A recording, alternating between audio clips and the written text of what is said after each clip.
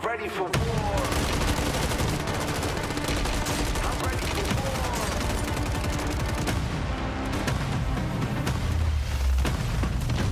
I'm lighting up that fire, yeah, I'm burning up. Look at me, feel the heat. Climbing so much higher, but it's not enough. Let's believe, good to see. Stomping on the ground till the earth breaks. Knocking down walls, making earthquakes. Never looking back, this is high stakes. Look at me, yeah. I'm ready for war. Look into my eyes, I'm ready for war. Never gonna stop me, I'm ready for war. Look into my eyes, I'm ready for war. Gonna be, never gonna stop me. Push it past the limit. I'm never gonna break. I know I'm gonna win it. Light it up, light it up. Going up, going big, no retreat. Gonna win, going up. Come on! And I'm ready for war. Look into my eyes, I'm ready for war. Going big, never gonna stop me. I'm ready for war. Look into my eyes, I'm ready for war. Going big, never gonna stop me. I'm ready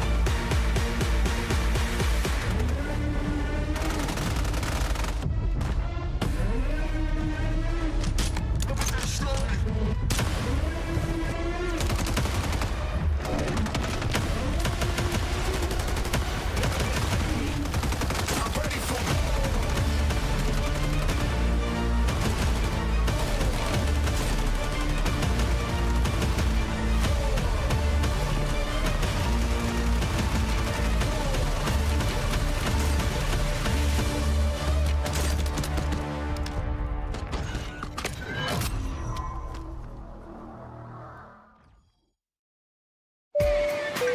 Now boarding. Operators, welcome aboard your direct flight to sunny Urzikstan. Please adjust your seat to the upright position and ensure your loadouts are securely stowed in the overhead compartments. dude, get off. If needed, gas masks will drop from the compartment overhead, ensuring your safety throughout the war zone. If you are teaming with someone who needs help, assist them only after placing on your mask first. I'm explain. Ensuring headset devices are fully operational for crispy comms. Because nobody likes a silent teammate. In the unlikely event that you land in the gulag, please refer to the safety card in the seat pocket in front of you. This is a battle royale specifically for trios. Call of Duty Warzone Matchpoint will be introduced for the first time, and Solo YOLO will make an appearance. Expansion regions are back, and that means once we land, everyone will be competing for a piece of the massive $1 million prize pool. Thank you for flying Urzikstan Airlines. We know you don't have a choice when flying, but we appreciate you choosing to hot drop with us today. Good luck and may the best squad win.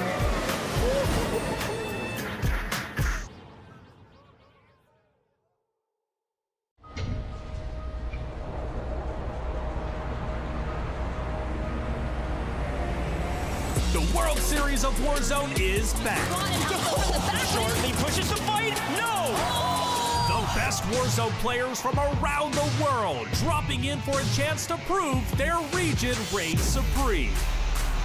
And you have a front row seat to all the action, all the hype, all for the glory. Team Biffle are your champions. The biggest Warzone competition on the planet just got bigger, bolder, and badder than ever. Let's go, baby!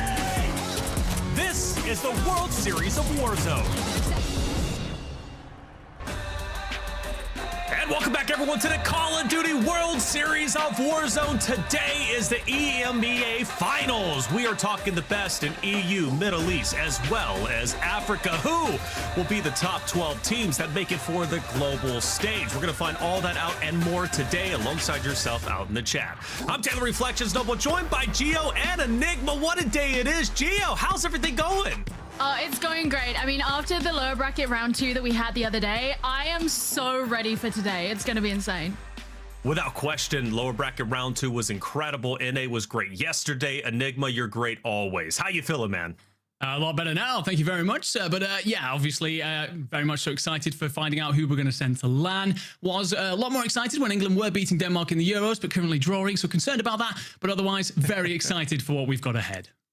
Very excited indeed. I hope everyone else is excited as well. Let's recap yesterday because North America Finals was incredible. So many great moments, but there was one dominant team that stood the test of time, Enigma.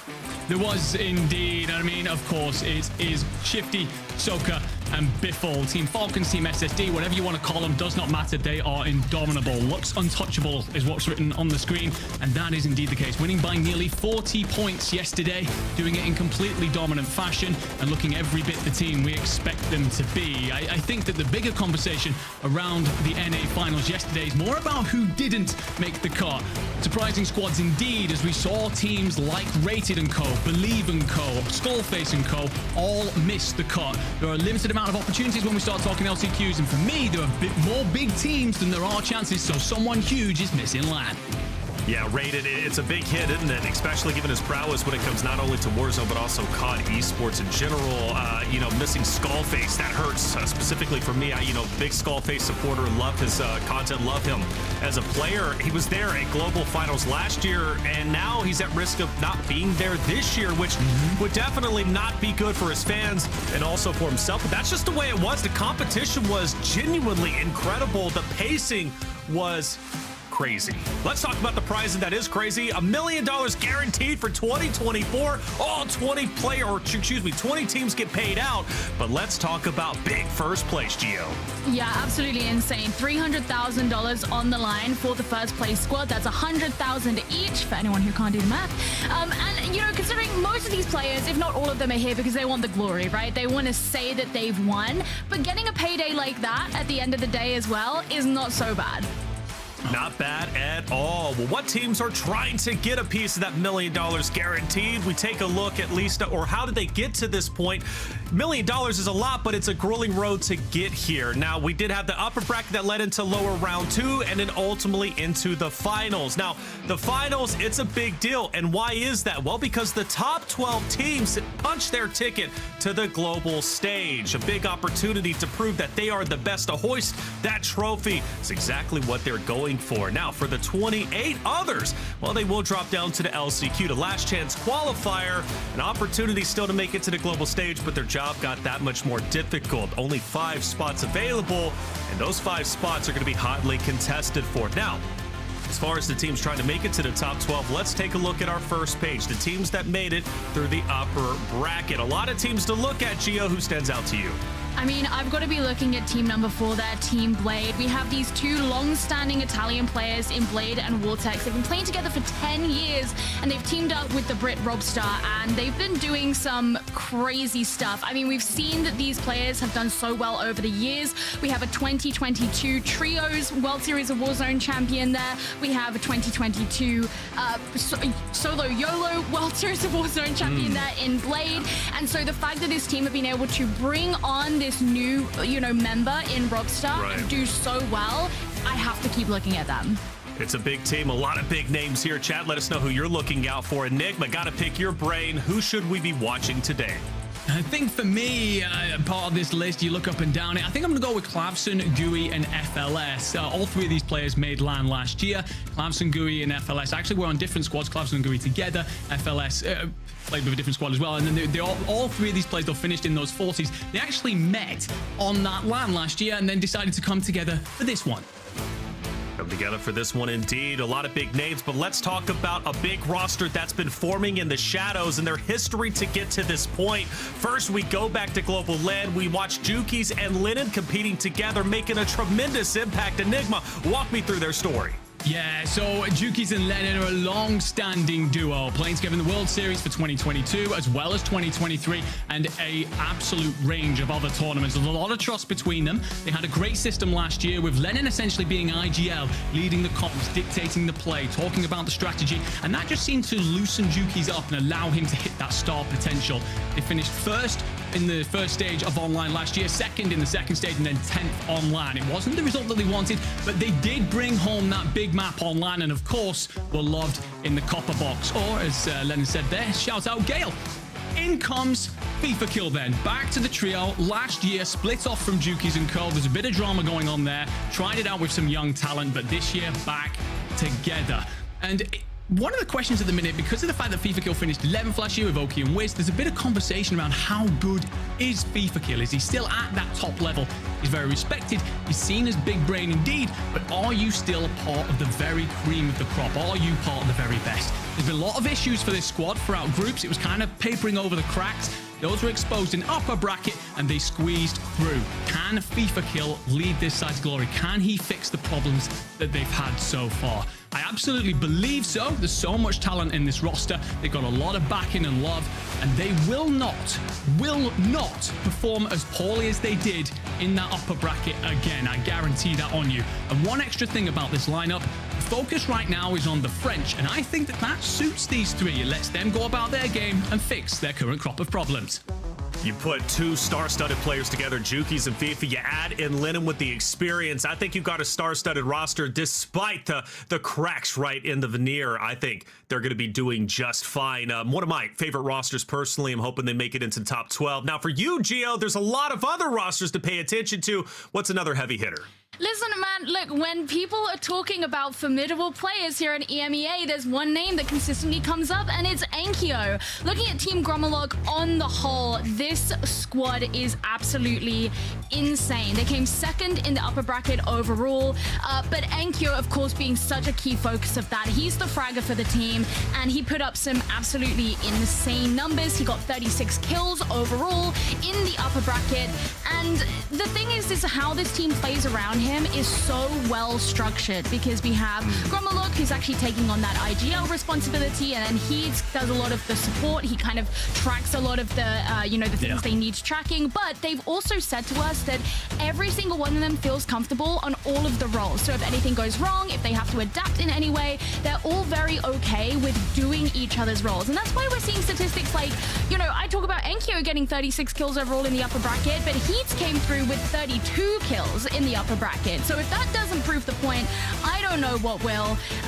This team just seems so sure of themselves. Everything went right for them in that upper bracket, and I just don't see any reason why that's going to change here, especially when everybody is so scared of this one prodigy. When you start talking about 32 eliminations, that's peaking even our top elimination leaderboards going from NA finals yesterday, looking at lower round 2. Those are some big, incredible numbers in a roster that I think a lot of fans and people in general who are just, watching the World Series of Warzone, they're expecting this roster to go all the way to make it to the global finals. Now, the question is, can they do it? The pressure is there, but can they hold on to really their goal, right, and make it through? We take a look at 21 through 40, some more teams that are looking to make their way into top 12 today. And again, some big names: Vision, King AJ, Showstopper, a trio that I was looking at personally throughout lower round 2. Still looking at them today. Enigma, what about you? No, it's a tough one. There's a whole range of names here, and I think actually more the general conversation is about how so many of these teams will no longer get away with an easy run. I do think some of the squads that are here have maybe gotten away with like one big map on the day, or perhaps running over smaller fish. There is no such thing. This is the teams that have come up from lower bracket into these finals, and look at the wealth of talent. We've got the Germans there, the Spanish trio. We've got, as you said, Vision, King AJ, and Showstopper. There's so many great teams in this today. A lot of great teams. And Gio, I want to talk about one of those teams that made a big impact in lower round 2. Oh, yeah, we've got to look at Team Marcus here. And look, they're the team. I love watching them, but also they drive me nuts. It's kind of like how you feel about your kids. Because, look, here's the thing. They have so much going for them. If you look back on lower round 1, they were absolutely pub stomping. I mean, all you had to do was watch Scaphology's POV, and it just looked like he was in a lobby with people who had no business being in the same lobby as him. However, they were incredibly inconsistent. They had some great top place finishes, but also some really disastrous instances where they went out early, and it was the same story in the lower bracket round 2. They managed to pull it through in those last 2 games with some pretty spectacular wins, I will say, but wow, they kind of left it to the last minute to pull themselves actually through into the finals, because they had some difficult games in the first 4, and they need to fix that consistency, because their insane gunplay isn't going to be enough. Marcus, Rafik, Scuffology, a team to fear across the board, going back-to-back, 5 and 6. But there was some drama on the timeline, but that drama seems to be put aside. Obviously, we're talking about Louisium and Wars Enigma. Yeah, I mean, we touched on this on Tuesday, right? And the kind of things that have been going on for this squad, the Esports World Cup drama, everything that was said on the timeline, very public falling out, and then this fall from Grace basically finishing 22nd in upper bracket. Could they get over that? Could they truly draw a line in the sand as they said they would and make things happen? They're a self-proclaimed emotional team. Vibes are very important. Well, they came in and absolutely smashed lower round 2 to bits. Finished third, 76 kills, 12.7 average kills per map, which is the best return so far, and an average placing of 11.3. Again, the best return they have shown so far. And this is looking much more like the side that we expected at the start of this when they came together. Definitely a squad that I'm looking to see book their ticket today. Absolutely, a team that slays out. They know what they're doing. I love that they put that drama aside and honestly might even become best friends once again. You never know, especially with their performance, but given that emotion of the team, that emotion can have them implode or it can have them be absolute superstars. Which side are we going to get today? That's the big question. But one of my favorite teams outside of FIFA Jukies and of course this roster has to be Fuzzin, Pentagon, and Melvin Geo. Honestly, I mean, I know it's impressive that Wars was the top fragger yesterday, but if you want a team that can frag, all 3 of these players were in the top 10 for frags yesterday. We had Pentagon was in 2nd, Melvin was in 3rd. So everybody here is putting in their work. They came top 10 in 3 of their games yesterday. They came top 15 in 5 of them. So there was so much consistency from this roster yesterday. And it's kind of crazy though, because despite how they performed yesterday, because of the rounds that they played in prior to that, a lot of the teams coming in today have actually said that they think this team is going to be one of the easiest to kill. So I think they've got a lot to prove.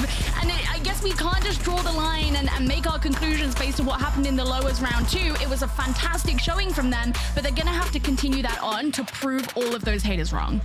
Well, Geo said it, Enigma, right when we look at this roster, Melvin, Pentagon, Fuzzin, all 3 on the elimination list. Yeah, no, absolutely. It's a crazy thing to look at. It shows as well a real step up from them because they were struggling in upper bracket and groups well and truly, not just for placing, but for kills as well. In upper bracket in particular, they averaged 5.8 kills per game. They more than doubled, nearly tripled that when it came to lower round 2. And yes, lower round 2 is an easier set of opponents than upper bracket was, but no other team has seen that kind of jump. We've spoken about it. We broke it down on Tuesday about how they've adjusted their landing spot and are playing slightly differently, and it seems to be reaping rewards, paying out dividends. If they can make it happen yet again today, they will fix the failures of last year. We will see them on that global stage. Love that storyline for them. You know, Pentagon, Fuzzin, we want to see how far they can go. Pentagon, a great guy. We had a chance to speak to them, like you said, adjusting the landing spots and still making adjustments this late in the stage. You love to see that. You never stop adapting to your competition. We're getting loaded up for the first drop of the day, but did you know you can be playing Warzone Mobile anywhere you go? If you don't believe me, look at this.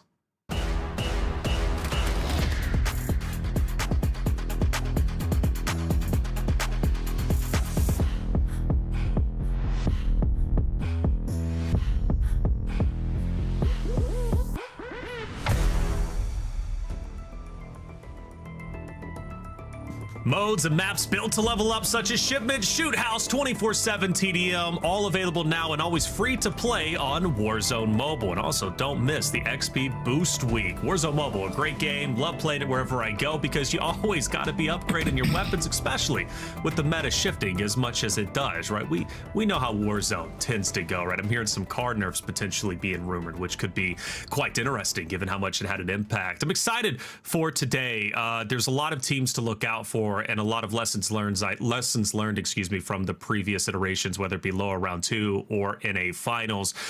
Positioning is incredibly important, and I want to say one of the top teams that does that, honestly, I would put Pentagon and Fuzzin out there. Enigma, yeah. The reason why they're so good is their positioning tends to rock out. If teams are talking about them being one of the easiest eliminations on the battlefield, yet they are pulling out in first place in lower round 2, despite the difference of competition today, you gotta give them credit. It seems as if they can go anywhere they want, no matter if teams challenge them, they're ready and to stand up to the test. I mean, look, I'm going to be straight up with you. Like, some of the responses about who is the easiest team to kill definitely comes down to ego, definitely comes down to fractured relationships. It's a weird one because, like, I really get on with Pentagon really well. I get on with, like, Juki's very well. However, the two hate each other. You know, like when you put your two best friends from different places together and you go, how's this going to work out? They don't get on. So it wouldn't surprise me at all if Juki's has decided to put that down as Pentagon's team. However, this whole thing about them being the easiest kill on the map doesn't really matter important as to necessarily cutting off that rotation and finding them on the map first.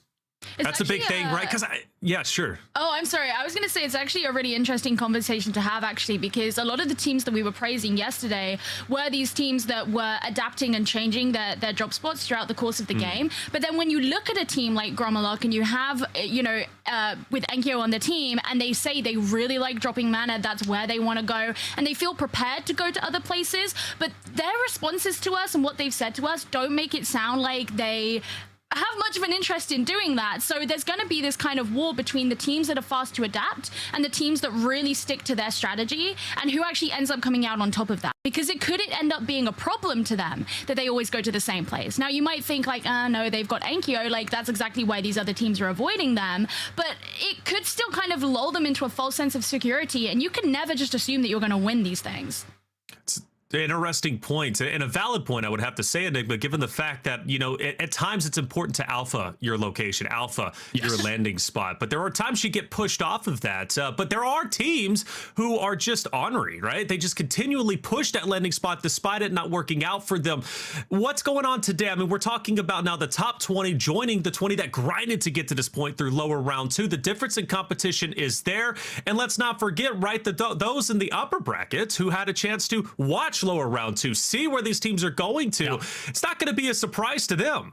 No, 100% not. And there's a bunch of teams that I spoke to that seemed very much so on it when it came to their homework. They were changing their landing strategies from LR2 into this finals because they feel like there's a stronger squad in the upper bracket already hitting that location. So, and we saw this kind of changes last year on the global LAN, right? We spoke about it multiple times when we were there about how sides from maybe NA had adjusted because they didn't fancy fighting on certain EU teams and vice versa. And that could well go on today. And I spoke to a side in particular that said that they definitely wanted to just make sure that nice and early they're hitting out basically as much as nobody as they can possibly find, get their loadout together before then pushing on out. But if they had to hit someone, they're wanting to avoid your Jukis, your Grommeloks, your Stuos, etc. So yes, it's important for these teams to find a location, try and alpha that, but sometimes it's adjusting to your strategy, adjusting to the opposing teams that you come across. For example, Team Blue ECM last year on the global LAN, they ended up having a bit of a stinking performance, nowhere near the level of potential they have, and that's because they basically landed on the last year's champions over and over again. So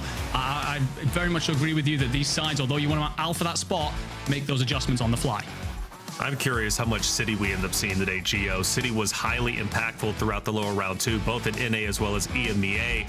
Obviously, the elevations, it proves a bit difficult to fight through. The rotations out can be a little bit risky, but then again, if you land City and you're able to alpha that location, there's a good chance maybe zone falls on you and you have a great opportunity to potentially take that game and most importantly, pick up a bulk of eliminations. Listen, I mean, like when we were saying that yesterday, hey, wouldn't it be cool if it went City? That's exactly when it went City. So maybe we're going to predict it again. But I think the really interesting thing about the game yesterday, which was game 2, when we did end up going City, was that the start of it was so much slower than we have for the previous game. Our game 1 was actually pretty much a bloodbath instantly, and I found that very interesting because so much of it was about finding those specific positions that you wanted to take. We saw a number of teams, I believe Louis Sim's team was one of them, where they just found a rooftop, bunkered down, and then some of the teams that were really struggling were the ones where, yes, they found their position. We saw a couple of teams where there were only 2 players left. They found their position and they had to constantly be switching around each other because they didn't have enough players to be able to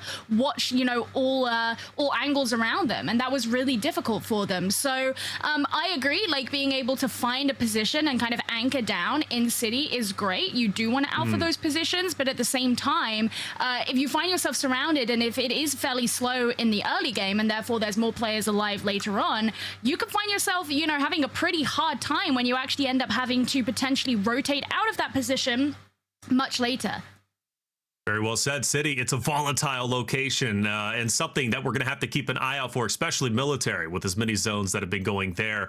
Let's take a look at our 10 teams, though, who ended up making it through from lower round two, at least the top squads overall as a whole, and start creating a narrative there, because Enigma, there's a lot of hungry teams playing today. Lower round two results in terms of Fuzz, and we talked about them, but who else should we be looking out for? Well, I mean, I think that one of the sides that we actually haven't touched on is going to be Chow and Co, right? Like, getting to see them there in fourth. This is Chow obviously winning the solo YOLO from back in Verdansk, and with a massive French trio in terms of support and fan base, and actually have very good placings across the board, even when we start talking failures perhaps in upper bracket, to just low on those kills. So if they can turn those good placements, those good fundamental Warzone plays into more kills towards the end of games, we could well see them through to that line as well, and what a story that would be. John, great shout out. We'll see how well they do today. Hey, the top dogs are looking to eat, so who's going to eat? Well, let's bring in our casters. We've got Tiff and Goj. I'm ready to get this thing started. EMEA Finals, 12 teams making it to Global Finals. Who's it going to be? Well, Tiff, Goj, let's find out. Hey, let's find out. That's more than what I'm excited for. We've had so much fun over the past 4 days of World Series of Warzone action, and to lock 12 more teams into that Global Finals, Goj, some teams are in for a heck of a day, but I'm also worried about the teams that are going to be going to the last chance qualifier. Yeah, as per the usual, Tiff, every time we talk about World Series of Warzone, and just Warzone in general, it's always the phrase, anything can happen. And if yesterday proved that correct, I think if you watch, you know that to be the case. Yesterday, big teams did not make Global Finals, at least not yet, have to head down to LCQs. Will the same happen today? That's my big question mark. Tiff, the cutoff yesterday, about 11 points is what was needed. 64.8 with the total points you need to get 12th place. Will we see the same? Will it be higher? Will it be lower? All I know, 10 to 12 points on average per game. And like you said yesterday, Tiff, if you have a couple 0-point games, 3-point games, 4-point games, you guys know how averages work. You've got to drop some bangers at the end. And Tiff, Definitely. I think our map's ready to go. We're dropping in. Let's get into it. Map number 1 is here.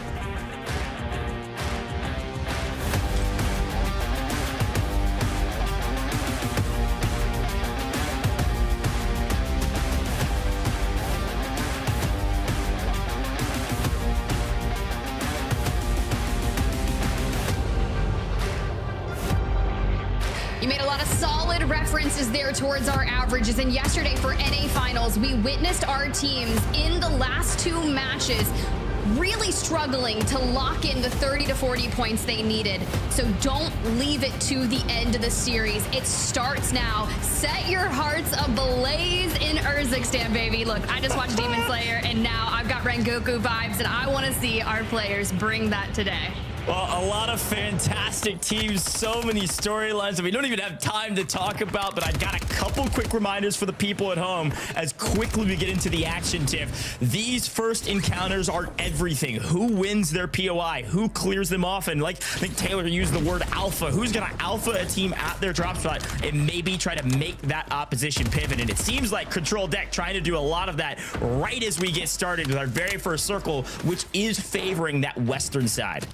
It truly is, but over here towards Opal Palace, you got Team Huncho on the opposing side. Think back to lower round 2. This was a team that was constantly contesting Revolt. They've got the high ground. They knock Control Deck, sending 2 to the Gulag already. If I'm quicker and I know I've got the alpha on my roof, what do I do about it? You jump down, grab your loadout, and start disengaging. Oh my gosh. Okay, we're starting like that today? Sure. It's happening. I'm about it. 3v2 turns into, or 3v1 rather, turns into a 1v1 out of nowhere? Ridiculous start on that side of the map, but we continue to swap over, see some of these early encounters. Looks like another fight here as we got a couple players. It looks like Bane's lost a life for that squad, pushing the equation with Starbrook, Donathan, and apparently getting punished for it.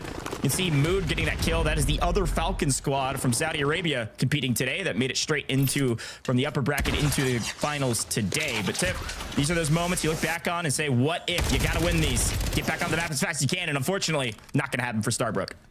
Well, let's see if Banes can have any better luck here. Must-win situation to keep the dream moving for map number 1. We've already moved up and just kind of looking for angles here. Shots coming out, so it's going to give them information. But then we get tagged up and can't move. And, well, our first See ya. out. Yeah, out of here. They got 34th in upper bracket. They came in seated 31st, and now they are in the lobby rethinking their life decisions. This is brutal first start, but somebody's got to be the first team out, and we witnessed it here on main stage as we continue to hop between POVs. What will they do different, or will they just try to win their gunfights early next time?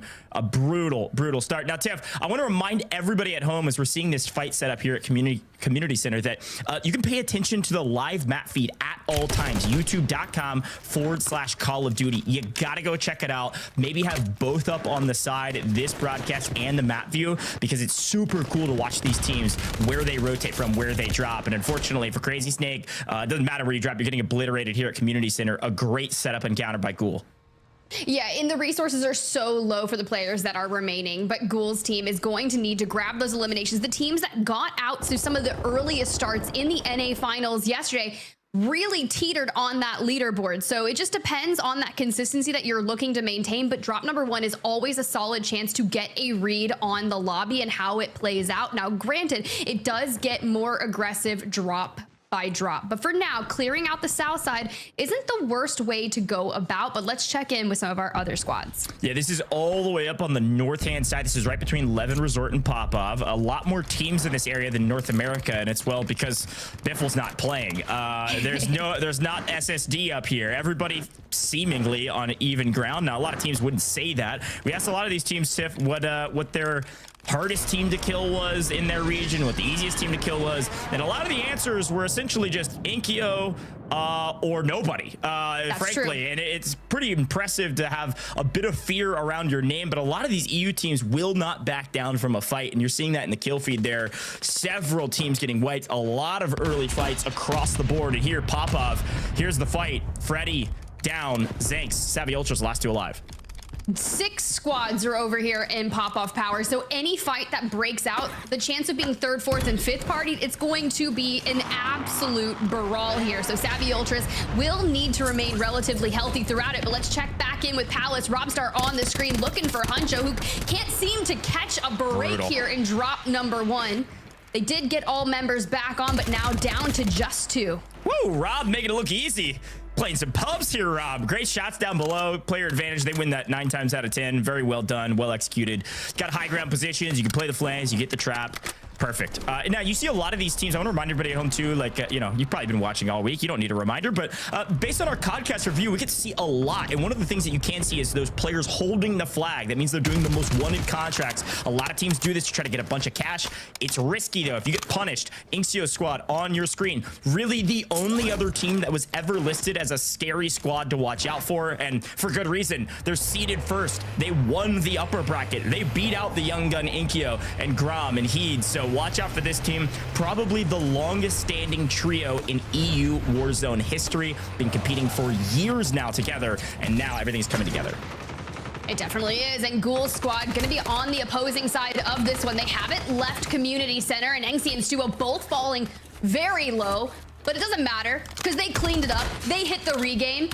We destroyed the trophy. Maybe we're going to hit that rotation. I did see a small pip there, which shows where the circle is going to be pulling to. It does center up with Cargo in the north, Zaravan City in the south. Now, if history repeats itself from prior zone pulls that we've witnessed throughout our World Series of Warzone, this can be very fickle. We've seen it go to Cargo, and we've also seen it pull back towards the waterway just north of the city. Yeah, I'd love to have our analysts in our chat here with them to like wager on where the next circle is going to pull to. Where's the end circle going to be? Enigma said reeks of Cargo this, which is so just very British. So shout out to Enigma, shouting out Cargo. I think he's probably right, but I think you're also correct. If we've seen it pull to that kind of north hand of city, this still could go bridge. I mean, we've seen that circle what 3-4 times now. This could go bridge north of city, south of Seaport very easily still on that far western side of the map. But I think the team set up in Cargo, which is only a few, probably had the best chances to set up for what's new. But we've got Chow on your screen. That's not bad, Uncle. Really a fluctuating difference in performance across every stage of this competition. Always going to be one of those teams that has one of the largest fan bases, but end of the day, it's just about how they succeed on the map in front of them. Really looking for this team to play for more kills. They're fairly centrally located. They have decent placement throughout all stages of the competition. It's just about finding a ton of eliminations. And so I wonder even if maybe some more hot drops maybe just teams contesting them more here in our grand finals could have an opportunity for them to creep up the leaderboard. I was curious if this squad here, Team Darzity, was going to make a play for Chow's squad, and you see them smoke and immediately go underneath. There is a mobile buy station just outside, which is probably what Chow's team is looking to guard on. Now, the majority of our squads, as they rotate into the later stages of the game, will want to always have not only a PDS on them, but the mobile buy station. But as we work to filter our way up the stairs, you see the lethals start to get expended, denying them back into the staircases. And how many staircase fights have we seen gone wrong? A ton, Tiff, especially when those third parties. Wiz is just lying in wait on the right-hand side. That's Team 13 there. Watch out for that squad. The German trio on your screen now is trying to make this play, and this is one of those plays that we actually called out yesterday, where it's like, do you want to send 3 upstairs through a building when a C4 could blow you all up, or do you want to try to split and throw a pinch where if you don't time it perfectly, you all die as well? It's kind of a lesser of two evils at some level, and it's just about what works best for your team, specifically what resources you have. So as it's a little bit of a stalemate over there, we're going to swing around as Freddy, Savvy Ultra, Zanks, they went through the ringer of the Italian roster mania and have apparently come out somewhat successful to be here in the regional finals. I love that every time we like pan to a different POV, we're cooking a C4 ready to throw it out, because our homage that we paid to the C4s after the slight adjustment yesterday did not change the game in any way, shape, or form. Sure. It's just a C4 world that we're living in, but we finally get to check in with a squad that has struck fear in so many of our EMEA players. It's gonna be Gromalok, Enkyo, and Heeds, and they've already got a few eliminations here and have set themselves just on that southern side of Zaravan City. And if there's one thing to be said with this squad in a city, I think they're gonna make it look a lot like the Shibuya incident. Yeah, that first trio is so dang good when they're moving on all cylinders, and so far so good for them. Rotating quite well, making their moves into the zone. Quick look overhead, this Darzity squad, again, German trio, still looking for their competition, and it seems like everybody else said, this is not worth our time. We know it's not going to end in Old Town, and we're right on the edge of Old Town. The only team closer to that edge would be Team 13, a little bit further away, and then this squad, Team 24, which is Chow. So both of these teams, yes, in zone, yes, seem comfortable for now, but frankly, Tiff, if we've learned anything through the last however many games of Warzone we've watched at this point, early rotations get paid. The problem is, I don't think this team has a kill to their name yet, which means rotating early and playing for placement at this point will do them little to no good as well. So I almost, if I'm this team, I want to hunt the edge of circle. I mean, look, for the teams that have rotated early and found themselves down in condos, this is one of the catalysts of that experience, right? You'll have 4 or 5 squads in a very small amount of space. Baits the res and doubles down, gets the knock right onto Marcus. I don't care if you won 2 maps back-to-back in that lower round 2. We're talking about a massive skill diff in this lobby, but the reach out comes through. And man, Ben, last standing. Can we get Walker back up on the feet for now? Yeah, it's honestly great timing for them. It was the perfect execution to get the res off before he's able to get chowed. So able to stay alive, both teams on 2, and there's another team lurking around the corner as well, third partying. So if they take this encounter the wrong way, B Groovy squad, that's Team 30 on the left-hand side of that mini map, they're going to swing in and just clean up the rest of these kills, which will be a huge value add here in the early to early mid game. Again, zones of activity. We always talk about this with Warzone. Early game, mid game, late game. Mid game's all about rotations, but you have to find some kills in those rotations if you're not landing fairly hot and getting some early eliminations. The teams that find the most success usually win the early gunfights, then rotate early and set up for placement. The problem with that strategy is it's very high risk. If you lose your early gunfight, you're going to be the blender and you might not qual. Yeah, very valid, right? And I think a lot of our teams have decided to move towards condo. Once we see Circle 4 pop here in just a moment, we'll get a better iteration of where that zone is going to and who's right. Yeah, it centers up right over condos. Everyone has made the proper call. A lot of teams in the early stage you mentioned earlier, most wanted's great value to get that early cash, early loadout, but a lot of teams decide to favor recon contracts if they can secure them. And for those that get that early rotate, can you defend it? You've already got, let's see, you have Team Zach in there as well as Team Blade in the mix. Yeah. Ilgoy, Clabson, and co. from that mobile buy station in Cargo. But for the teams that have found themselves collapsing in Old Town, that water rotate is one of the most atrocious. So I'm really glad that you can immediately see Team Shucks try to get ahead of the curve. Yeah, and you saw Grommet, like they're in team 2. They're on the south side, about to pinch into about 3-4 teams. You can see them just the edge of our map now, creeping out of condos here. On the north side is Team FIFA Kill. So you have 2 of our top teams, at least in our minds, maybe not on paper for Team FIFA Kill, but they're kind of pinching the competition north and south. And you're gonna have to go through either of those teams if you rotate in those angles. And then the only other angle open is the one you called out with Shucks coming over the river. So this is gonna be brutal for any team coming in super late, specifically looking at Team 28, which is Skinner's team. That's Pink Turtle's team. It's a lot of people's Underhorse squads out there. They had a great performance in lower bracket round 2, but haven't had much else to write home about. So a ton of info, a ton of things to talk about. But right now, C-Town, place to be, right on the edge of zone. This is going to be very, very tough rotation after this. You can't tell on this map, Tiff. They're not in zone. This is C-Town on the far right-hand side of it. You're actually across the river. You've got to make a rotation, and they're so late. Here comes the creeping gas. That this is going to be brutal if they don't go now. Right now, the shoreline is open, and here they go.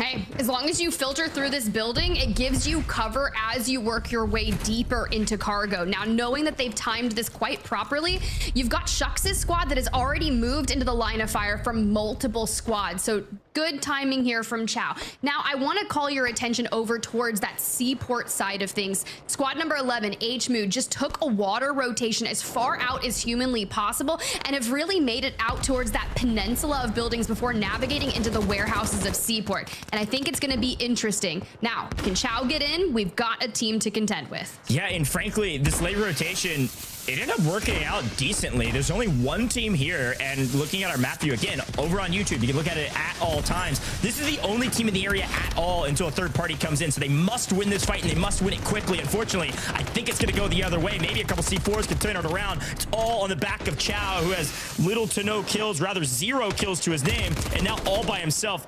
0 chance they're winning this one. And unfortunately, this is what happens is if you rotate in late, you have to win your 3v3, and you're already at a disadvantage because the team's already set up waiting for you. So a brutal map for them. Chow's team only walking away with a couple points and likely full wipe out of this lobby. So as we swing back over to one of our crowd favorites and on paper favorites to win it all, they've set up fairly early here in condos. And Tiff, frankly, I'm not seeing a lot of kills from this team, which is a little bit abnormal. Considering they've rotated from Manor throughout City into condos and have minimal eliminations, it's tough, but also smart, right? You haven't really provided a lot of resistance, and some of our players in the interviews yesterday were focus on your position, let those eliminations come through. Heeds has 2, so we've got some, and it doesn't have to be anything that's crazy. You just have to get yourself inside the top 12. Now, granted, with that circle centering up aboard this squad, you have to start looking at our teams that are going to be fighting from the outskirts looking in. This team, H-Mood here, that I was calling attention to, made that crazy water play to rotate just on the south side of Seaport. You do have Stuo, Engsian, and Patsuka to your west, who are rivaling you in terms of elimination. So what are you going to use to take them down? Because you have to contend with Bridge and that #1 seeded team. Oh, this is such a brutal spot. Like, on paper, it doesn't look bad, and you look behind you, you're like, oh my gosh, the team on Bridge can easily take us out right now. And I think this is the right play from H-Mood. They lose one, and then they need to back up to a place of cover where they can't get shot from multiple angles and still don't have a lot of room. So now we just hide in the trash cans like little raccoons. Like, this is a really tough spot. Now, they do have a sizable amount of eliminations, so hey, they've got a decent score in their hand if they can outlast, outwit, and outplay, as they say in Survivor, and stay alive to top 10, because you need a 1.6 multiplier to make these kills really help you out on the leaderboard. Because again, frankly, we're looking for like 11-point average, and they're probably sitting at about like 9 right now without a sizable multiplier, Tiff. Yeah, they definitely have 9 eliminations across the board. H-Mood with 5. But if I'm Zakar, Rocket, and Clapper, I am not going to throw my position away to try and take angles on your self-proclaimed raccoons under the bridge. You can already see they're pieced out, but there is a mobile buy station that's just by Team Stuo, and one of the players is looking to maybe get a hold of that before going straight towards endgame. But then you have the massive collapse that's occurring over on the northeastern side between 16 and 35, and well, we got to check in with the resident Should I say crowd favorites, or are we going to throw that over to Enkyo's squad? Yeah, it totally depends. I think Linen was definitely the crowd favorite in London last year on LAN. So depending on where our global finals are this year, who knows? Maybe Linen will stay the crowd favorite, or maybe it'll be somebody totally new. But this team, little to no eliminations to their name. They're set up fairly well for in-game. But I have all of my eyes, which I only have 2 of them, but both eyes are set on Team 6. That's going to be Team Echo, Prodigy, Oki. They are in the best position right now, completely uncontested. Hopefully some of these teams can pick up kills in rotation so that somebody can contest Team 6, but they are just hanging out, waiting on somebody to try to contest them. Same with Gromlock squad. They have a nice high ground position. They can play roof if they want. They can play these windows if they need more cover. Both of these teams set up very nicely, and they got here early to make sure this was the case. Well, Bagel right there in the line of sight of Heeds, looking for more with the Car 98. And I feel like during the pre-show, I was hearing words of Car 98 readjustment / nerf. We saw how well that worked with the C4, so, you know, I'll keep my attention towards when it actually occurs. But for Enkyo to be able to take angles and put pressure onto that bridge squad of Zakar, it's going to be really interesting. And we were asking for those really action-packed endgames. Circle 6 is closing. We have just gotten into the top 20, that 1.4x multiplier. Wow. And you called out Oki, Prod, and Echo's team here. They were in a rather nice position, but as soon as that circle pops, we're just on the outskirts looking in, and we're a duo. Yeah, talk about script writing. Good grief. Look at Team 2. That's the crowd favorite, on paper favorite. Everybody says they're the most dangerous team, but they got second in upper bracket.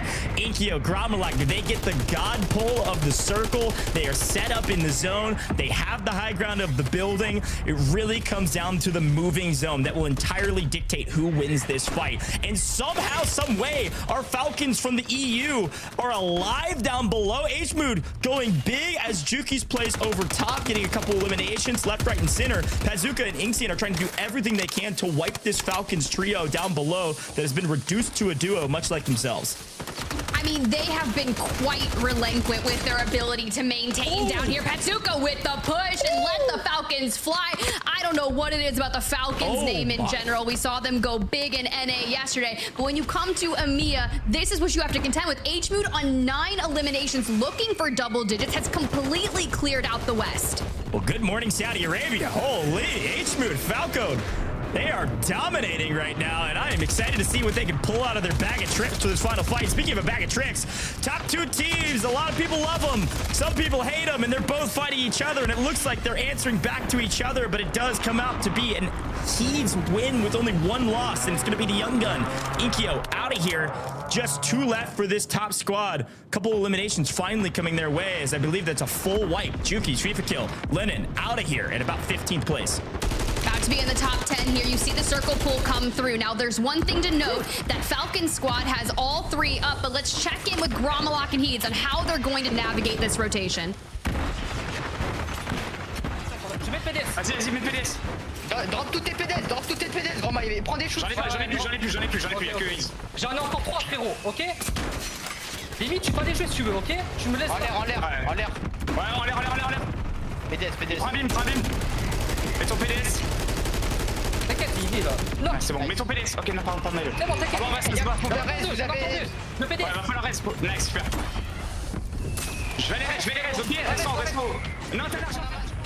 Oh, I love this play. They still have high ground position, and you can hear PDS. Even if you don't speak French, you know what the word PDS means. They are staying on this high ground, continuing to use PDS after PDS as Heeds goes massive. Just 1v3 to team on the ground. Are you joking me? We got to watch that back at a replay somewhere. That is an unbelievable instance. But look who is still alive. The raccoons, the possums, whatever animals you have in your region go massive on a heady, on a crane with Noah. A bulldozer, C4s, a wipe, and a win. The Falcons are on top. Saudi Arabia is on top. Welcome to EMEA.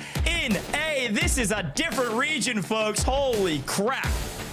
It's what you love to see. The fact of the matter is that rotation from the south through the water to put them on that peninsula in Seaport, the ability to clean up that top-rated team of Patsuka, Stuo and Co, and then secure the West. Even when they came down and had the player disadvantage, we were down to a duo at one point, and you keep regenerating, getting your squad back into the fray. As we go through the last stand, you can see they are alone on the western side. They go to that early circle pull through gas and just hold out everyone that tries to rotate on them.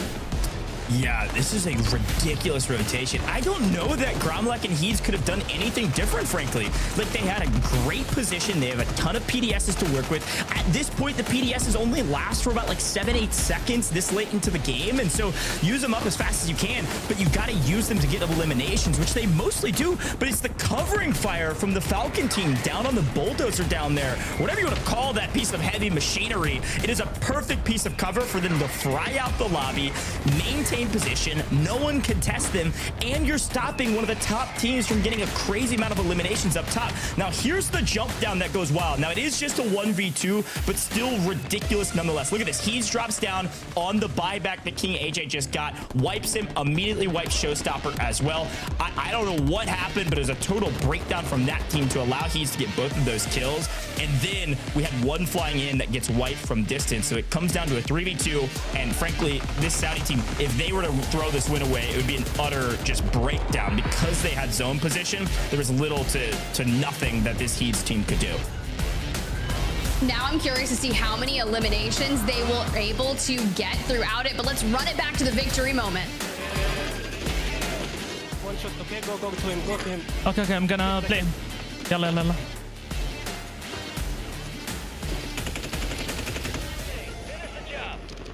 That's good.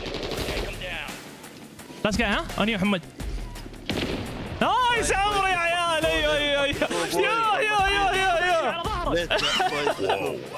يا عمري يا شيخ. 44 points, 22 eliminations. I think that might be the biggest game we've seen at any stage of the competition that's been broadcasted here on Call of Duty. A ridiculous start.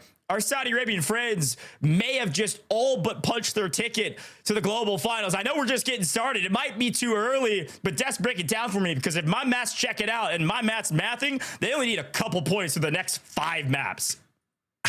Well, Goj, I'll tell you what, I would believe in your math over mine, okay? 44 is insane. 22, at least for broadcast, right? For lower round 2 NA finals, that is by far the most we have seen from one team, right? 22 is incredible. And the way that they got those 22 was insane. Good job, Tiff and Goj. Incredible stuff. Saudi on top, which, come on, that's unbelievable, Tiff. Hey, I mean, to do it in dominance, 22 eliminations, one player holding 13 alone. It was just quite impressive, considering when you start to think back at those prior zones, and I know Enigma is just waiting to see and break down all of those rotations, but getting across those waters, whether it's from the Old Town Sea-Town area or the Zaravan City, you have to get ahead. But sometimes you can get to a god spot or a power position that's going to be great for endgame, but if you rotate too soon, it can cost you. And their timing to perfection on that western side, everything was in their favor, and they just really took every opportunity to grab eliminations and procure that dub. It was crazy. It was crazy, and there were a couple teams that ended up going through bad positioning and making the most of it. We take a look at our highlights, and we start to truly understand the gravity of what some of the rosters had to go through. The first team I want to talk about is King AJ, Vision, and Showstopper, seemingly playing the outskirts of the zones every single time they moved up. Their positioning was never center zone. Doesn't seem like they were focused on that, Enigma. Yeah, it's kind of a mix of like being extremely impressed and at the same time concerned for this lineup, because I've spoke to them before this coming into, and the kills are fantastic, but their placings just aren't even it. Even when we were talking about the performance in lower round 2, somewhere where they should have ran over the whole thing, their placings just aren't there. So it's interesting to see them continue to put faith into their system of playing the outskirts of the zone, especially with the zone that we got. As Tiff just mentioned, we were in the back here trying to figure out exactly where this would pull. It could have gone over towards cargo, it could have run down towards town, maybe towards city. Everything split by water. It was a horrible rotation, but they managed to keep making those end of zone patrols work, hitting the balloons at the correct time, landing on teams like Chow and just smashing them to bits, and utilizing that individual skill that they have to bring them on through. Point is, they had to fight hard to get to where they were. I mean, even when they entered cargo immediately, they're in a fight with two teams. Chow was one of them, as you mentioned, right? And then after that, they then go a little bit forward. Now they're on the edge of gas, and they're having to once again fight against rosters. Their route was not easy, but they did pick up quite a few eliminations, which should put them in a healthy spot. Not bad, Uncle. This was that fight I was talking about, Gio. They're over in cargo. Uncle's trying to stay alive as much as he can, but they ran into the final bosses, at least for game number 1 for them, and that was King AJ and their crew. But I want to talk about that big rotation that we saw going from city over towards condos, and one team decided to make the most of it. Yeah, I mean, I have notes here where I'd written about HMood's team when they were first trying to cross the bridge, saying, struggling to cross bridge, especially with Team Stuo gatekeeping end of bridge. And I just thought that was going to be that. You know, we saw them, I mean, what was it? Goat was calling them like raccoons under the bridge hiding because probably. They had nowhere to go. And at first, it looked like they were maybe going to try and take a fight, and they decided not to. They didn't want to draw attention to themselves. They were just going to play it out. But at that point, you're thinking, this is the #1 team, and they are not moving. They weren't making any particularly fast decisions to rotate. And so the fact that that HMood managed to push through, get those kills, eliminate the top team, but then not only that, we end up in the final circle, and they take the whole thing. I mean, with 44 points, they're already over half the number of points that they got in total at the end of the upper bracket. They had 73.4 points at the end of the upper bracket. They had 2 top 5 placements. This one, what, they've got to win one more game. Not even win. They just have to do well in like one more game, and they're good. Like, what is this? No, you're right. And the thing is, like, we've been talking a little bit about under horses, right? And all that's coming on through. And honestly, while I was doing my notes, I kind of like had this squad down as like an interesting team because they actually improved from groups to upper bracket. Not many teams can say that at all. So it's very impressive. And also, we should perhaps put a little bit of respect onto their name, because this is actually the team that qualified for LAN from EMEA last year. They're the only squad that managed it. They were with Wawadi instead, but this time they bring in Crims, who actually, I just want to clarify, is from Pakistan. The other 2 from Saudi Arabia. Only reason that is Crims very proud of his Pakistani heritage. Sure. And then HMood, and I'm not going to try and pronounce his name. He said we can call him Jay, but these 3 are coming together as a really strong underdog story here. As Gio just said, 40 odd points to start things off. You're within touching distance.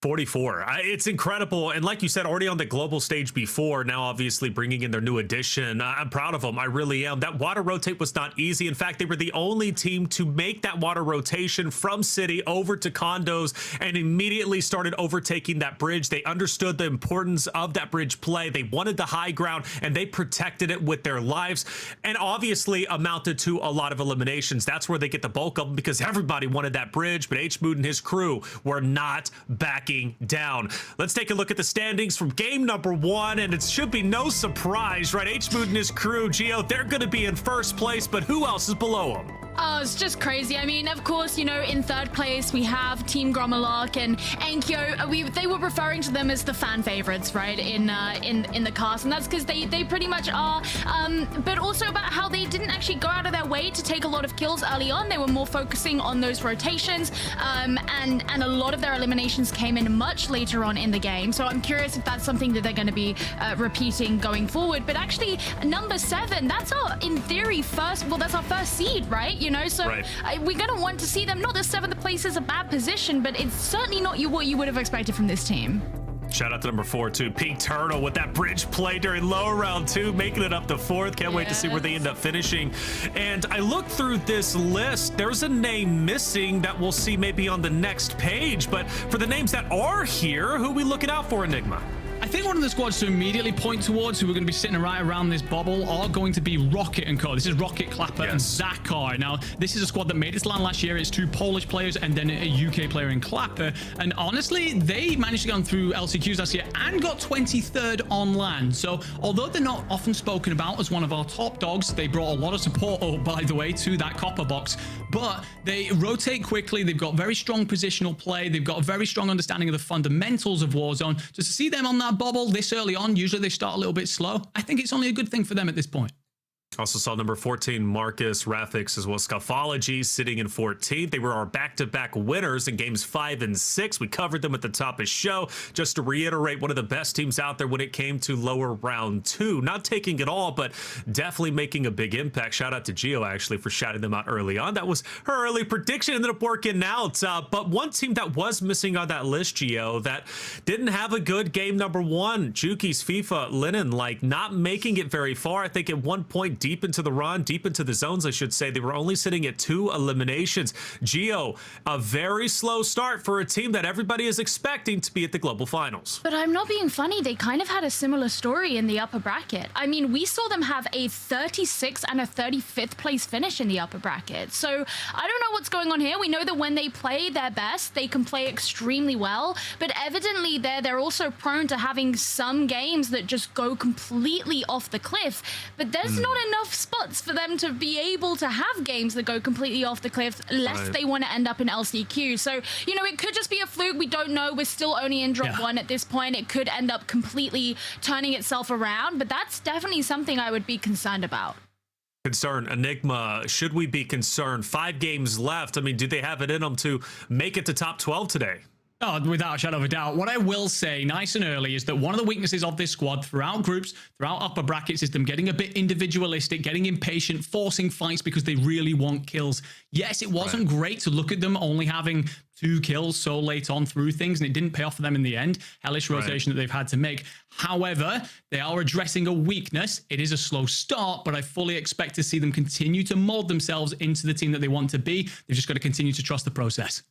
Well, one good thing about that roster is they have the experience. They know the pressure that they're going to be, going to be on their shoulders, and they have a lot of it because of their big fan base, right? They have some of the biggest fan bases out there competing today, but they know how to take that pressure and mold themselves into diamonds. 5 games to do so. Top 12 was what they're aiming for, but nobody can deny the successful game. 22 eliminations, 44 points from H-Mood and his crew representing Saudi Arabia and Pakistan.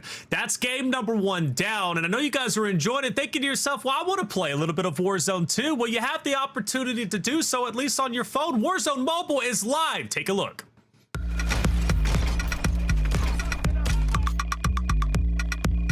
One more game?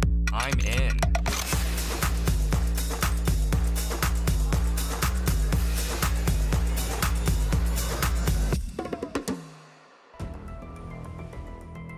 Warzone Mobile is great because you can level up the new Car 98 and finish the Battle Pass on the go even faster during XP Boost Week. Get involved, Warzone Mobile. It's incredible, and you should have it right now. You should be playing it while you're watching the broadcast, of course. And let's keep the ball rolling. Game number 1 was incredible. 22 eliminations, 44 points by Goj's math. H-Mood might already be stamping their ticket, or at least close to, going to the global finals. We'll see if they can have a back-to-back, just like we saw during lower round 2 for EMEA. Tiff goes. Let's see what game 2 has to bring.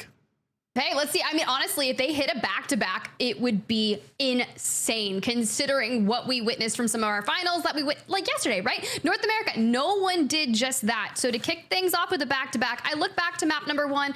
Super Evan's squad was able to take that, and it was a 30-point victory. They did go on to qualify and stamp their ticket to land. So the odds of a 44-point game being able to do that, I think it's highly likely. Yeah, it's an incredible map. And again, if our cutoff is somewhere around like 66 points or 64 points, like you're looking at maybe 20 points over the next 5 maps. Now, again, anything can happen. I'm going to be saying this all day today. We have seen teams win maps and then not make it to the next stage. It happened in lower round 2. It happened in North America. It's happened at pretty much every stage of the competition. But I don't think anybody that did that dropped a 44-point game. They were like 20-point games. And so 20 points over 5 maps, 4-point average, really not that hard of math and really not that hard to do. So we'll see if our Saudi Arabian and Pakistani friends over there with that Falcons team can do it again. And I'm really excited to watch that team. I was talking to Joe during the break, and Joe said when he went over to do a Saudi spot, he did like this cool spot in Dubai for content. CRM was there, Crims was there, and Crims was frying when they scrimmed. So Tim, I don't know. I'm excited to see if he can continue to frat this lobby and make global finals. Look, if Joe is saying it, then we've got to believe it. Teams are keeping their eyes out for the EMEA region, and I'm ready to see drop number 2.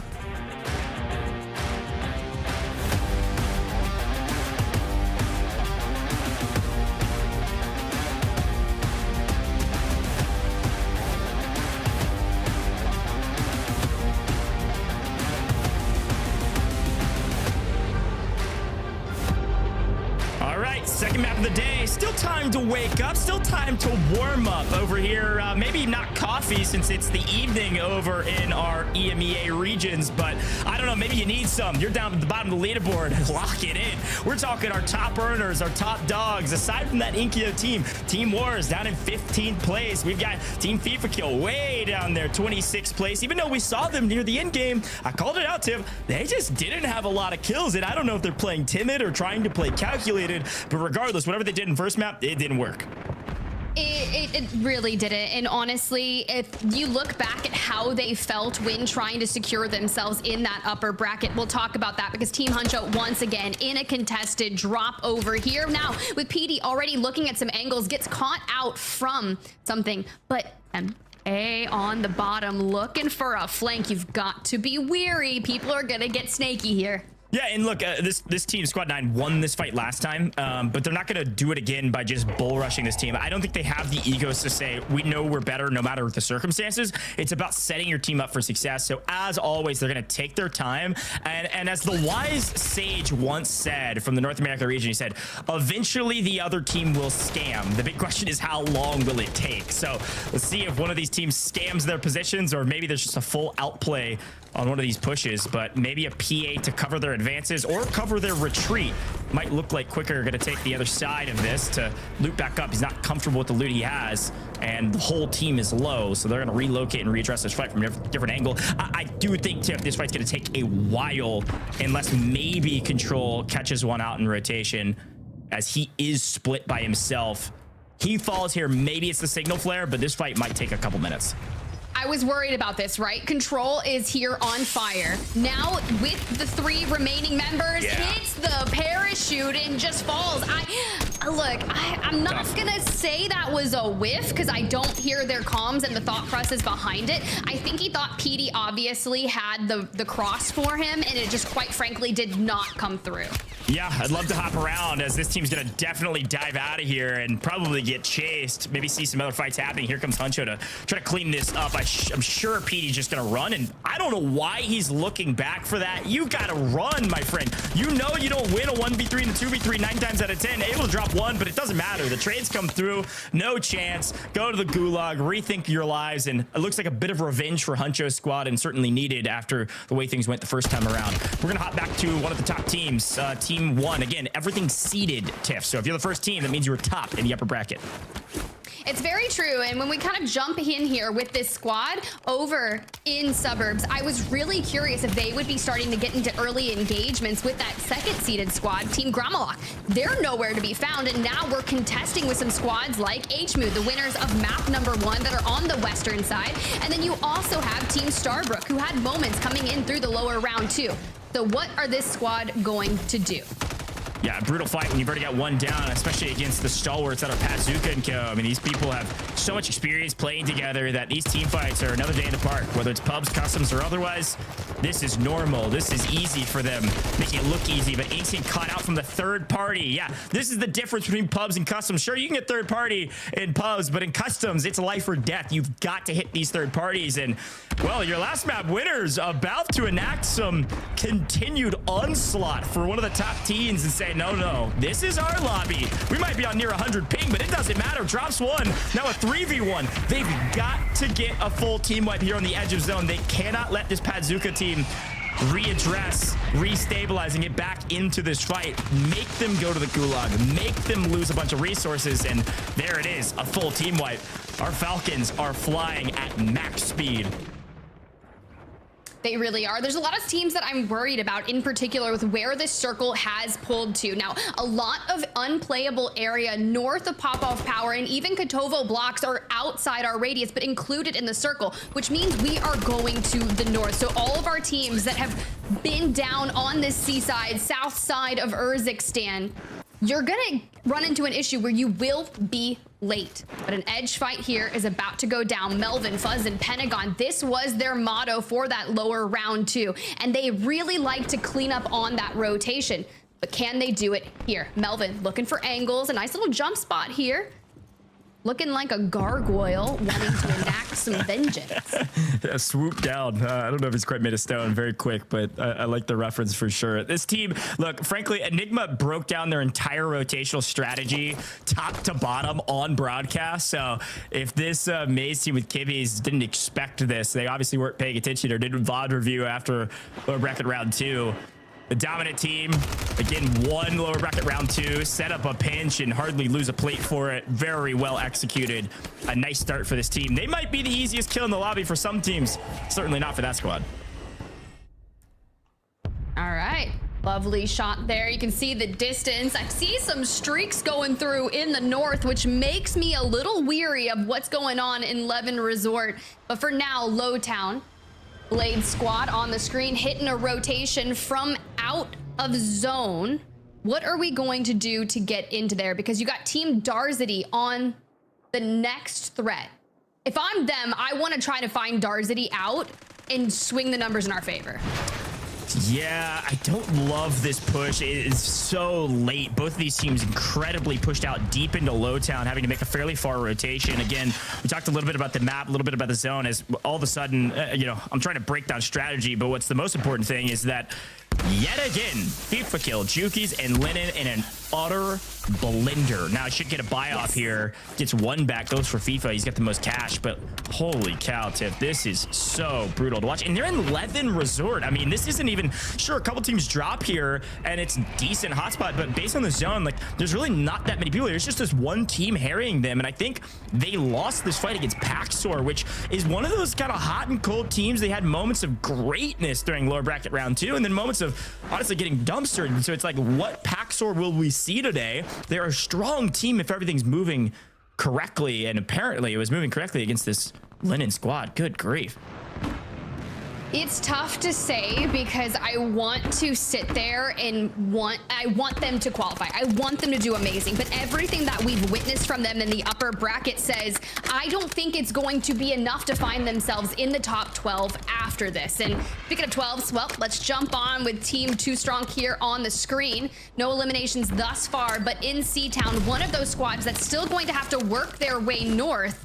But you have to contend with HMood, the prior maps winner. And they were just firing on all cylinders and have been, quite frankly, looking very scary to contend with.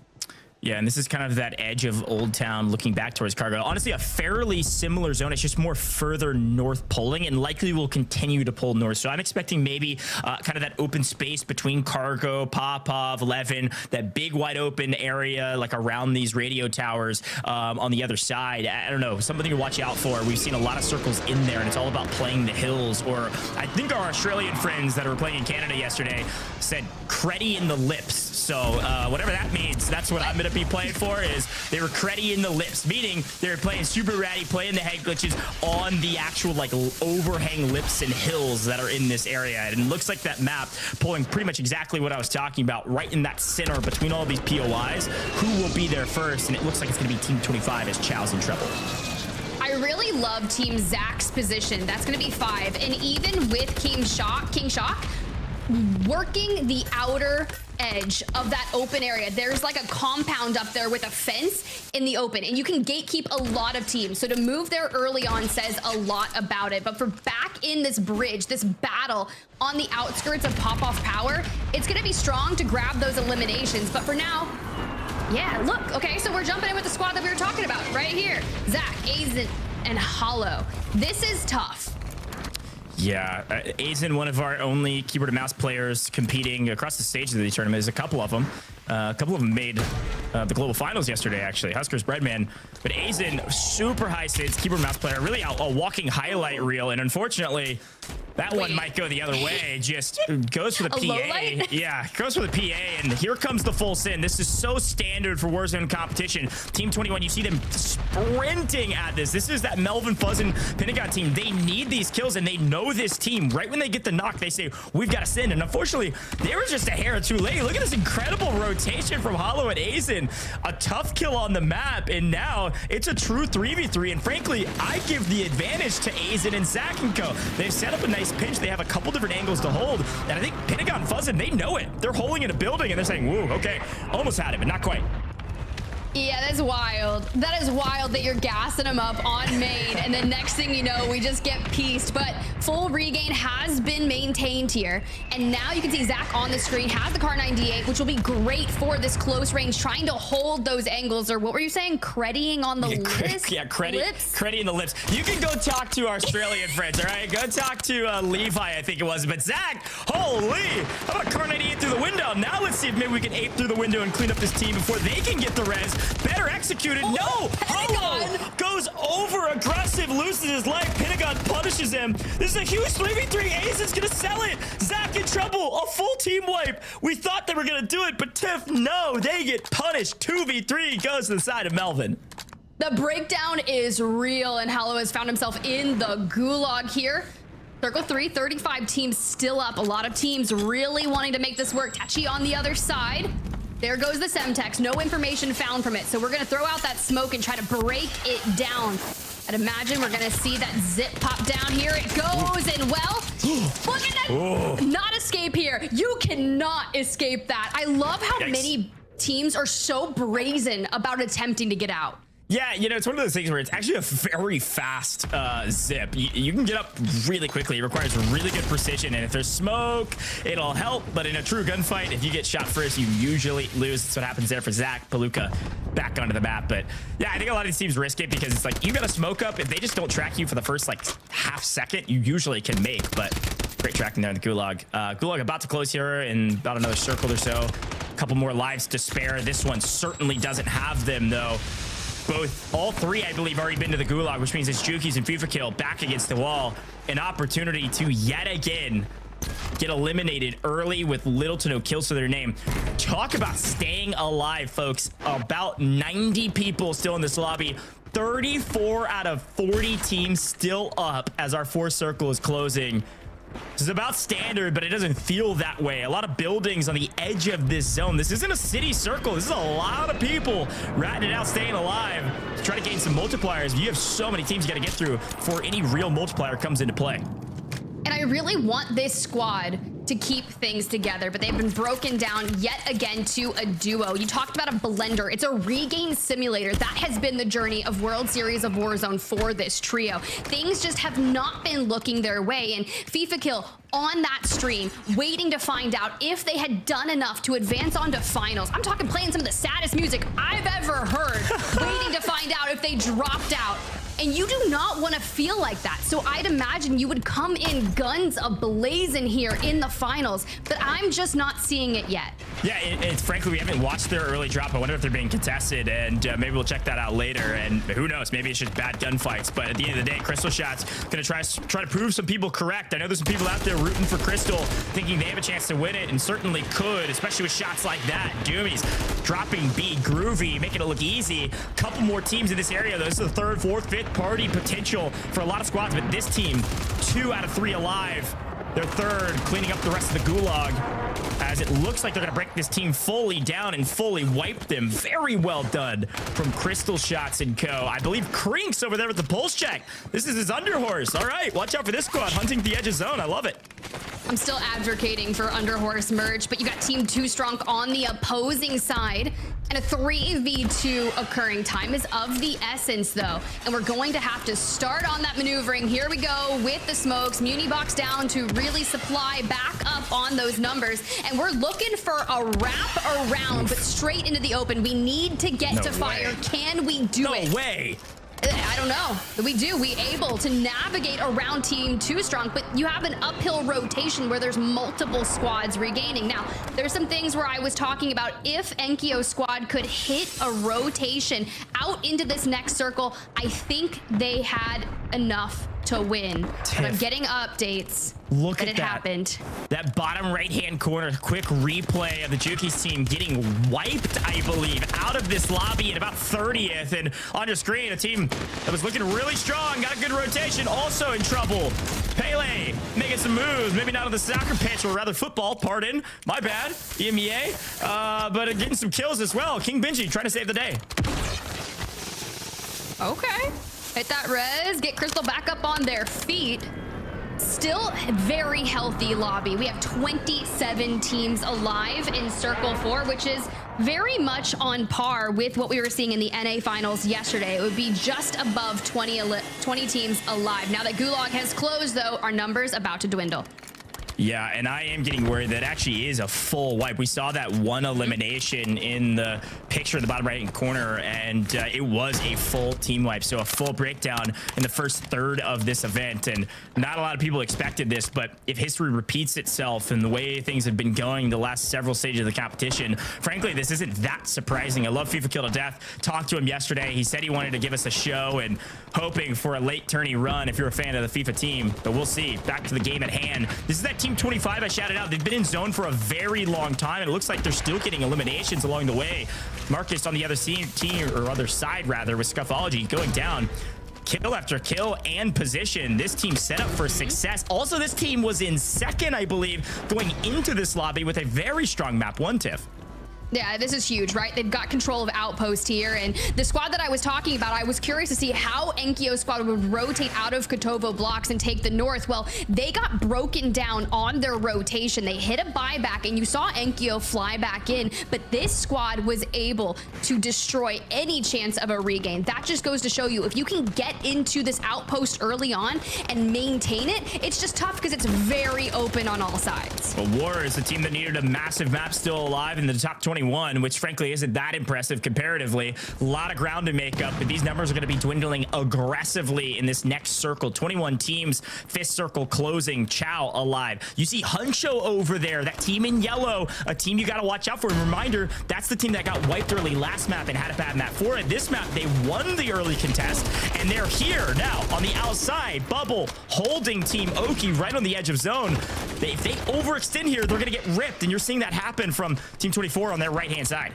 I'm really curious to see if Wars can grab a knock onto Team Echo, because Bubbles used to play with Team Echo. Echo played with Bubble and Tomsterbaum in that World Series of Warzone last year. They're going to know exactly how each other plays. And Bubble's really been anchoring for this Wars squad. And we're going to check in with them later. Hopefully they can both make it into that end game, because Melvin, Fuzz, and Punigan on that rotation into Outpost, but they have to deal with Patsuka's duo on their left. Yeah, I am getting word too. Hmood's team, our Falcons, have been wiped this map. Not as good as the last, not a back-to-back. Still likely near the top of the leaderboard, if not on top. But this squad, the winners of lower bracket round 2, again, some people say they're the easiest kill on the map. They say they're the best on the map. They shouldn't have been in lower bracket round 2, and a great rotation. They've basically gone on a road trip up the entire west coast of Urzikstan and have made it here, here into the final couple circles. Top 13, unharried all the way onto the helipad building. It's actually a great spot to be in. This Caspian team also in the zone early, but didn't rotate from 5th to 6th zone, or rather 4th to 5th zone early enough, and now getting held out after getting position early. Yeah, I'm really worried about this squad, because there's just too many teams on this side. You have Team King Shock. You've also got Ilgoy that are going to be around here. Teams floating towards the end, but Caspian throws up the C4s, trying to do some damage. There goes a knock, but we take so much damage in the grand scheme of things. And even the angle comes through. SB, down and out. No. How are we going to be able to navigate this? We're not, because there's just too many people to worry about on the cross. We're just giving Begsy that kill that is wild up on the hill with the Kar 98 and just totally missed him. Looks like a Molotov or a Thermite's going to take out. It is a Thermite on Fado. That is King Chalk, and he made it very clear for our North American friends. King Chalk, that's how you say his name, and if you're saying it any other way, he doesn't want it, all right? I'm looking at you, Pulse Check. But back to the game at hand. King AJ is on a tear. 8 kills. This team likely on about 15 in total, maybe a bit more. Potentially about to wipe Huncho's team. Just locking down center of zone, about to take top 5. This could be a massive map that likely will secure them nearly a spot to the grand finals already, setting themselves up for success early. This is not surprising, but maybe a bit. If you're a fan of the King AJ team, not all things have been going their way this competition. I was hoping if that C4 would go their way, just like, whee, they still go so far. I don't care if the throw distance was nerfed 15%. It still goes just enough, but here we are.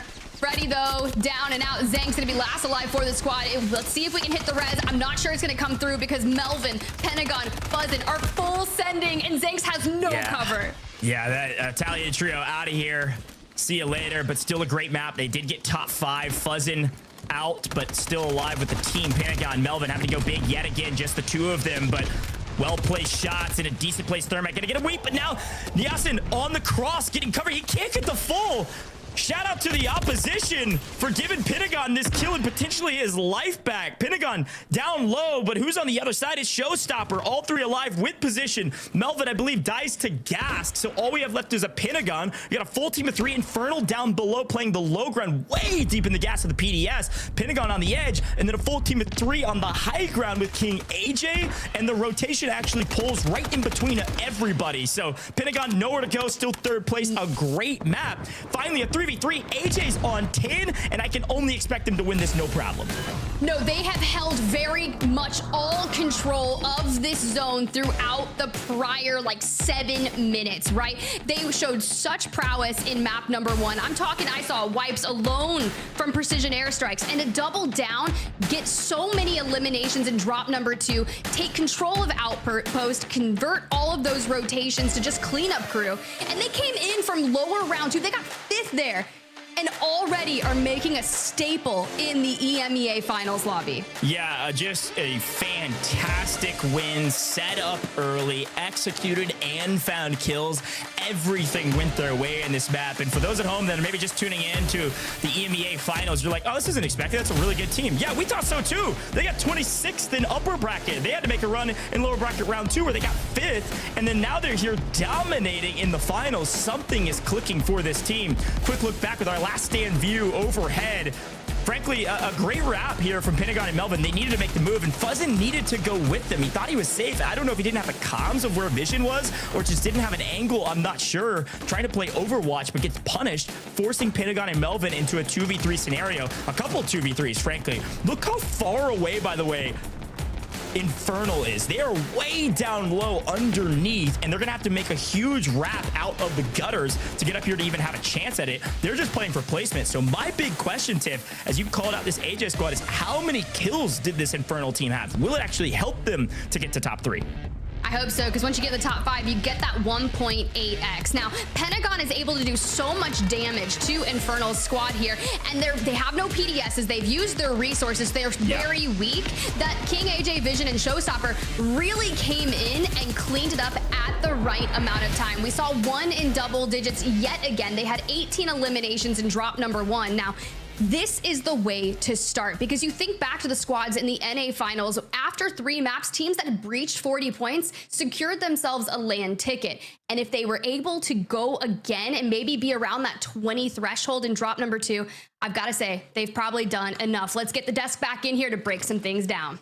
Let's break it down, right? Game number 2 is now finished with. We have 4 more to go, but already an exciting finish from one of our top slaying rosters. And now champions of drop number 2, King AJ and his crew. Can't wait to see where they stack up on the leaderboard. But as we do look at our highlights, we had a couple of changes that ended up taking place early on. Gio, I go to you first. Gromalok and his crew changing their landing spot.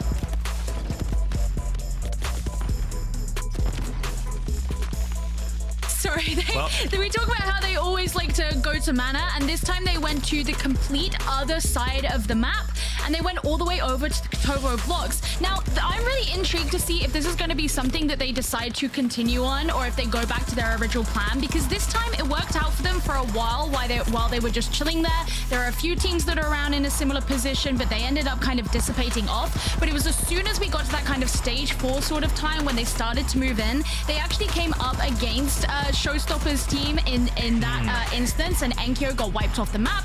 And then a little bit later on, the team basically completely fell apart once that buyback happened. And so ultimately, it didn't work out super great for them. They're still doing pretty good as far as the standings go. But as for whether it was worth it to make them for them to make the change, I'm not entirely convinced.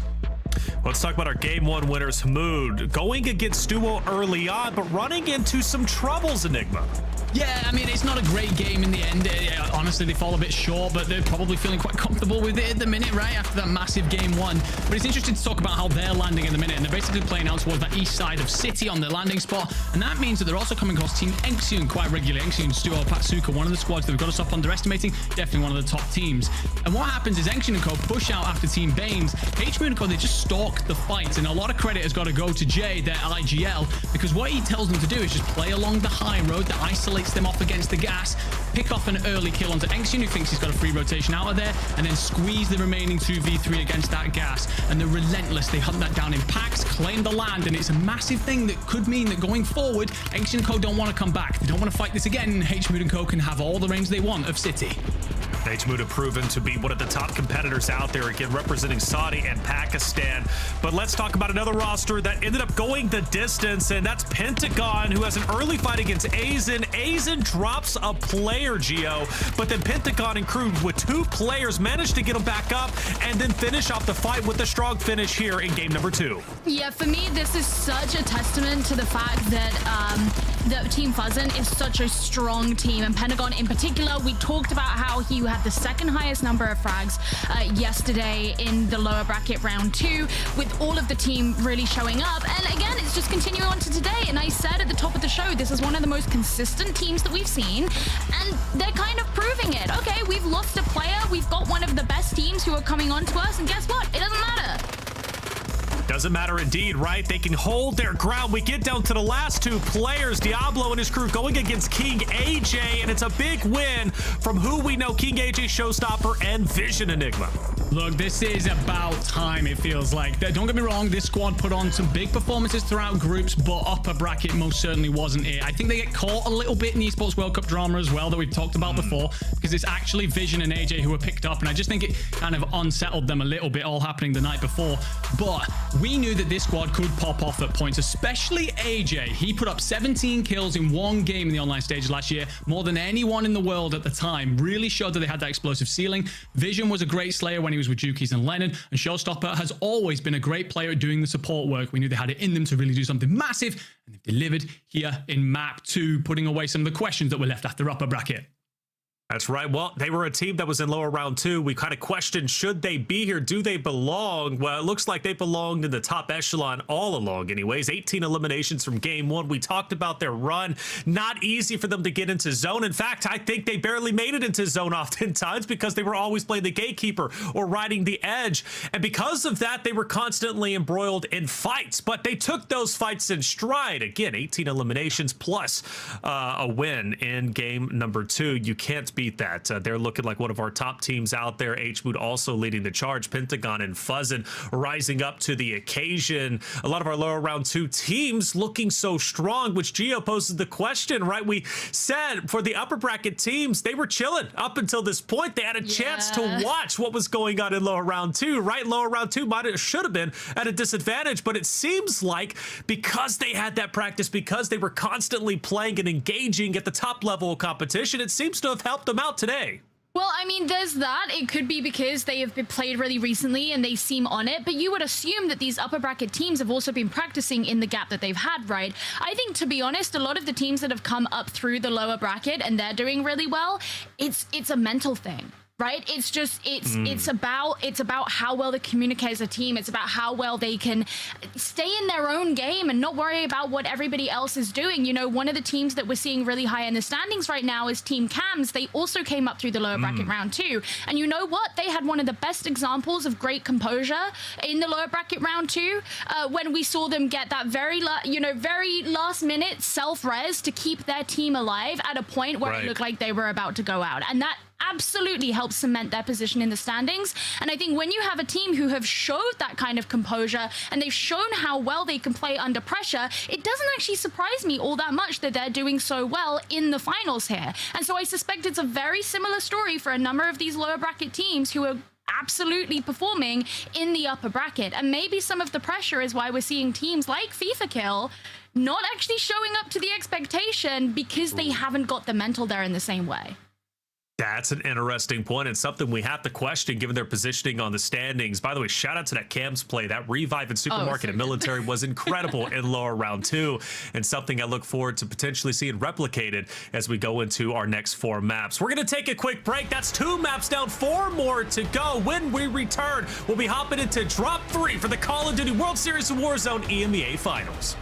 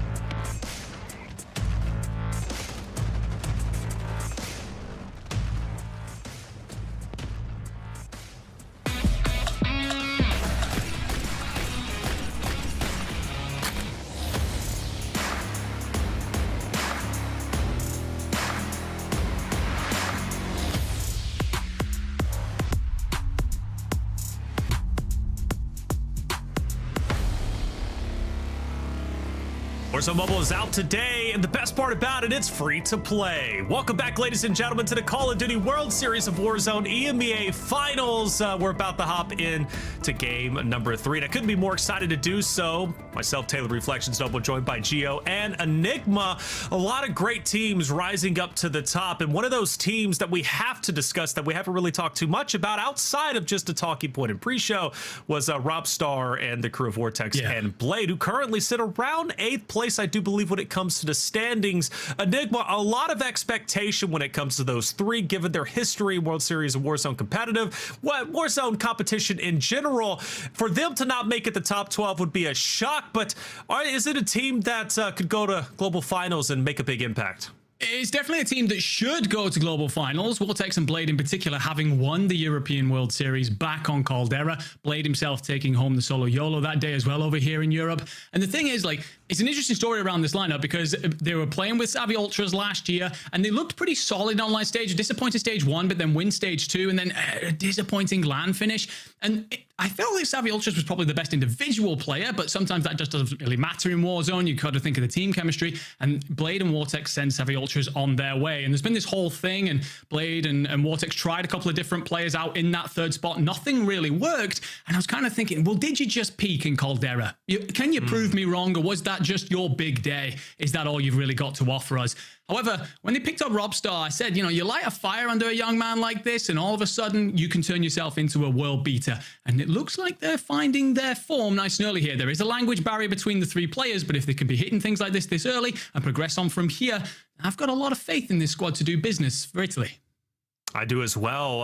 Kind of up there in the echelon as far as I'm concerned of FIFA Kill, Jukies, and Lennon, who we constantly highlight. That not playing too well in the first 2 games, still looking for an improvement there. Geo, Marcus, and their crew through lower round 2. I'll talk about that story, right? Winning back-to-back mats 5 and 6. A team that did very, very well. Pink Turtle as well, who's up in the standings, which nice to see that. First highlight we had of Pink Turtle's crew was that bridge play. If you remember, going across, not really being challenged, but capitalizing once they got across on the open zone, I believe in game number 3 or around there in lower round 2.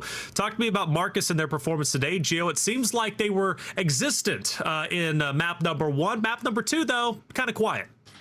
I'm going to be honest, if the best thing you can say about them is that they were existent, that kind of tells the whole story as it is. I don't know, like, it's like I said, they don't know how to be consistent. They can be existent, not consistent. That's where they're at so far. And, you know, just looking at their stats right now, like, they only have 6 eliminations in total, with actually Marcus only having 1 for himself, Scaphology with 2 of those. And they're gonna, you know, they have to do something about that. I know that sounds really obvious and really blunt, but like, again, it's the same story that I told before. You know, in the lower round 1, they had 3, you know, top 5 finishes. I think they might have been first place finishes, but then 3 pretty dire finishes. In lowers round 2, they had 2 first place finishes, but it was the last 2 of the game. And the problem is that when you come here and you're playing in the finals, those sorts of inconsistencies and the problems that you come across that lead to those inconsistencies will be punished. You don't have any wiggle room. You know, there's nothing like that. And, you know, at the very least, you would look to a team like this who maybe struggles with some other aspects of the game that are going to be giving them inconsistencies. You would at least look to them to be getting the eliminations, because eliminations will at least give you points and they will at least bolster you until you kind of get into whatever flow it is you need to be getting the better rotations, to be having better performance in the gulag, like wherever you're finding your problems. And when I see the fact that they have 6 eliminations so far, I'm like, that's not this team. That's not what I would expect of this team. It's not good. And I'm being harsh because it's not good enough for them.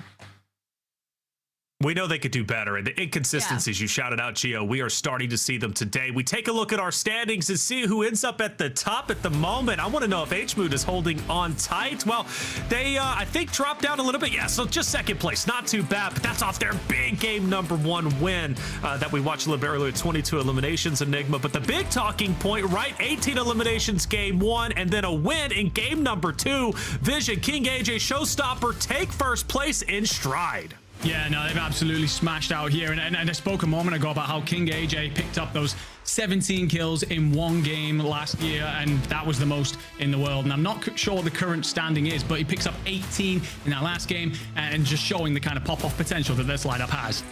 Looking at the second page, Team Wars just in 13th place. Gio looking to break into top 12. We had a lot of big stories around them. Today, they're trying to go even bigger. Let's see if they can break into top 12. Yeah, they're gonna have to do that. I mean, they're on that bubble, right? But they performed so well yesterday, and I think you could just tell the confidence was flowing through them yesterday, and maybe they just needed those first 2 games to warm up. I'm looking at game 3.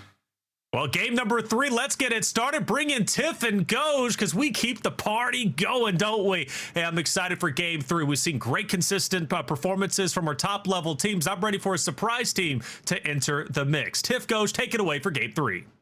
Now that you're calling surprise teams out, I'm sitting here waiting it to be, would it be one of those powerhouse teams of the past deciding to really shake things into gear? Because I'm looking at 12th place position right now, Goj. It's sitting at 22.4 points. We are already trending above that average. That's very much in line with the prior EMEA upper bracket. It was 11.4, and we're at 11.2 right now. Yeah, again, averaging 11 points per game doesn't sound like a tall task, but in a lobby of this strength, certainly seems to be. Folks at home, where's FIFA? Where's Prodigy? Where's Wiz? Way down at the bottom of the leaderboard. Time to make a play. Drop number 3 is here. Let's get into it.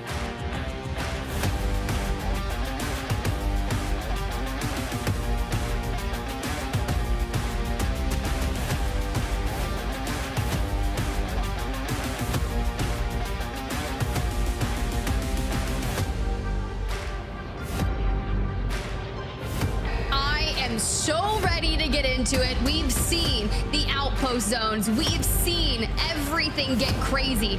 But so far, I want to go towards the northeast of Urzikstan. And as our players start to go through that plane line just through Old Town, through Cargo, going to be ending over by Manor, will we see a return to Manor for Enkyo, Heeds, and Gromalok? They made an early game change in drop number 2 to land over in Kotovo blocks all the way on that northwestern side. But with this plane line changing back up, you can see they're going to land back at home. Yeah, that was that number 2 squad. That's the team you're talking about, Tiff. It's such a great call out. They said they're flexible. They said they can change up drop spots for, you know, depending on play line, but depending on circle. This one seems to bode well, but the teams on your screen, they're definitely not changing up their drop spots. Same fight, same place, same time, right at the beginning of the map on the outside of this firehouse. Huncho tries to win again. Now, both teams have traded wins, so at this point, there's no tiebreakers. It's just who's going to win this one in round 3. I almost want to hear the like bell ring as they enter into the arena again and see maybe this time there is a tie and both teams just decide to leave. But Kong with a bit of pressure means they're going to come swinging because Ghoul wants some blood, and Ghoul is the IGL for this team. Talked a little bit about this squad. They competed last year on different teams, came together for this team this year, so we'll see. But oh my gosh, a nice win. But Tiff, you know what that means. That's very on brand with everything I've witnessed from that trio throughout World Series of Warzone. Constantly in the gulag early, burning that substantiality. And you can already see FIFA getting fooled right there. He's joining back into the gulag. If something is going like catastrophically wrong for their early game, and it chalks the entire mid game for them. And honestly, I hate to see it because these are some of the best people in competitive Warzone, personally, in game, out of game, all the things now. And FIFA just really needs to lock it in, take this gulag win against Lays, and get back into the fray. It's the exact same thing we talked about yesterday as FIFA kill falls. It was just a fully, wholly mistime and misread situation in the gulag. It's the same thing we're talking about.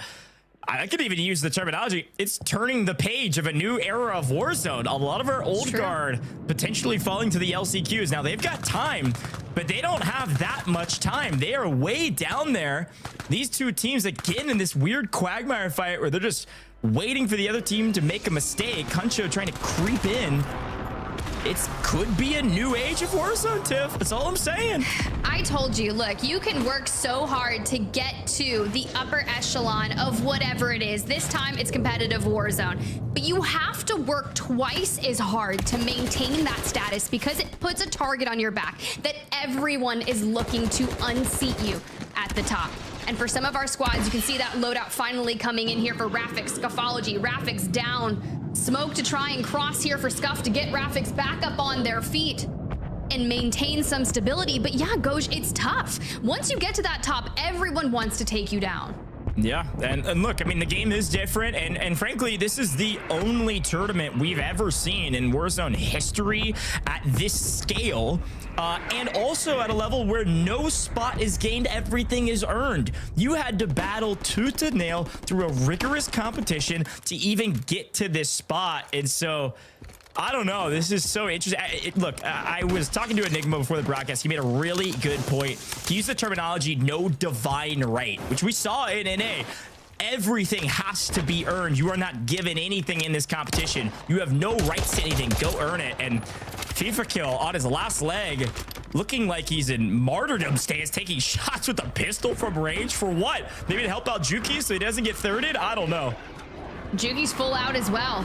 We don't have enough cash to hit that buyback, and Lennon's fighting for his life in the gulag right now, and FIFA just got back into it. So let's run out of Levin here. We do not need to stay around resort. So look at our options. If we leave here and we go to the north in Kotovo, you have two squads fighting. You've got squad number 5, which is going to be Team Zach rotating in, and Prodigy, Oki, Echo, one of my, I guess we'll call them under horses, right? Constantly flying under the radar, have been trying to stabilize throughout our prior drops, and they're not even in top 12 realm. They're 5 points outside of it, sitting in 18th. Yeah, I've got a lot of words for that Prodigy team. Sure, they might be some people's under horses, but Prodigy, the top performer on global LAN finals last year, playing alongside Wars, they got 5th overall. So still a heavy burden to be one of the top EU teams, or at least the top EU player, to be way down the leaderboard. Same with this squad. This is a team that, frankly, some people didn't think was going to be very good. Some people have some differences, maybe from a chemistry standpoint, trash talk standpoint.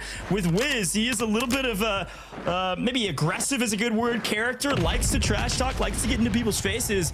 This team, I thought, had a really good chance to make global finals, a kind of haphazard squad that got thrown together, and on the back of Wiz's IGL, they've been really struggling today, whereas in other stages of the competition, they had decent moments. Be curious to see if they can turn things around here into the second third of our tournament, if you will. But Novak trying to grab another angle from above, looking at another team in military base. Again, our northern circle. If you want to take a look at that circle in its totality at all times, head over to youtube.com/Call of Duty. The map is always on, and between maps, the leaderboard always on, Tiff. So you can see what we're seeing on the left-hand side of where these teams are fighting. You're in military base, and then, like I was saying, left Popov, another good place to be for this circle. Yeah, and this squad, 19 points outside of 12th place.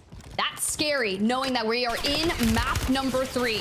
As we get a look, we can hear that they're already dealing with some issues. We'll check in now. Squad number 2, fully wiped this early on. Now, mind you, they returned to Manor. That's going to be Enkyo, Gromalok, and Heats, one of your top-seeded squads that everyone had their eyes on. It's Omit EU, the French roster that comes in swinging, cannot find their footing for now. Now, we'll have to look to the later half of our 6-game series to see if they can maintain on the leaderboard. Regardless, they're still in 4th.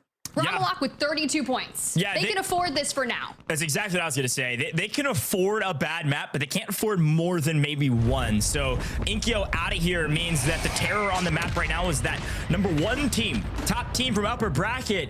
I call them the TBE of overseas, been together for years and are still competing, unlike TBE from North America. Stuo, Inksy, and Pazuka, a massive rotation to get power position and power. I believe we're going to be headed to Popov for our final circles, but who knows? It's Warzone. And as our teams rotate in on the edge, this is coming out of City, way down south. They actually have wide open spaces. It's just these 2 teams down in City. Everyone else is already fairly deep inside of Circle. Look, we got 33 squads up, and one of them is not Team FIFA Kill. They have been fully wiped. They were trying to regain. It's just not happening. I really hope that they can make a stand for those last 3 games. But for now, we'll turn our attention over to one of the squads that is trying to make a play in Old Town. Now, the majority of our teams have found themselves relatively centered up, whether that's in the south side of Popov Power or over here in Old Town. Squad number 9, that's going to be Team Control Deck, already trying to disengage, losing out on PD from Robstar out across.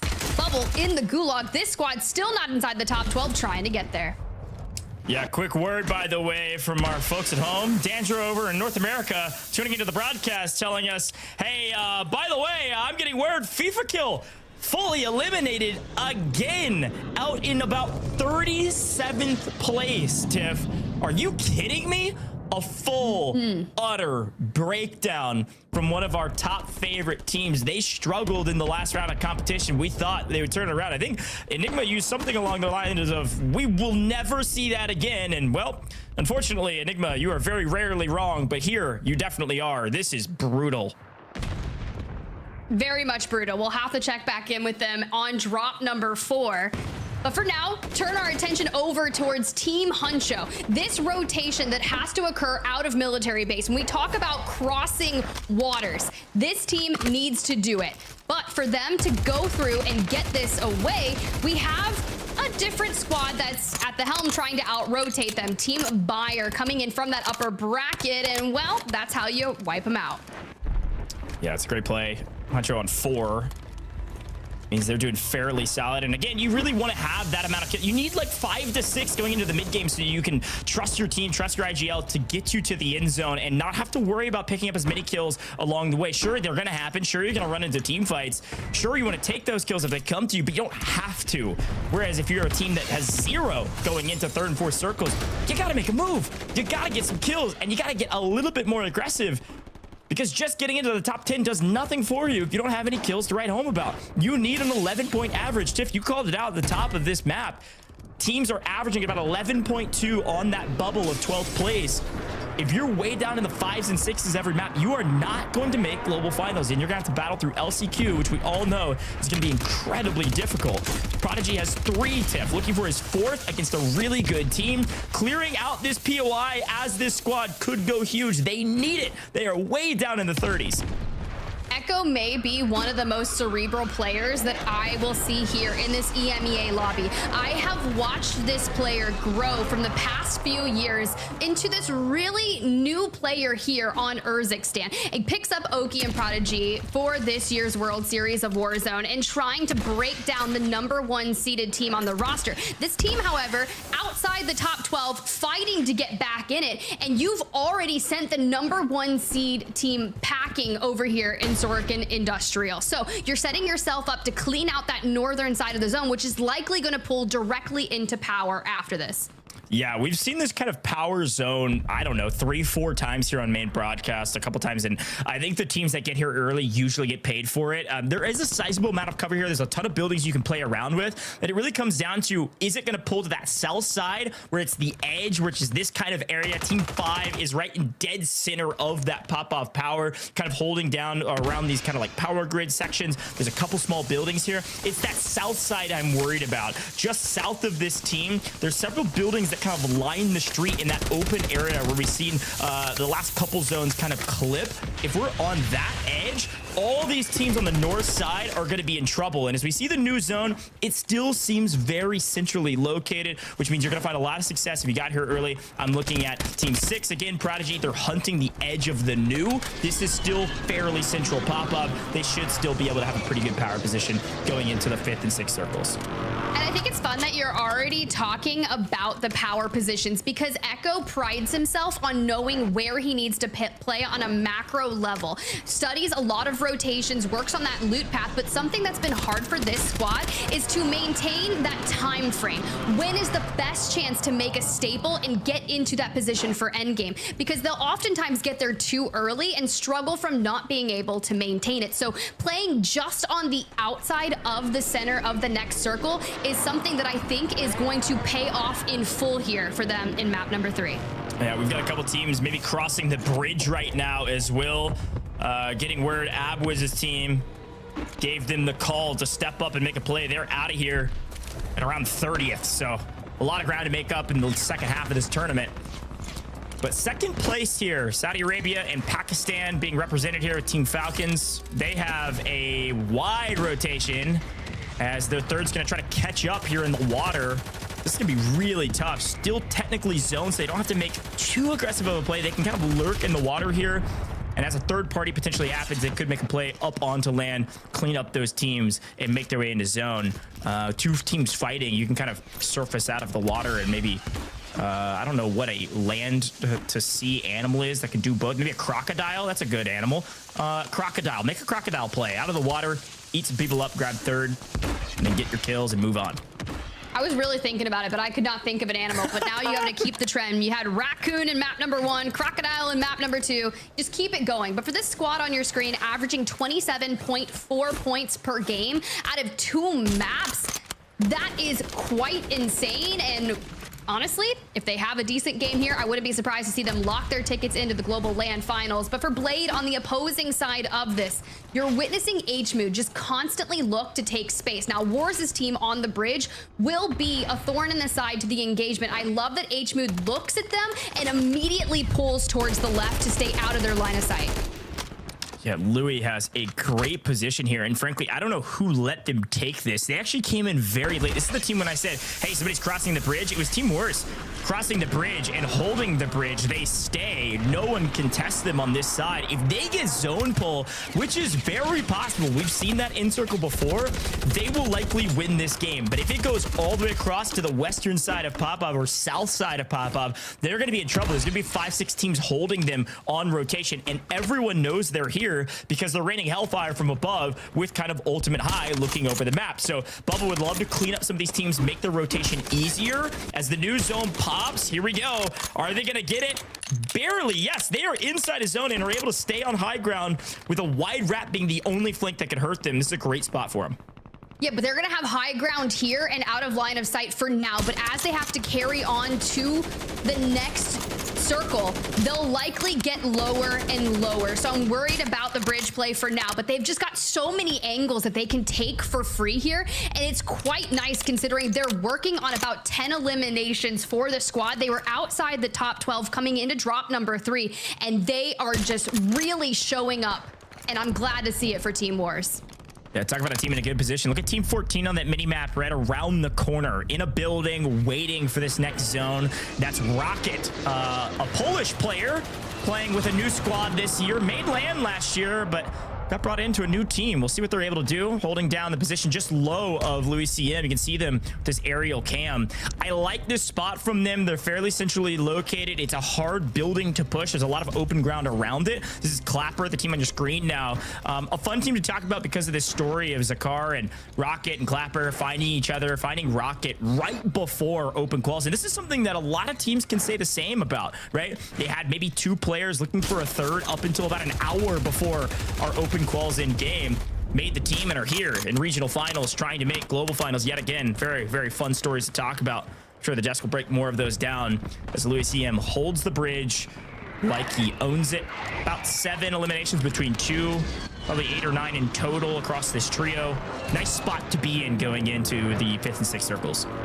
It's crazy when you come from Bubble CT's squad over to Echo's team on the screen. Both former teammates of Echo, but now we get to see what they're able to do. Considering they had already worked on clearing out the northern side, they found themselves going to be making a last-ditch effort rotation from the northwest, but I'm really curious to see where this circle does pull towards. Will the bridge still be in play for Team Wars? Can they stay up there for now? But with 3 teams over towards the eastern side on Echo, they're going to have a lot of teams looking to hold them out. Woo, yeah, and the pull goes even more central. We're almost dead center of pop-off power. Wars' squad not in a ridiculously tough rotation, but it's pretty dang open. Like you said, that bridge gets lower and lower. Back to earth they go, and they're gonna have to make a play likely soon as we see kill after kill in the feed. You see Mood's team go down. 2nd place team gets full wipe by Melvin, which means, hey, Fuzzin', you're still here. You're still playing. 3rd place on our live board on the right-hand side,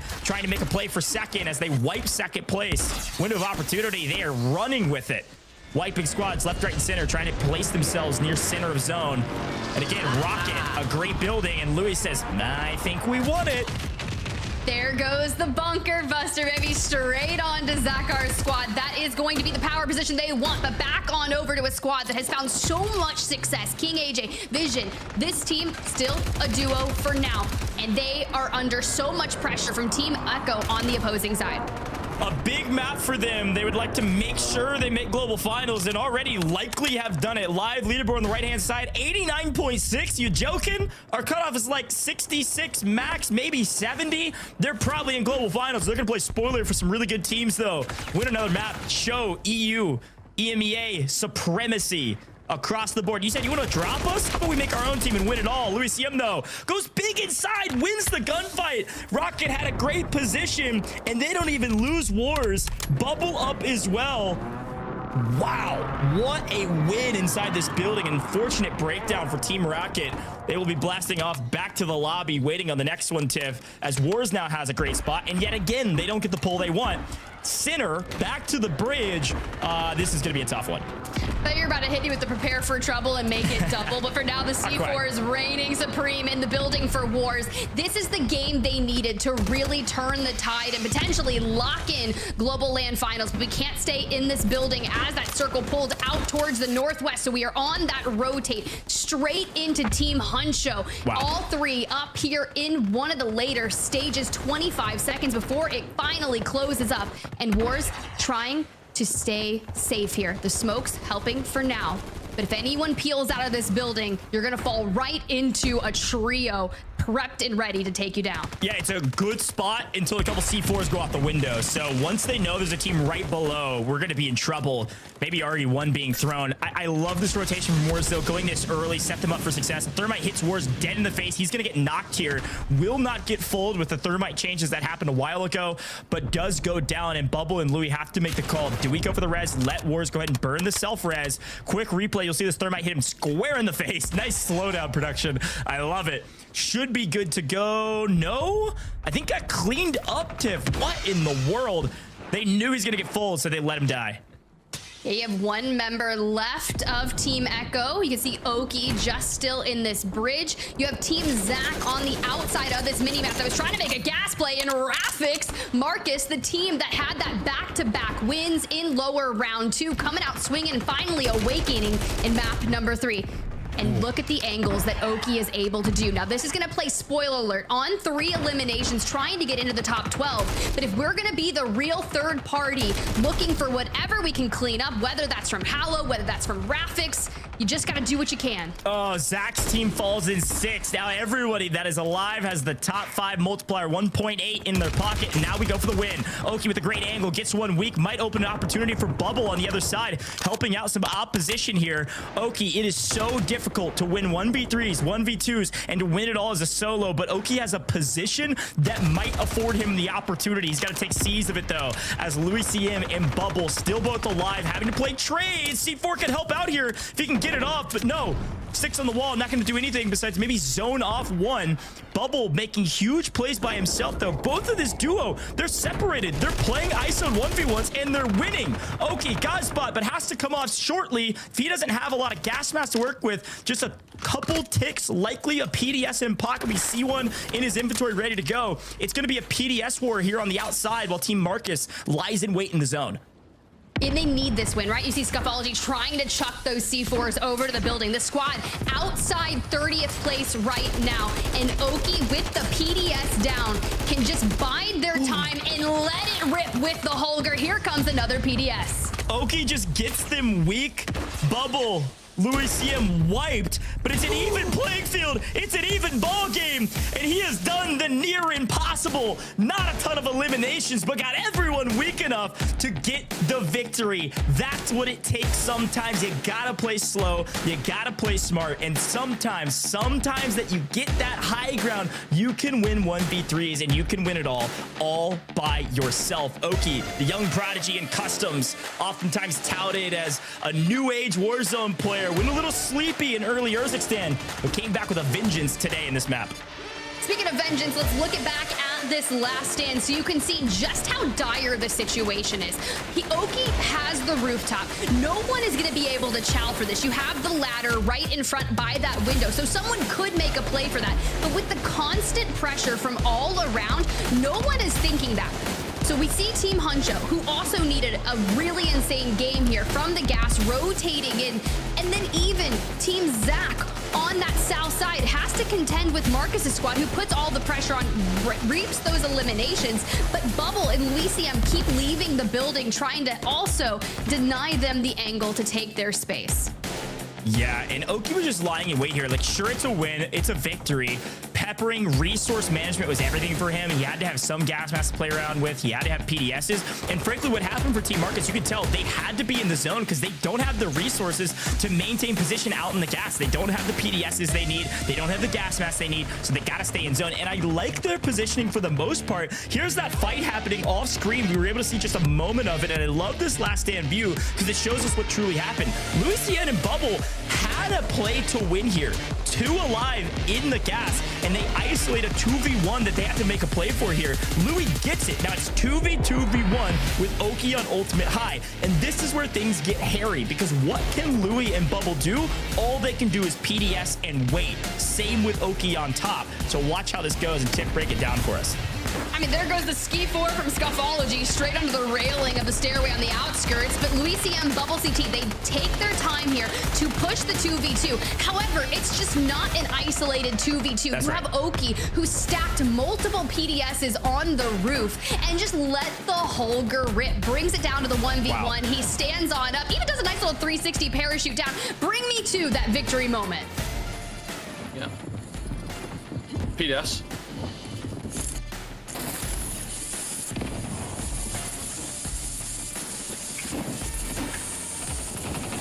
Fly, fly, fly.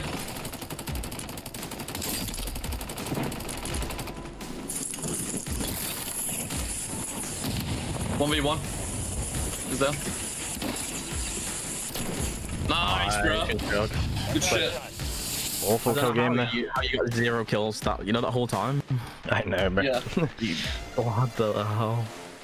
Well, Tiff, it was not really excitement because I was saying it, I was watching it, I was like, I don't think he gets a single one of those kills. Now, he gave himself the win by getting them all weak. It helped that team fight completely collapse into just an isolated player with no resources in the gas. And then that player dies in the gas because they were so weak, which actually gave the kill to Bubble over there. So Bubble, Louis CM, that team got a ton of points in that final couple fights. They got the 1.8 times multiplier. They likely had the best score coming out of that map. Oki's team able to grab the win, but for what? About a 20-point game. Certainly helps. Certainly excited about it. But by their reaction, you can tell it was like, dang, I wish we had more. Just like Huskers yesterday, everybody wants more when you get that 2x multiplier. Because it's quite frankly, it's just not a lot of points in the grand scheme of things, but it still goes to show you that you can convert that to a win. Also, you want to talk about denying some team stuff. You're denying that 2x multiplier to a team that had already found so many eliminations, which can really pay off when it comes down to just mere decimal points breaking between that 12th and 13th place. Let's go ahead and get the Des back in because I'd love to hear their thoughts.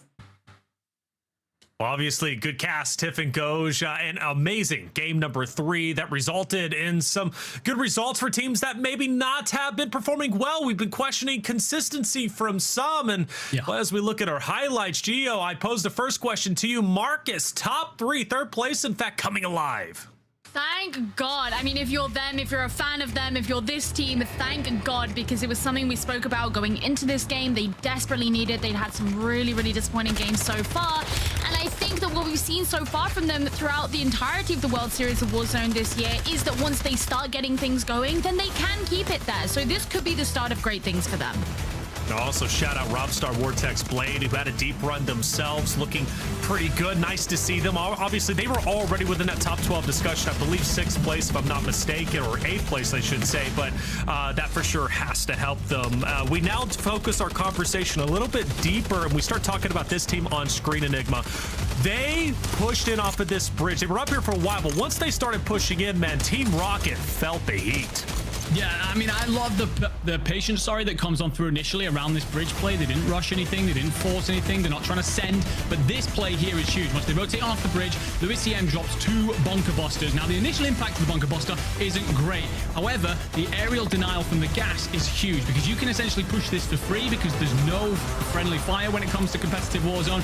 So what we have here is a building center zone that he uses the bunker buster on one side, pushes the team to the other side and drops a bunker buster straight on that as well. This other team are then trapped between a rock and a hard place and get absolutely smoked. And from there on, they do a great job. They're unlucky to lose Wars. He takes a thermite to the face, which, you know, just unfortunate. That eventually ends up seeing him out of the way. But then Louis and Bubble do a great job individually of just managing to hold their own, push on through the play. And honestly, they win this if not for the fact that Oki puts a bunch of bullets into the back of them at the end when they take that final fight. Oki was the Grim Reaper, Gio, up to the very end. You notice there's still 6 teams alive. Oki is by himself on the high ground. Oh, this was an absolutely insane play. The fact he had this perfect positioning up on the rooftop, which really facilitated him to actually be able to succeed on his own. Did he not have that position, I think he would have struggled a lot more. But he just played it so well. And I think when you think about the fact that the roles within this team, Oki kind of takes that middle ground between co-IGLing and also Fragger. So if anyone's going to be left on their own and succeed, you'd want it to be that guy, right?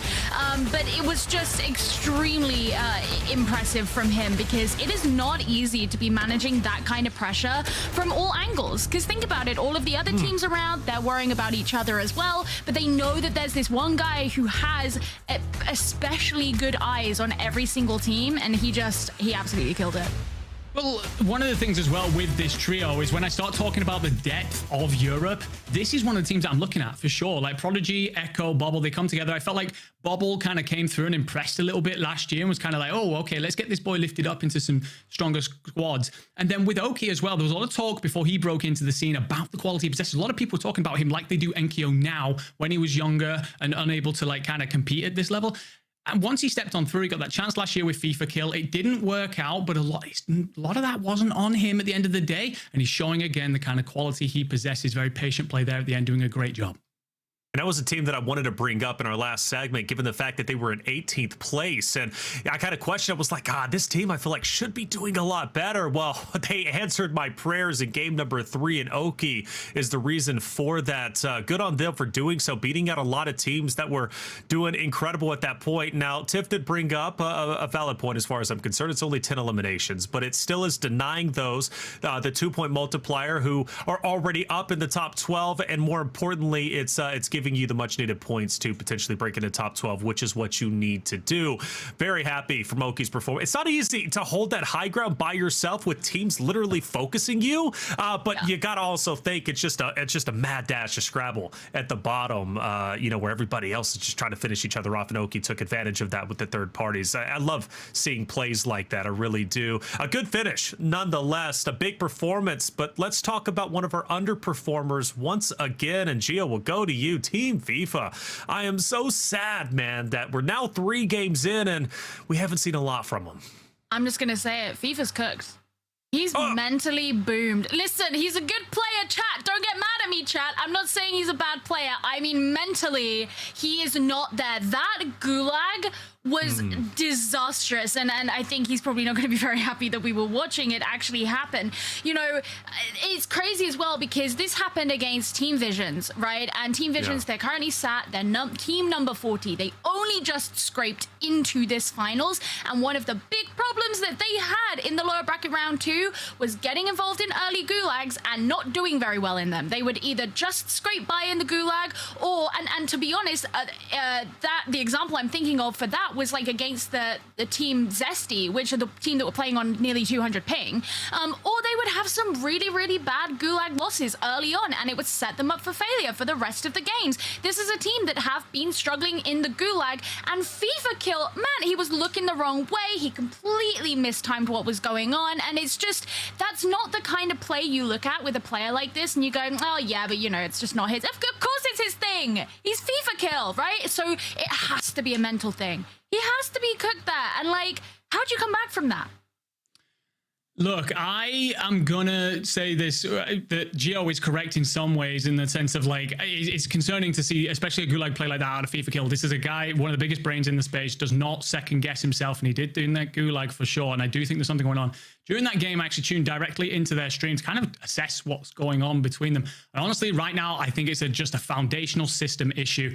Last year, Jukies was playing with Vision and Lennon, and you had Lennon as the IGL. Everyone trusted him. Everyone believed in him. Before that, FIFA Kill and Jukies were together. FIFA Kill was the IGL. Everyone believed in him, trusted him. I think right now, they're not sure who to trust in. They're not sure who to believe in. And they've just got to come together. There's a lot of friction going on right now. There's a lack of faith, and they've just got to sit down and go, boys, this is who's in charge. Let's just follow it. If it works, then it works. If it doesn't, then at least we have some sort of system to play around rather than just trying to guess and play as individuals. I will say for Jukies and Co, they have the experience and the veteranship to come back 3 more games. You don't think that we've heard the last of them. Let's talk to one of our game 1 winner, or should be game 3 winners. Obviously, Oki, bringing him in, the hero with the high ground, dead silent after the win, mind you, pure focus. Oki, how you feeling, man? Feeling good, bro. Feeling good. First 2 games didn't start off too hot. You know, Echo obviously DC'd, and that set us back a little bit. And you know, second game we brought it back a little bit, just didn't get into that end zone. But you know, like, just stayed composed, and you know, turned like a mediocre game into something good. Something good indeed. You know, the thing about it is you were in 18th place after game number 2. I don't know where you stand after your win in game 3, but you're going to be better off, maybe even in the top 12. Talk to me about your heroic run, though. There's 6 teams left. You are one of those teams, but you're just one person. It's just you on the high ground. Walk me through the final end zone and what was going through your mind. I mean, I had the height, I had the position. I just had to make sure nobody flanked me. I tried to pick up a few kills, but unfortunately I just couldn't really get anything. I was just putting damage off and getting those teams out. But, you know, I knew I had 2 PDSs, so I could have held that roof for pretty much ever. And that's exactly what I did. And you know, I got that final pick, which got us the win. But, yeah, it's just all about holding that height right there. I mean, it was a really insane performance from you. I'm really curious, you know, how you're finding, like, you and Prodigy have obviously played together a lot kind of outside of official competition, but this is your first time kind of teaming together. How are you finding that team dynamic, having known each other for so long? It's great. I mean, we've known each other for a little while. Like, we played back in Verdansk like a long time ago, but we've never really teamed up, and we've always done really well together. I feel like our chemistry together is very strong. Our play styles, you know, fit into place, like, and I feel like we just can go crazy and get those kills. In those team fights, we're usually the entry fraggers, and Prod probably has one of the best gunnies in EU, if not the best. So I'm very confident with the team fights with him. Well, that being said, there's a lot of conversation about your lineup, and you know, you've spoken about Prod there. You talk about one of the best gunnies in Europe. A lot of people have also said a similar thing about yourself, and Bobble really impressed last year. And I'm sitting here on this desk talking about the depth that we potentially possess in Europe right now, and we're talking about your NKOs, and we're talking about your FIFA kills and all that. Where do you feel your team sit currently in the hierarchy that is Europe? How high up that chain do you believe you should be? Or are we not giving enough respect to you boys just yet? We're definitely in that top 5. I mean, our recent performances, like, we've always been in that top 5 every single like tournament. Like, I feel like we're very consistent with that. Just closing it out and getting the placement is what we struggle with. And I feel like once we correct that and we fix that mistake of not being able to get into those end zones, we'll be doing great. Like, every single tournament, we're getting those kills, and we're getting really good pace for those 20+ kill wins and 20+ kill like top 5s, and we're just not closing it out every single time. We're just losing on so many points that we could have. Well, okay, obviously a great win. Sitting, I believe, a little bit more comfortably as far as I think. You are in the top 12 now. I hope you can hold on to that positioning. Global Finals, I know you want to be there. It would mean a lot. What do you want to tell your fans before you get out of here and go to the next 3 games? I mean, we're locked in. Hopefully we can bring it back. Get that number 1, because that's the main goal. That's the main goal. Beat number 1. Okay, I wish you the best of luck going forward. 3 more games. Lock it in top 12. I believe in you. Appreciate it, bro. Thank you. There it is. Oki, hey, cool, calm, and collected. Looking good. The solo guy standing, you know, protecting the Alamo, even though it's the wrong region to be doing that, but he's still doing it, and the statement still stands. Okay, let's look at our standings and see where everybody is stacking up at the moment. Geo, no surprise, King AJ and his crew still in first. In fact, taking a tremendous lead, might even better the lead that SSD had yesterday for the NA Finals. Yeah, no, it's pretty impressive. 51 eliminations so far, and we're only halfway through. That is really something, because, you know, math tells you you're on track to get 102 by the end of it, right? Which would be really quite something, and higher than anyone has gotten in the competition so far. But, you know, they've only been able to overcome H-Mood, but they still have the 2nd place spot. That's such a testament to how impressive their first game was. Impressive indeed. Blade moves up to 10th, by the way, something to take note of. We saw Oki also there in 9th. We go down 11 through 20. A lot of familiar names, but also some names rising up to the top. Who do you notice there, Enigma? It's got to be 13th, right? Gromolok, Enkyo, and Heat. Halfway through, they would currently be going into LCQs. That's concerning. 21 eliminations. It felt like they got off to a solid start. We're making adjustments based on their landing spot. We know that other teams have been trying to contest them, but that right now is not the script that we wrote coming into this. Not the script indeed, and those who are not following the script are the ones just down below them, right? We look at 21st through 30th, and this is where things start to get scary as well as serious. You know, I look at Be Groovy, a team that I expect to go quite far. Unfortunately, down there in the 30th place. Team Rocket, a team that got into a bit of a scuffle, right? A little bit earlier, watching Team Wars push into them, but the double bunker busters taking them down. Bit of an improvement needed moving forward to the next 3. Team Chowan also into 24th. A lot of teams that, you know, should be powerhouse names, powerhouse teams towards the bottom needing to do a little bit more. And as we've reached our halfway point, Gio, this is the time to step it up, right? Only 3 more games to go. You want to be in the top 12. You do not want to allow your life to come down to LCQ. No, not at all. And I think the really big one that was mentioned there for me has to be Team Grommelok. You know, we were relying on the fact that they were going to potentially go back to their original landing spot, and maybe that would bring them a lot of success in that last game. They did go back to their original landing spot. Did it bring them a lot of success? Absolutely not. Enkyo went down really early, and they're going to have to make up for that. Now, I believe in this team to be able to make up for it in kills, but they've actually got to get far enough into the game for those kills and the multipliers to matter. We're about to hop into game number 4, but you should be hopping into Warzone Mobile. It's live. Check it out.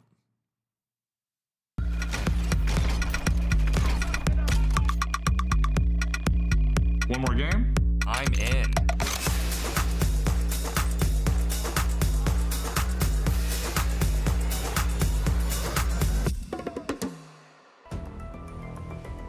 Warzone Mobile, get involved. XP boost week. You don't want to miss out. Start leveling up your weapons and ultimately just start enjoying the game wherever you can with anyone that you want to play with. That's the beautiful thing about it. Game number 4 is locked and ready, and I'm excited to get it started. So let's do it. Let's bring in Tiff and Goj to continue this story, right? 3 games down, halfway point. Who's going to start rising up? Hoping FIFA and their crew do it, but I don't know at this point. Tiff, Goj, continue to tell the story. Hey, we need to, because let's be real here.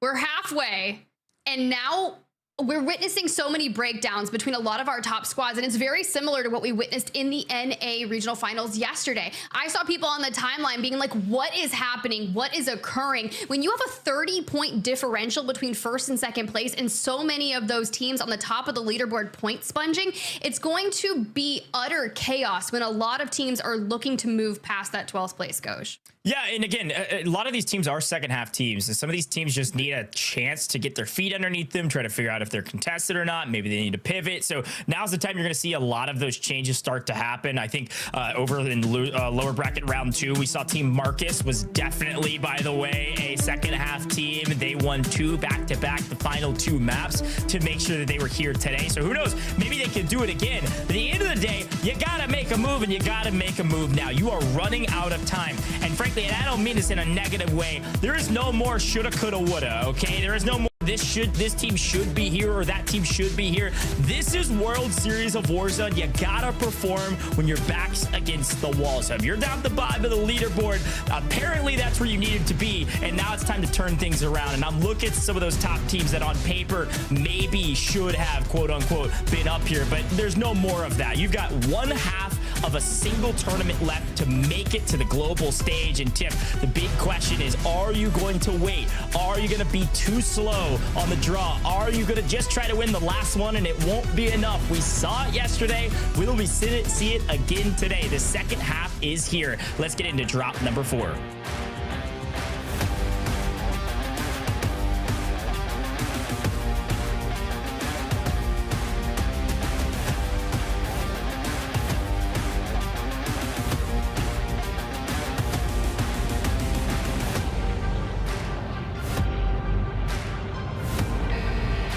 To be said about that screen right there, with all players in the plane looking out at Urzikstan.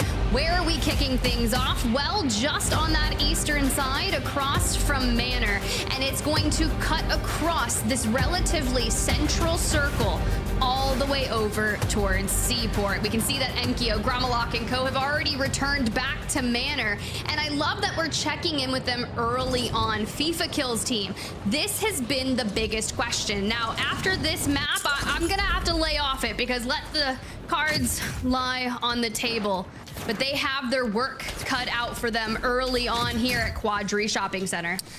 Yeah, and it looks like I don't know what's going on right now because every drop they've had has apparently been hotly contested. You can see a couple teams nearby in this area. And so I think over here in City, like when you're dropping in this area, there's so many buildings that people can drop into that they claim as their building of choice that once you get some weapons, maybe loadout even if you can get enough cash, but once you get some decent weapons, a lot of teams will like to push a fight on a team they know is close by. And so I would imagine a lot of their early fights were, I guess, not immediate off rip, not contested on the same building, but once they're starting contracts like this, or once they're maybe first got their loadout and people see that loadout hit the ground, like those types of informational signal flares, some of these other teams are just flying at them right away. So I'll be very curious to watch out for. I think it's Team 40 close by and a couple other teams right around the corner. You can see Begsy right here, Team 10, pushing up, trying to get some information on FIFA Kill Squad. I love what they've already done. They hit that recon contract. They're going to get that next circle, but that's the issue, right? This is the breakdown that we witnessed. And I'm not saying it was a bad thing to do. And now FIFA is going to try to stick the res onto Jukies, but oftentimes or not, it's their entry approach into a fight. This is a standard 3v1 on Begsy, and Jukies gets ripped off the ladder. This is going to allow Vision Squad on the opposing side that time to waltz right into this because they hear the shots. They're like, this is going to be a smart fight for us. Yeah, and it looks like Begsy's backup is finally here and just in time to take on Team 40. So you've got an opportunity here as Team Jukies to keep looting. You actually don't even have to play this fight if you don't want to. Seems like they maybe have played this fight a couple times and it hasn't worked out. It looks like they're going to back way out and swing around the corner here if Jukies gets the loot he wants to match up with this team. They are pretty aggressively split right now, but no team's pushing. This isn't a bad thing. They're just looting and getting their loadout. There's the loadout coming in. You can see the green flare. Once they grab their loadout, they should be able to take some of these fights, but fun to watch. I mean, frankly, I thought it was going to be a bit more hot, and this time maybe they just went a bit more patient because things haven't been working well for them, but smokes out Jukies to allow him to get some room to run over here to loadout, and they'll be right back into the mix, rather, as we see a massive 3-team fight happening with Gromalok, Inkyo, Heeds. They've lost maybe one floating back in. That's Grom. And again, this is the team we all expect to be near the top. Shoulda, coulda, woulda. Doesn't matter anymore. You're in 13th. Make a move. Yeah, on the bubble into the second half of the series. We saw it yesterday in NA. We chatted about it throughout the recap at the top of the show. How many big names in competitive Warzone that were not able to qualify to land here, and Enkyo falls immediately, starts to pressure with the self-res, but Gromalok and Heeds answer back with ease on that timing. And well, here we go. That's a good way to get some eliminations on the board. Return to that former state. But this is a lot different of a rotation than we typically witness throughout them in the prior iterations of groups, right? They would land at Manor, they'd grab a helicopter, they'd start doing contracts, and it made them very formidable with their information, but they're changing things up ahead of moving into that global land final. Yeah, this looks like the Gromalok team I was waiting for. Great trades across the board, and I know their comms were very aggressive. Their small talk is nearly impeccable, and I don't understand French, but a lot of the words we use in Warzone come out in language I do understand, and usually it's all about killing, pushing, trading, and well, PDSs and C4s. We're seeing a lot of that today. New circle coming in here shortly as FIFA Kills team again full wiped, and it's at the hands of Padzuka. Holy cow. Quick look at our map here. Enigma actually standing by and to break it down for us as we watch Team FIFA Kill completely break down on main stage. Appreciate you, Coach. Thank you very much. And yeah, you mentioned the circle there about how it's about to move into the second one. So let's kind of talk about what this could do to various players as it starts to come on in. Actually, my map feed has frozen. So if you just give me a second to replay that, and there we go. So yeah, we're looking at an extremely central circle here. Now, this causes issues for teams for multiple reasons. And what we end up with is a situation where recon contracts in particular come in very, very handy here, because as we've seen in earlier zones, you could end up, for example, with a cargo rotation, a town rotation, maybe even something like over here or down in towards this area. And the problem with that is every single rotation, if you guess wrong, you're looking at trying to cross the water, cross bridges, put yourself in horrible different positions, and that leaves you in late rotations and more than likely gets you smoked. The one thing I will say is a couple of teams then that are way outside of this rotation right now, they're quite frankly sat on the edge of zone, going to cause them a lot of problems going forward. So personally, I think a lot of recon contracts, but I'm going to ask you guys how you would play this out from here.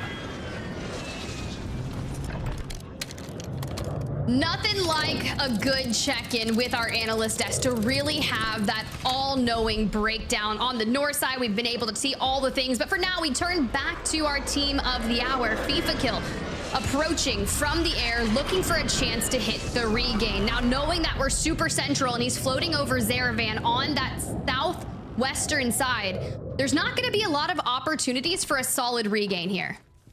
Yeah, and I was, thinking about what Enigma said, and one of the big things he mentioned was how handy recon contracts could be. And I love that call out too, because you have to know where the next zone is going to be. And the next one with a centrally located zone, Enigma broke it down perfectly. You technically don't know. It could really be anywhere, and these next couple zones will tell. So if you can get those recons, so valuable. Great breakdown. Shout out to Enigma as we get back into the mix here with some of our teams near the middle to top of the leaderboard, kind of on that threshold. This team was in 9th going into this map. Prodigy, they're looking very quiet in pop-off, seemingly waiting on a bit more information to figure out where they want to go next. As Pazuka, the exact opposite, Tim, they are in the mix and they are fighting FIFA's team, and now they're fighting Vision's team on the other side and wiping everybody.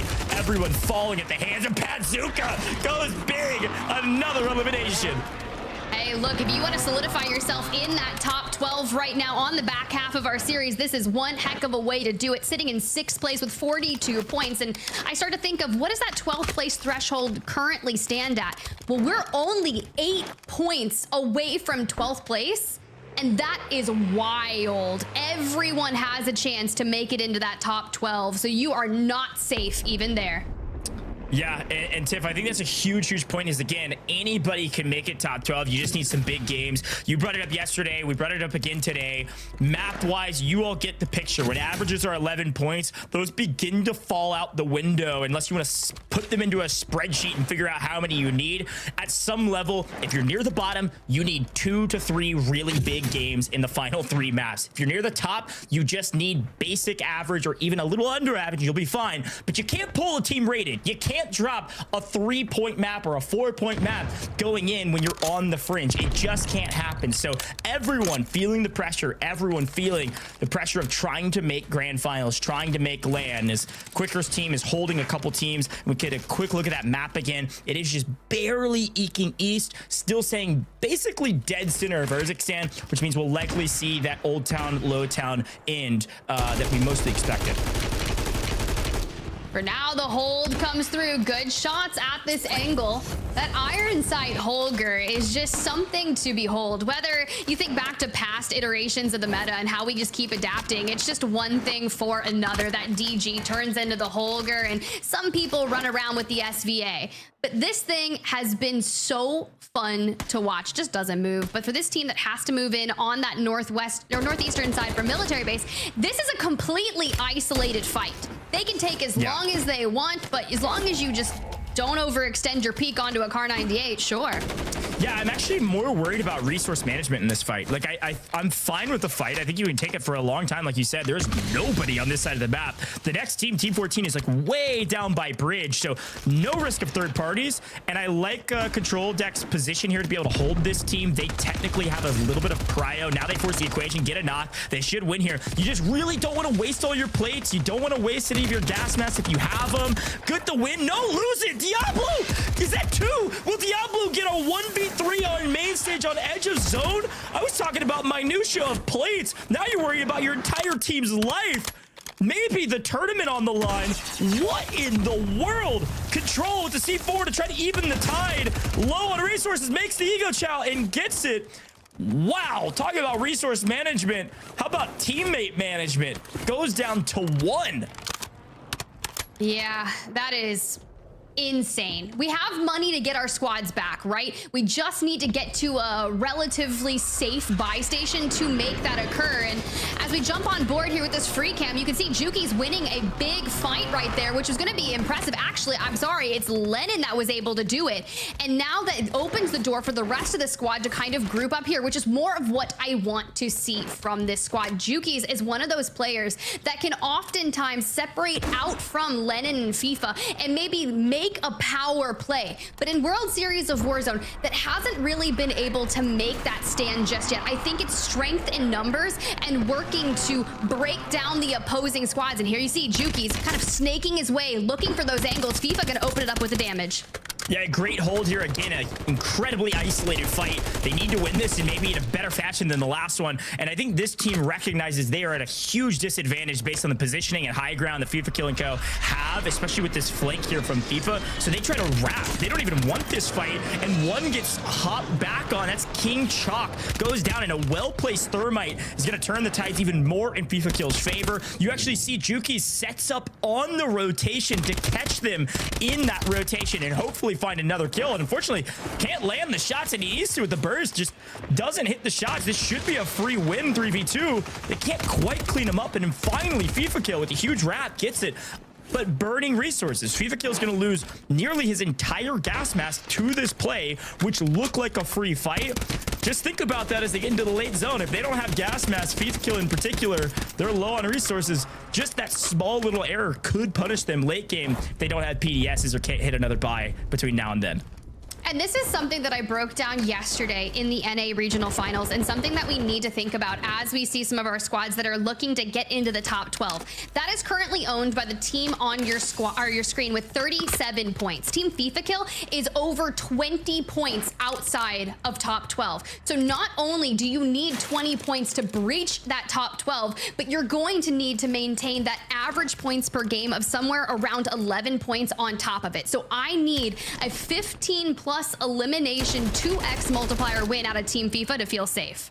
Yeah, all eyes. I was going to say, production's right on it. All eyes on this Inkyo squad just outside that threshold, Tiff. You were breaking down, and Car 98 to the face won't prove ultimately that punishing as long as you're... Oh, okay, well, Team Rocket blasts off again and gets the full. Never mind. I thought he was safe. I thought he was going to be fine. I thought he gets out there. Now down to 2 players. They were in a great position inside of zone on the edge hunting. Team Rocket is holding them hard, and they cannot move. They get the buyback, though. Hey, at least they got a buyback, right? Look, we're keeping it, stringing it together. Doesn't have to be pretty. It can be messy so long as you grab those eliminations. But the squad showing up here now on Village. Mind you, they returned back to Manor for this drop. They cleared out their side of the zone and have been slowly moving north. For now, they're all alone. The nearest squad to them is going to be the roster of Team Clapper. This gives them a buy station and a redeploy zip. So they're looking pretty good depending on where that circle wants to pull. But for the squad that came out of lower round 2 in a really chaotic fashion, fragging heavily throughout the series, waking up as it kept going, Melvin, Pentagon, Fuzzin, I'm really happy with their performance so far. Yeah, and I think the motto of World Series of Warzone 2024 has been hashtag something to prove. I think every team has got a bit of a chip on their shoulder. They're not getting the recognition they want. They didn't perform the way they wanted, and they've got something to prove. Team Fuzzin has something to prove. They want to be on LAN. They want to prove they're some of the best EMEA talent out there, and a lot of teams are discounting their skill. They're saying they're not good enough. They don't have the Kim, and so far so good in this round. But a team, a lot of people are saying the same, maybe the opposite, saying, where are you? Juki's all by himself trying to figure out where to go. Every time someone says, where are you? I just want to break into song. Oh, yeah. And you can't do that to my brain right now. Not here in Warzone, but Juki's, I need you to stand firm on this push. A 3v1 gets ripped down by Reload from the other side.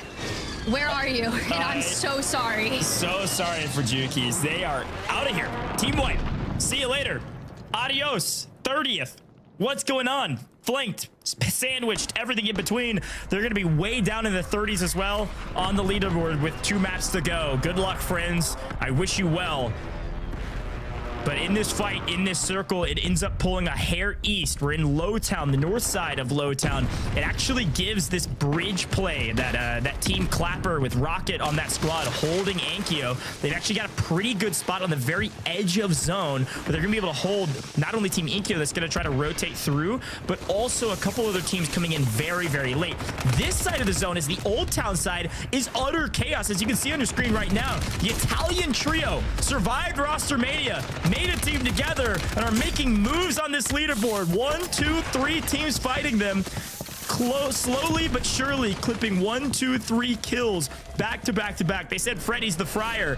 Freddy's in charge. And I say, wow, Freddy, you're doing it big right here on main stage. Hey, gotta do it there. You're sitting in 6th place overall. Not safe, but if we can throw down a banger here, it'll really give us that much more confidence on locking in our tickets. We just have to get through this hellish rotation, but you can already see they're using the chaos of Old Town to make a move. Fuzz and Melvin, they wipe out yet another squad. They've got to have a ton of eliminations here in drop number 4, but our attention starts to turn to that team number 29 on your screen, Team Huncho, a foe that is going to be gatekeeping the remainder of our teams, looking for a rotation out of Old Town. Yeah, smokes are your friends, folks. There's that Freddy play just south with that aerial cam. A great view. The team trying to rotate in. You're right, Huncho held this position for a while. Been waiting for these teams to rotate in.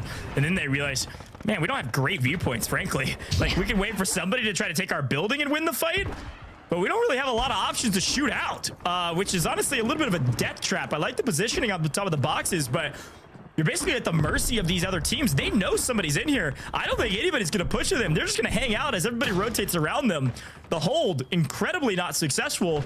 And if you don't make a move soon, you're actually going to be rotating too late, and you're going to get held. Look at the people across the river, Tiff. Unless it pulls to right dead center, basically, of that river, Team Huncho is going to be in trouble. Look where Savvy Ultra is showstopper. Everybody just running around them. I don't want to be on this side of the zone. Look at the eastern side. Enkyo's team got a free rotation twice on 2 circles, moving in from that northeastern side. They crossed the water immediately, and now they're taking one of the biggest fights of the game right here against the team in front of them. If they can win this, they're going to secure such a power position in the end game, and Enkyo finally waking up. Every time we tune into this team, I will give them credit. Their team chemistry of when to push fights is nearly perfect. Darzity able to somehow creep out of there and stay alive, which is honestly impressive. I think the mortars and bunker busters next to this building actually covered that self-revive. Darzity got to try to play for some placement here, but that team is so good about breaking down teams and pushing at the perfect moment. Their comms are near flawless. We've seen teams struggle with that in the past, but not this one. We head back to Huncho, and just as we expected, Tiff, bad rotation. They had a good building. They didn't have exit points that they can cover, and now it's all on the back of their final teammate, who's going to maybe try to make a play through the water. Got to try to make top 10. It's going to be a very, very tall task.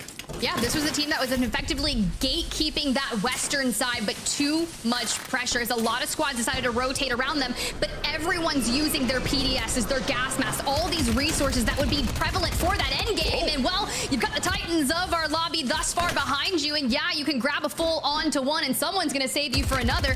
Does this give us enough time and cover to get the self-res off? No, we get ripped on out of it, but our attention turns towards that circle pull, and right now it is all omit EU. They call in a mobile buy station, they get the circle pull, they just have to fend off the rest of the lobby from the west. Recon or IQ, it doesn't matter. Team Gromalok have a chance to go massive in this map. They have a ton of kills to boot. They have best position to win it all, and it looks like Team Clapper has one remaining player that is on the outside, maybe 2 actually, on the outside of zone, just trying to play slow for top 10, and they've done it. They've made top 10. They're going to get some decent points on that 1.6 multiplier. Now everybody's looking for the top 5 position, and this is where it's going to get very hairy. The only team in zone in a piece of cover is Team Inkyo and Gromalok. As they wipe Team Rocket, they're going to get back to their cover, and here comes the third party on the other side. Love to swap over there. You can see it on the mini-map. Gooey being held, Clavson being held, FLS last alive for his team just inside the zone. On the edge, goes down to gas. They don't have resources. Zach is hunting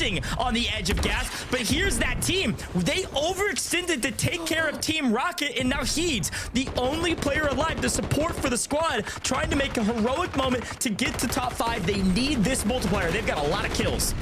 Yeah, 1.8x is such a difference. They secure it. So now, as soon as he lock it in, he immediately pushes on, trying to find any more eliminations that he can. There goes the Chow, wants to break this squad down, but everyone needs to focus on that rotation for the circle pull. So Heeds here can sit, lie in wait. He does have that PDS that on toe. Now, I'm curious of how we're going to make the play work for them. Well, honestly, Yeah. It breaks out. Okay.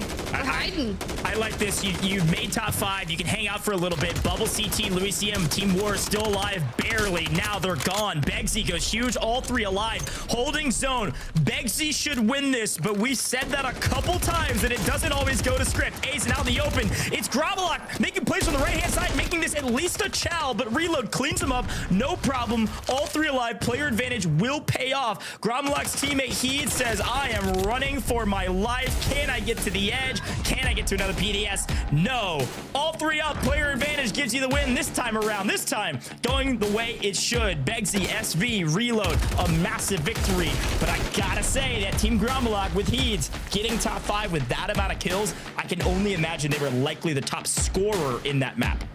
You're probably right there, but for Team Begsy, who was outside that 12th place position, looking in, needed this win to really shoot themselves up the leaderboard. Let's jump back towards that last stand so we can see where things really start going wrong for that Omit EU squad. Louis CM, Bubble CT, Wars, moving in under the guise of smoke, trying to gatekeep a lot of squads toward that north side. But that's that overextension we were talking about. We know when you get into that power position, teams are going to want to move in on it for you, and Azen and Hallow do just enough to force that Omit EU roster into turmoil. Yeah, it was a perfect call out. Heeds, Gravelok, Inkyo on the right-hand side. They do wipe Team Rocket, but in doing so, they lose Inkyo. They lose power position. Hollow's able to sweep in with Azen to take high ground. So he's completely all alone trying to figure out what the hell am I supposed to do. And at this point, he's just got to run and stay alive. You see Bubble and Louis CM control the left side, hand side of the map right now. But again, it all comes down to power position, and Hollow and Azen are terrors on the map, making sure nobody else can move or you're going to catch bullets in the back. And while they're doing that, you see SB Reload make a perfect rotation with smokes all the way down, get the win con, and there's nothing you can do to contest them. Even with a vehicle, Louis could not stay alive. And this is the moment where you say, there's no way they lose this. They've got all 3. They've got this lip. This is the creddy lip we were talking about. You've got the lip you can play with, use it as a heady. You can take cover behind it while easily be able to pop out. He tries to make a play. Definitely not enough. Huge shout out to this trio for a win there. A great rotation. Great call by their IGL to say, go now. We know we need to. Let's head over to the reaction tip and see that victory moment. One deeper. Wait, he's floating. Shoot behind me, shoot behind me, shoot behind me. Last kid's behind me, down the bottom. Charlie, he's going in gas, going in gas. Nice. Good shit, boys. Let's fucking go. Holy shit. That's what we needed. Nice, bro. Man. That's what we fucking needed.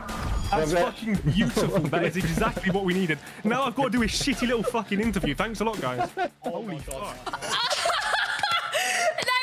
It's just a cause and effect, and maybe you can turn it down, but for now, what you can't deny is a 32-point game that changes the course of your series, and you can tell that they finally have realized that they're breathing a lot more cohesively. They're like, we did it. We know that this is potentially enough, and now we just have to wait and see if it really was. Yeah, frankly, I think this is a team that I think a lot of people haven't been talking a ton about. They did get top 10 in upper bracket. Like, this is a rematch, essentially, of upper bracket with some lower bracket teams that have made their way through lower bracket round 2. So the fact that they're going to probably creep up into the top 10 is frankly not that unexpected. It was about high time, as they say, to get there. And so a great win will certainly do it. Let's bring in the desk and see what they had to think about that final circle, that final fight. It was a doozy. It was a fun one. Had a blast casting over it. Of course, right? It's always fun watching these final fights because they're so chaotic, right? And every team just really wants it for themselves. They want the 2x multiplier, but only one team can get that. In this case, it was Begsy and his crew with a tremendous game. The biggest talking point, right, when it comes to game number 4 now finishing up is the bubble teams are getting a head start into breaking deeper into the top 12, something that was absolutely needed. Only 2 more games to go. You don't want to leave your World Series of Warzone chance up to just, you know, the last 2 games, right? At least up to chance, the big thing. But as we do look at our highlights, first, Enigma, I do want to start with you, and we want to talk about Savvy Ultra on the Revenge Tour. Yeah, absolutely. I mean, this Italian trio of Savvy, Freddy, and Zanx, this kind of feels like, and to put it politely, like almost like the discards of Italy at the minute, because Savvy himself was with that duo of Blade and Vortex. We spoke about that earlier. Won World Series back on Caldera. And then Savvy, who I thought performed quite well, to be honest, was dropped, pushed aside, and sent on his merry way. And when these 3 came together at start of Kazakhstan, honestly, They actually look really strong, and they've been a bit quiet since then, purely because they've not been getting the reps in. But as a trio, they work phenomenally well. It's a revenge tour for Savvy. It's a proving time for Freddy and Zanks, and they're doing a great job. They were in 6th before this, and a solid map there likely lifts them closer to top 4. Yeah, great map overall. And again, getting started early on is what they needed. 2 more games to go. There's a chance Savvy Ultra has a big show out when it comes to top 12. Now, to you, Gio, we talk about GUI starting game number 4 in 10th place. What did they do to get deeper into the top 12? I mean, you mentioned his name there, GUI. He brought in so many kills. He had 15 kills by the end of the game, but he had 10 kills by stage 6. So he was really fragging out today. And honestly, I think what makes this particularly impressive for this team is the fact that they're a new squad. This is their first time teaming up in Warzone. And in fact, when we got a chance to speak to them before, GUI told us that Clavs used to actually hate him. So the fact they've overcome some animosity, BFFs now, and actually fragging their way through. So to jump up from what was 10th place, this was a huge finish for them. Yeah, huge finish. 5th place, 15 eliminations. You can't argue that, right? That is a huge game for GUI. Get a little bit deeper down, and I hate that. I just saw that replay. FIFA dropping off with this crew. 2 more games for them to step it up, and I sincerely hope they do. But Nick, now let's talk about the big dogs. Obviously, Savvy Ultra here, one of the big dogs you were talking about. But Begsy and his crew taking the game win. Yeah, well, I'm looking forward to our interview with him, that's for sure. But 2 UK players and a Polish coming together. They're a surprise squad in this, really. Finished 25th in groups, 10th in upper bracket. Have been kind of consistently just plodding along, doing a solid job, really. And when I got to speak to Begsy, he said that last year he nearly made LAN, really should have, and that he had like this chip on his shoulder about making it this year. They've got a lack of experience as a group, but they're all very keen to prove themselves. They feel like they're weak in the gulags, and they particularly struggle at end games. No such issue there, and they've been really building on their weaknesses and fixing up their performances in recent customs. And they're just saying one particular thing, that their tactics are not pretty to watch, but it gets the job done, and that's exactly what they've done here. Top 7 at the moment in the replays, right? Teams start to get eliminated. Gromalok was just finished off there, and so was Wars. This is where things start to get tense. Now, one thing is Heat was still alive at this point in the top 4, and you knew he was going for gold, but ultimately he wasn't able to get it. But the C4 reigns supreme, and this is where Begsy and his crew start to get the cleanups, the final eliminations. There's Louis CM dropping the drama, not affecting them anymore. They've had a stellar standout day, and they look to continue that energy going forward. We know how this story ended, and by the way, shout out to Aizen for also a solid finish. Aizen, a guy that has had a great day and will continue to put up big numbers. But speaking of big numbers, Gromalok, right, Gio? A team that looks to go the distance today. They have another big game here in game number 4. Yeah, and this is what we were looking for. You know, after that change up with their landing spots didn't quite work out, they just needed to prove that they could get so much further through the game. Not that they were having bad games necessarily, but this one was particularly good because even leading up to that kind of point that we've seen on a couple replays, and we'll go over in just a second, you know, they were actually doing really well with their rotations, managing to avoid some big threats on the way in towards the, you know, ever enclosing circles, and that really helped them out. And to be honest, they were a very tenacious team in this round, because even when you think about it, when it was just Heats and Grom left on their own, they were fighting tooth and nail, and it wasn't until Grom actually finally went down, which, you know, admittedly, the team had the low ground. There was another team on the high ground. Like, they were in a disadvantageous position. That was when he started playing for time. You know, really, he wasn't kind of going in for those eliminations, and he knew that he didn't have an advantage there. So he was trying to play for time. And then obviously we saw just in one of the replays there when he finally went down, you know, he's 1 versus 3, like another team. Like, what are you going to do about that? Eventually you just got to try and like run for your life. But this was it was a really good example of a team kind of holding on and doing well, not just through fragging, like actually through the way they play around very specifics of what is happening at any one time in the game. Fragging isn't everything. Well, I guess you can make the argument for King AJ and his crew. Maybe it is. I mean, because they were just fragging out the first couple of games, despite their positioning might be in a little bit, you know, poor. At least from game number 1, playing that gatekeeper is just, it's never easy. It's hard to sustain that style of play, but it was working out and has continued to work out. But again, Enigma, the big talking point, right? The bubble teams making a showing in this game number 4, a time where they absolutely need to, leaving your chances for top 12 in the last 2 games is leaving your chances to chance, right? Which is something you don't want to do. You want to control every aspect of your gameplay. And I feel like for a lot of our top teams in game 4, they did exactly that.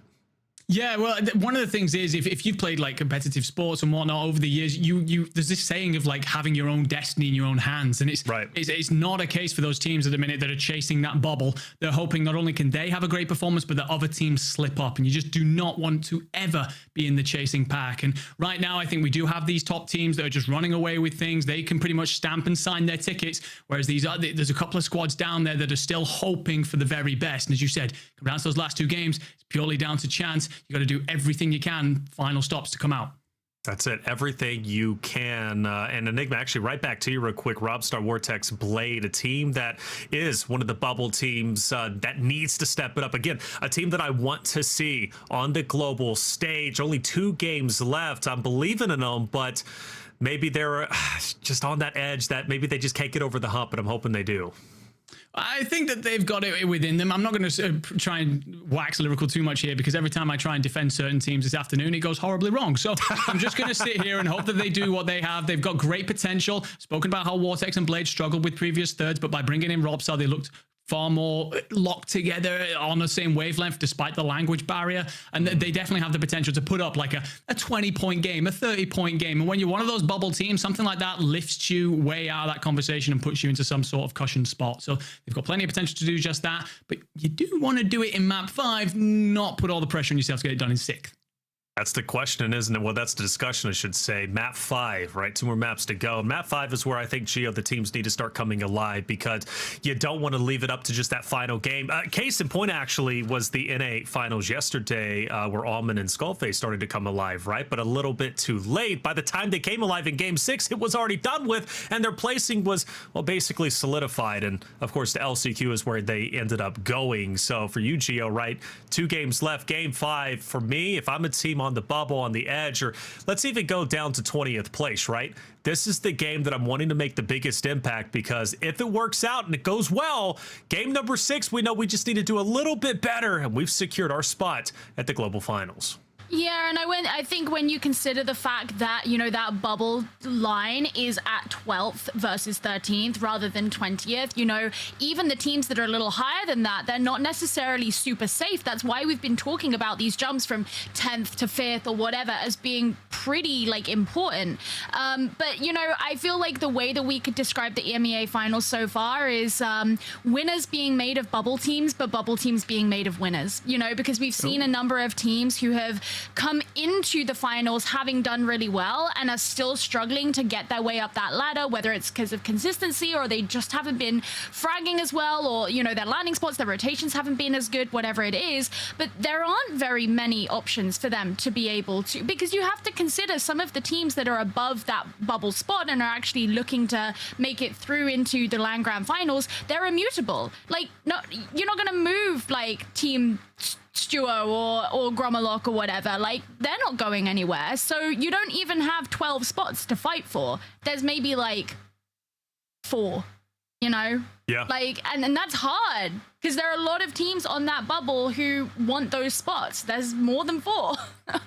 There's a lot more. I think a lot. I would create a team and want to be up there too. All right. If that was the case, if you could just make it in, but you can't, right? You've got to earn your spot. And talking about earning their spot in game number 4, let's bring in Begsy, talk to him, and just learn what was going through their minds when it came to that game number 4 victory. Begsy, what's going on? How you feeling, man?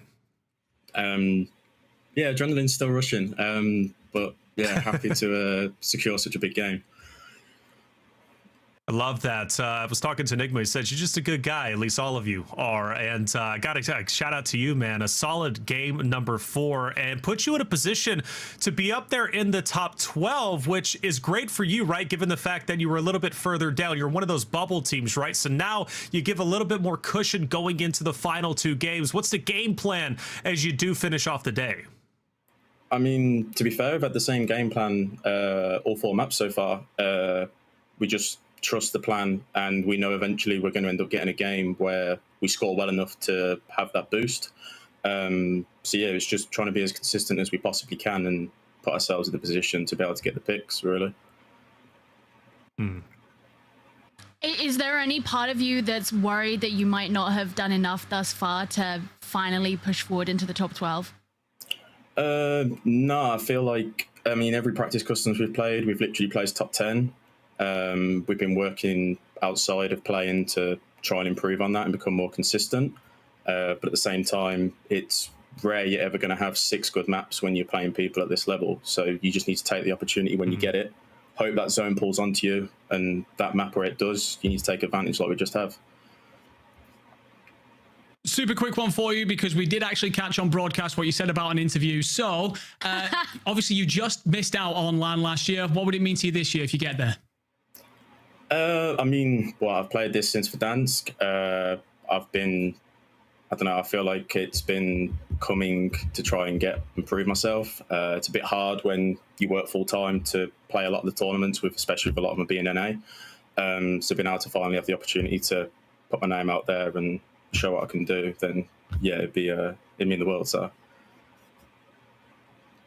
Well, Begsy, it seems like this is just the start of your journey to global finals, and I'm so excited to see if you can punch your ticket within the top 12, because I would look forward to seeing you in the future. Begsy, good luck in the last 2 maps.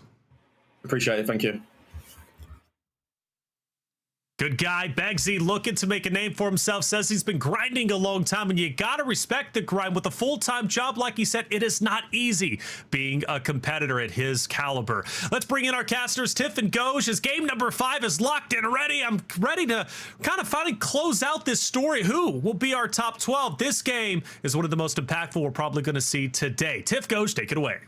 Yeah, any changes that are going to happen need to happen here. Think back to just yesterday, right? Teams that were far outside the top 20 started to scramble here. But not only that, Goj, the lobby increased so insanely in terms of that aggressive nature. Teams at the top really started to prey on others, and more specifically, the Falcon squad, right? Spinning wheels on stream to determine their landing spot. There is a very real potential that some of the top teams do the same here today. Yeah, look, there's a lot of crunch matches out there. We had them fill out for us. We had them put answers into the sheet, and a lot of them were like, this team sucks, and they're like a top 5 team. This team's terrible. They're super good, and it's because of like these rivalries that have built this roster mania right before World Series of Warzone. And so if you're a team at the top of the leaderboard, I think there's a good chance you might start getting a really aggressive. You've already made global finals. Congratulations, 2 more maps to go. You're well past the threshold. Vision, King AJ, Showstopper, above 100 points at this point.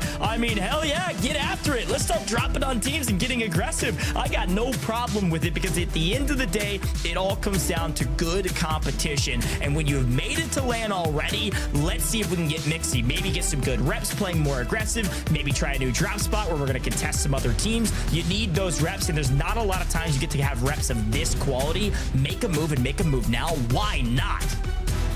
You hear Begsy talk about, hey, we've been practicing throughout scrims. We have been doing everything that we can on top of a full-time job. They want to make names for themselves, and everything starts here. Let's get into drop number 5.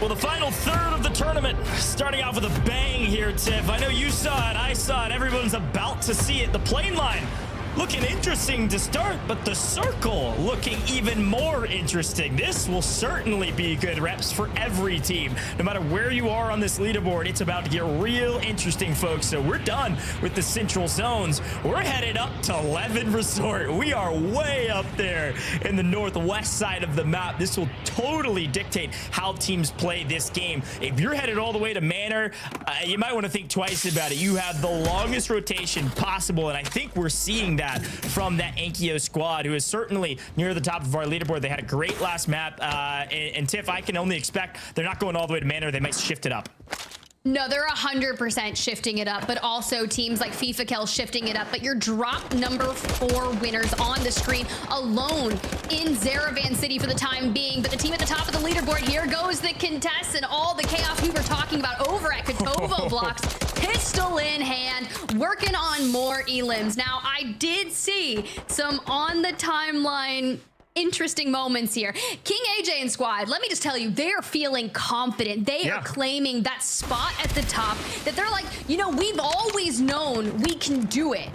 And now it's a matter of time to show out. You have to feel confident, albeit in the gulag as well.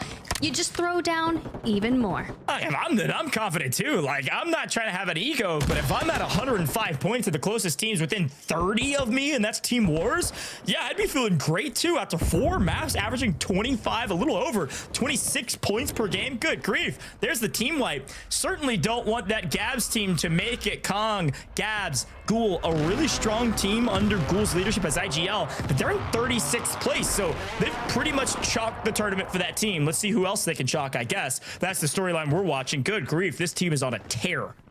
Speaking of tears, on that same wavelength, Team Enkyo, that squad was able to wrap up a squad wipe all the way on the furthest northwestern side. So really excited to see what they can do to maintain that, because a lot of teams are going to be looking to rotate over there. But for now, our attention turns to Levin Resort here. Diablo on the low ground.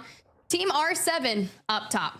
Yeah, this is the fight for the end, if you will. You want the God spot, you want high ground, you want positioning. This is the very beginning of the map, but it's already preparing for the end game based on the circle at hand. So back to the gulag we go. It does look like our team at the top has run into a bit of trouble because, well, I guess they did what we said they were going to do. Play super aggressive, and apparently didn't pay off in every fight. Already a couple kills to boot. But there you go. There you go. One more goes down and right back into the mix. They haven't lost a gulag on main stage yet. Love that for them. Pretty consistent, right? You want to be able to win your ones, especially in the gulag when anything can happen, as we've stated prior. Prodigy going down early to Crystal Shots there. That's going to be really interesting because Crystal Shots is going to be outside that top 12, if I'm not mistaken, and wants to fight. Yeah, they're currently sitting down in 33rd place with 30 points, so 18 outside of the top 12. Yeah, and we talked about swapping up drop spots. Enkyo, Gromalok, Keeds, they usually go Manor all the way down bottom right-hand corner of the map. And, well, here's the flip on its head. We're all the way up in the northwestern side of the map, up here with Kotovo. I mean, we are way up here above Levin Resort.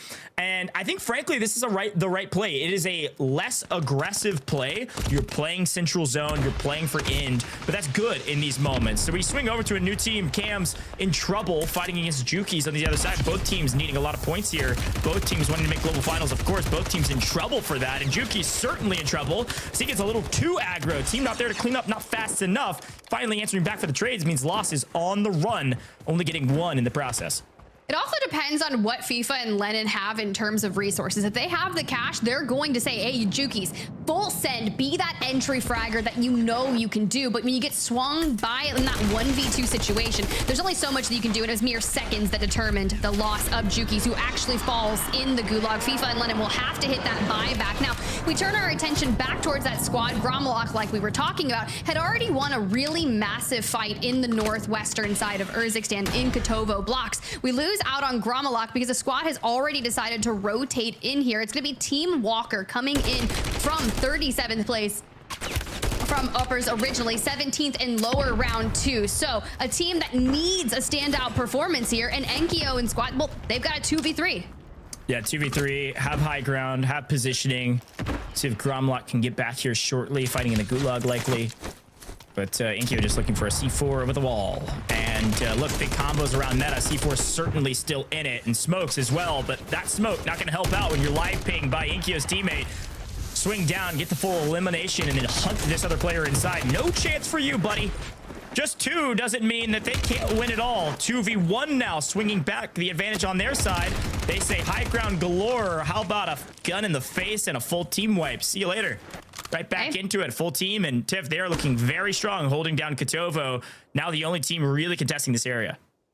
I want to see more people keep trying to chow this. You got squad number 32 that was in the distance looking for a regain in the north. That's going to be R7. We already saw a little bit of a breakdown earlier in this map for them. So we just got to see what they can do to hit that regain for Team Darzity on the squad here by Bathhouse. Now, this is a rotation out of Old Town, but they have to keep out 2 strong here. It's going to be that isolated 3v3, and Darzity already on 2 elims. Not bad, but it looks like we just waved the white flag as Darzity parachutes out, trying to get into power immediately. Yeah, I think this is the right play. I mean, you're so deep and there's so many teams inside of this next zone. And again, we talk about pace of play. The zone oftentimes dictates that, right? So with the zone this aggressive, we're already down to 32 teams, only 87 people alive, and our second circle is just barely closing. I mean, this is crazy as Nova puts on a show for us, able to take down a really hot competitor, Vortex, getting ripped, and now Robstar in trouble, trying to figure out what are they going to do. Are they going to stay here and try to hold this squad, or are they going to rotate in? Because they're not in zone either. Everybody fighting the outskirts, and now third parties galore. So many teams falling, everybody getting more aggressive. It's the end of the tournament, Tiff. The final third gets wacky. Yeah, but this is a fight between your 14th and 16th place squad, and Team Darzity, quite frankly, should have known that that squad they were initially engaging with over in Old Town would have, of course, mirrored their rotation, looking for a smart third party. Now Smashed, fully eliminated. It's going to be Nova and Darzity trying to acquire their funds together to maybe get that buy back. And honestly, if I'm Blade, job's not done. I'm just going to rotate ahead of them, know this is a coming, and look for a gatekeeping situation. Here we go. Back to Begsy we go. This map winner's very strong team and playing a pinch here. Do get a trade, at least one. But can Begsy go big? Yes! Gets two! Gets shot behind. There's the third. Coming in the nick of time. King Benji makes the final play to make it a true 1v1 as Reload gets the cleanup. A good team fight from both squads leaves both of them in trouble. An outpost and a quick buyback here with Reload. They now have the advantage with a bit of overhead information with our floater. Reload got to try to just play this as slow as possible. Wait for his teammate to help out. What is... Huh? Oh. A moment of silence for SB there. But for now, Begsy, Reload, they've got a buy station. They get the squad wipe. They have enough funds to go ahead and hit the buyback. And for now, we are still securing that southern side of the zone. Teams are going to be looking to rotate from the bottom of Cargo. But you do have to be weary of what's occurring over in Seaport, because as we continue our journey north, you have to get ahead early. And Team Zach has done just that. Yeah, it's a great team to shout. That map view, again, you can look at it, youtube.com/Call of Duty. Check it out. See this crazy zone pull. It's actually insane when you look at it, because third circle basically feels like in-game already. It's so small. A lot of it already cut off in that far left-hand side, that far western side, rather. You can see Team 2. Here's a quick look here on main stage. Team 2, that's that Gromalok team. They've been up here in Kotovo this entire game thus far. They landed here, and they're holding it down, waiting on teams to rotate to them. Team 7, though, this Nida team, also in a really good position, a little bit further east than the Gromalok team. Both these squads basically about as far north as you can go without being on that out-of-bounds line. A pretty solid spot to hold, especially for in-game. The big question in my mind is, how many kills does this team have? Do they just have one team wipe? Do they just have 3? Or do they have a couple more than that? They're going to need a lot of eliminations if they want to lock themselves a ticket in for the Global LAN Finals, currently in 17th place in drop number 5. Now, as we see, circle closing in just 2 minutes for 3, we are trending in terms of what is available in that late circle 4. There's only 26 squads in this atrocious circle pool, and a team that has to get out of Seaport is the one on your screen, Stevo, trying to take angles onto Stukax, and you can already see one member extending out, giving Patsuka some trouble. Yeah, Seaport oftentimes selling boats. You don't want to be the salesman today. Gotta win this gunfight. You gotta get into the next zone. You're on the edge. This is a true 3v3, and Patsuka making it look easy.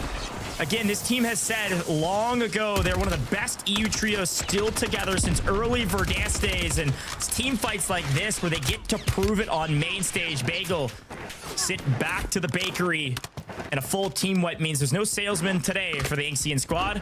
They're going to slowly come creeping up through Seaport. There are a couple teams trying to hold the edge of Seaport. They'll probably be in for a rude awakening. This squad should have plenty of smokes to be able to rotate into this next zone, and there's a decent bit of cover that's still technically in the next circle. They're truthfully not in that big of a rush. Yeah, I would be in a rush, though, knowing that the only real threat to my rotation is going to be Team Wars, not a squad that I want holding me out by any means, considering they're inside the top 3. So let's turn our attention over towards the north, Industrial. It's going to be a hotbed of activity, and Solitude is really struggling to try and get past the squad on your screen. It's Chow, another French roster looking to lock their ticket into Global LAN. Yeah, a lot of eyes on Chow. A lot of folks rooting on that team to make a huge play here in the final third of the tournament. We've seen teams do it in the past. Marcus, back-to-back wins, but Strong with a vehicle. I don't think that thing is quite as off-road as you think. Trying to drive over the berm there, not gonna happen. And now in trouble with 1 HP to Dream. Out of here. See you later. Sisty, only player alive for this squad. Way over there. Yeah, let's go float somewhere else. I don't know if you want to land here, but the question is where? The teams that rotated early, Tiff, guess what? They're getting paid as per the usual. More kills coming for free their way as we see our winners of map 1, CRMZ, grabbing that kill and a full wipe there on Sisty. When in doubt, reverse it out, and let's see where we're going to be able to make the play from Levin Resort. We just need to keep our trajectory north. Team Zach is going to be over towards their east, and quite frankly, have been there way too long, so not sure what's 100% going on for that rotation, but we are going as far northwest as humanly possible, and I see Ghost saying, we got some swimmers. My man, and you were watching swimming all day yesterday, That's right. And now it's here in Urzikstan? Yeah, we got the U.S. Olympic trials going on right now, and, well, it looks like Team 1, Pazuka squad, trying to set some new records, maybe trying to take down Katie Ledecky in the 1500. I don't know. They finally make it to zone, but they lose one. Team 23, the team that I was expecting to hold them, notices the rotation swimming through. That's Team Wars catching a top team out, so two top teams battling each other near the top. A frustrating swim, I'm sure, for that top team. We'll see what they're able to do later in this circle as we head back to land to breathe for a moment. As again, Groundlock's team in the best position on the very far side of Kotovo, all the way northwest. Again, this is the last building on the map, basically, if you keep heading northwest, by the way. So they predicted, this is where they dropped. Yeah. I love it, right? You think back to drop number 2, that one that went to Showstopper in Outpost, right? It pulled a little more central inland.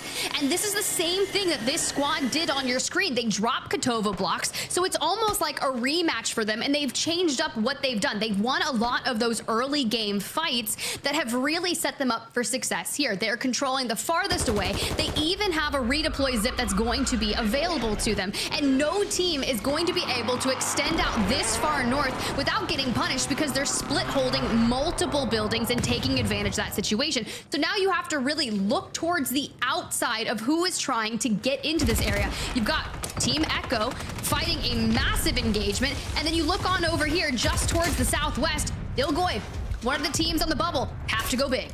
Clavson, they're looking pretty strong throughout multiple stages of this competition, and a team that came together from all over the place trying to make it work, and so far so good. A really strong team, third in the upper bracket and currently about 10th-ish running into this map and making a move slowly but surely up this leaderboard, trying to make sure they get to top 5 and secure their place to the grand finals and don't have to rely on their final map. This could be the map to do it. 21 teams alive, 57 players. Cracking plates off screen.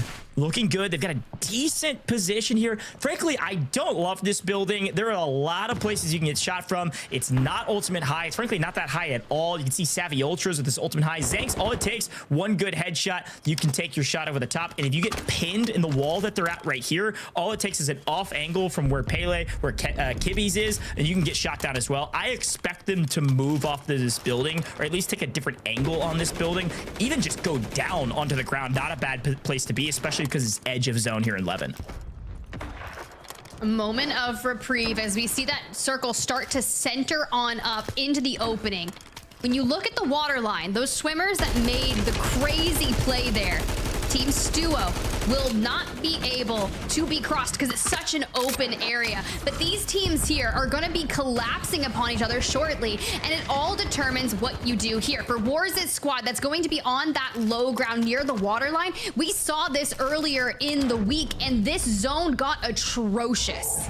Well, a buyback for Pazuka means they've restabilized, and, well, this building certainly looks familiar. This was a building we saw in North America hotly contested when we had a zone similar to this. Stuo doing a better job of holding it down than our North America teams, though. Quickly cleans up a couple swimmers trying to take advantage of the two buildings on the far western side. Now, this zone shouldn't pull this far over until maybe our moving circle. So right now, I lean towards that south side of Kotovo Echo instead of the north side of Levin. I think we pull up there, and most of the teams are agreeing with me. You see 1, 2, 3, 4, 5, 7 teams on the south side of Kotovo, with only a couple teams here still battling in zone on the north side of Levin. There's still a couple teams deep inside the zone, even near gas, trying to make a push through Levin, and they're going to be in for a rude awakening when this next zone likely pushes even further north.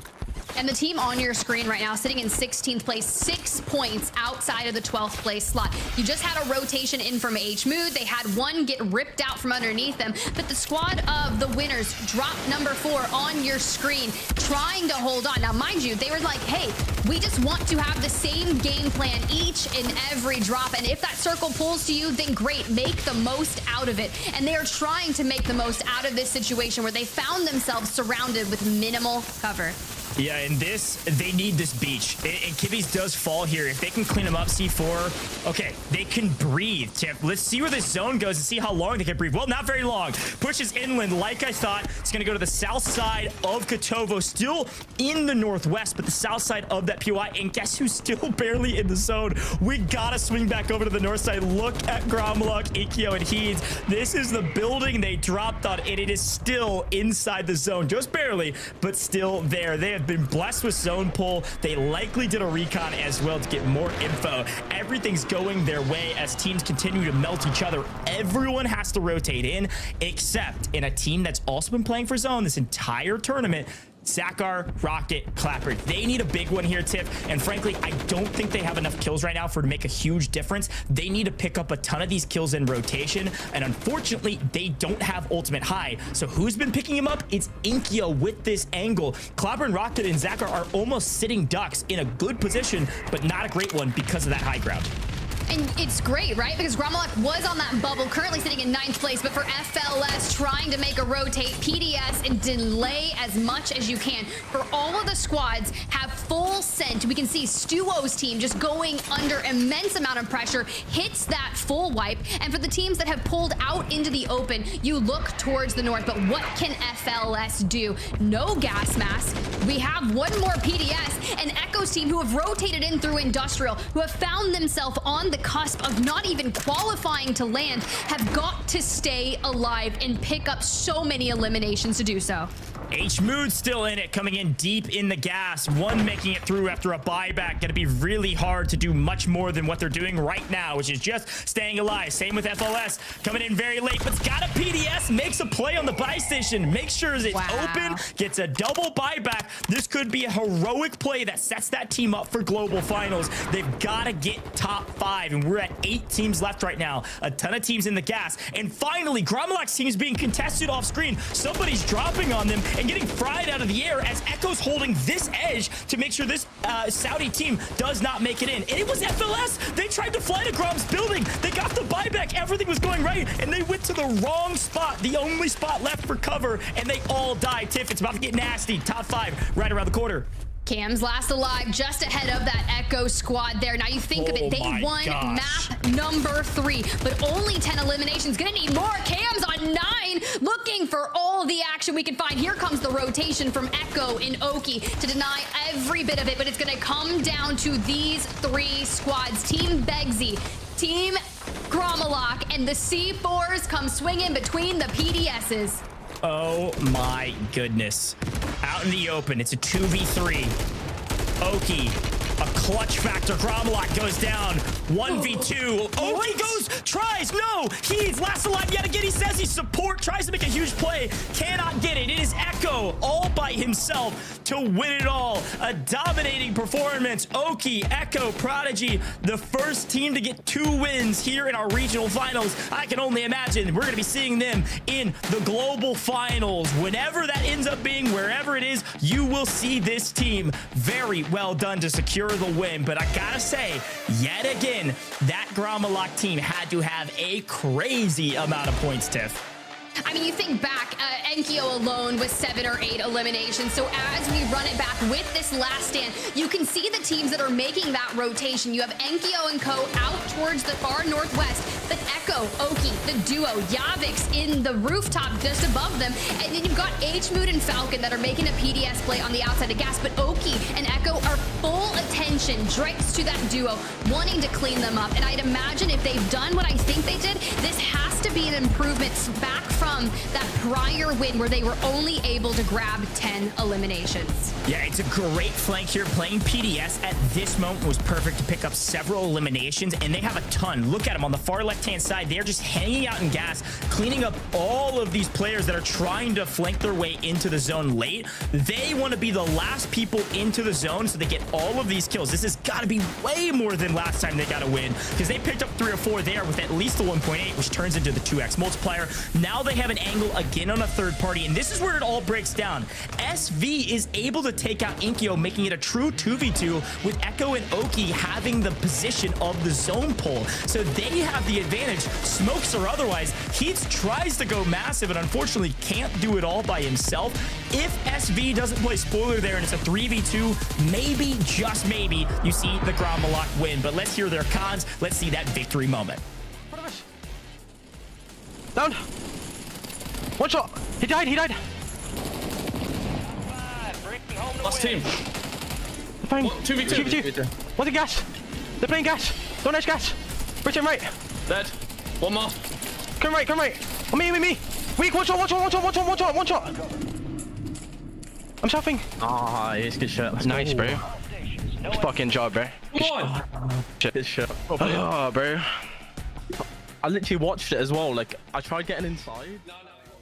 Well, I mean, to be fair, it was more than that prior map win, this time with 14 eliminations, a 28-point game, which came in a very well-needed time because we were talking about in the NA Regional Finals, Goj, just because you win a map doesn't guarantee you that top 12, that ticket to the Global LAN Finals. But if you can do it again, improve on it, and really bolster that squad, because they were sitting around 12th through 13th throughout drop number 5, not safe by any means. Yeah, and I think that's a great shout, Tiv. Their backs were against the wall, and they were still calm and cool and collected. The big question I have for everybody at home is, well, has Warzone competition turned a new page? I'm seeing a lot of young guns making their rise to the cream of the crop, the tippity top, and they are not stopping. They're winning games. They're getting crazy amount of kills, and a lot of our old guard incredibly struggling deep inside this interesting and different meta than we've seen in the past. The new guns on top. I'm excited to see what our leaderboard looks like going into the final map, because this last one, if you thought that was crazy, this last map's got to be nuts. I want to hear from the desk and see what they have to think.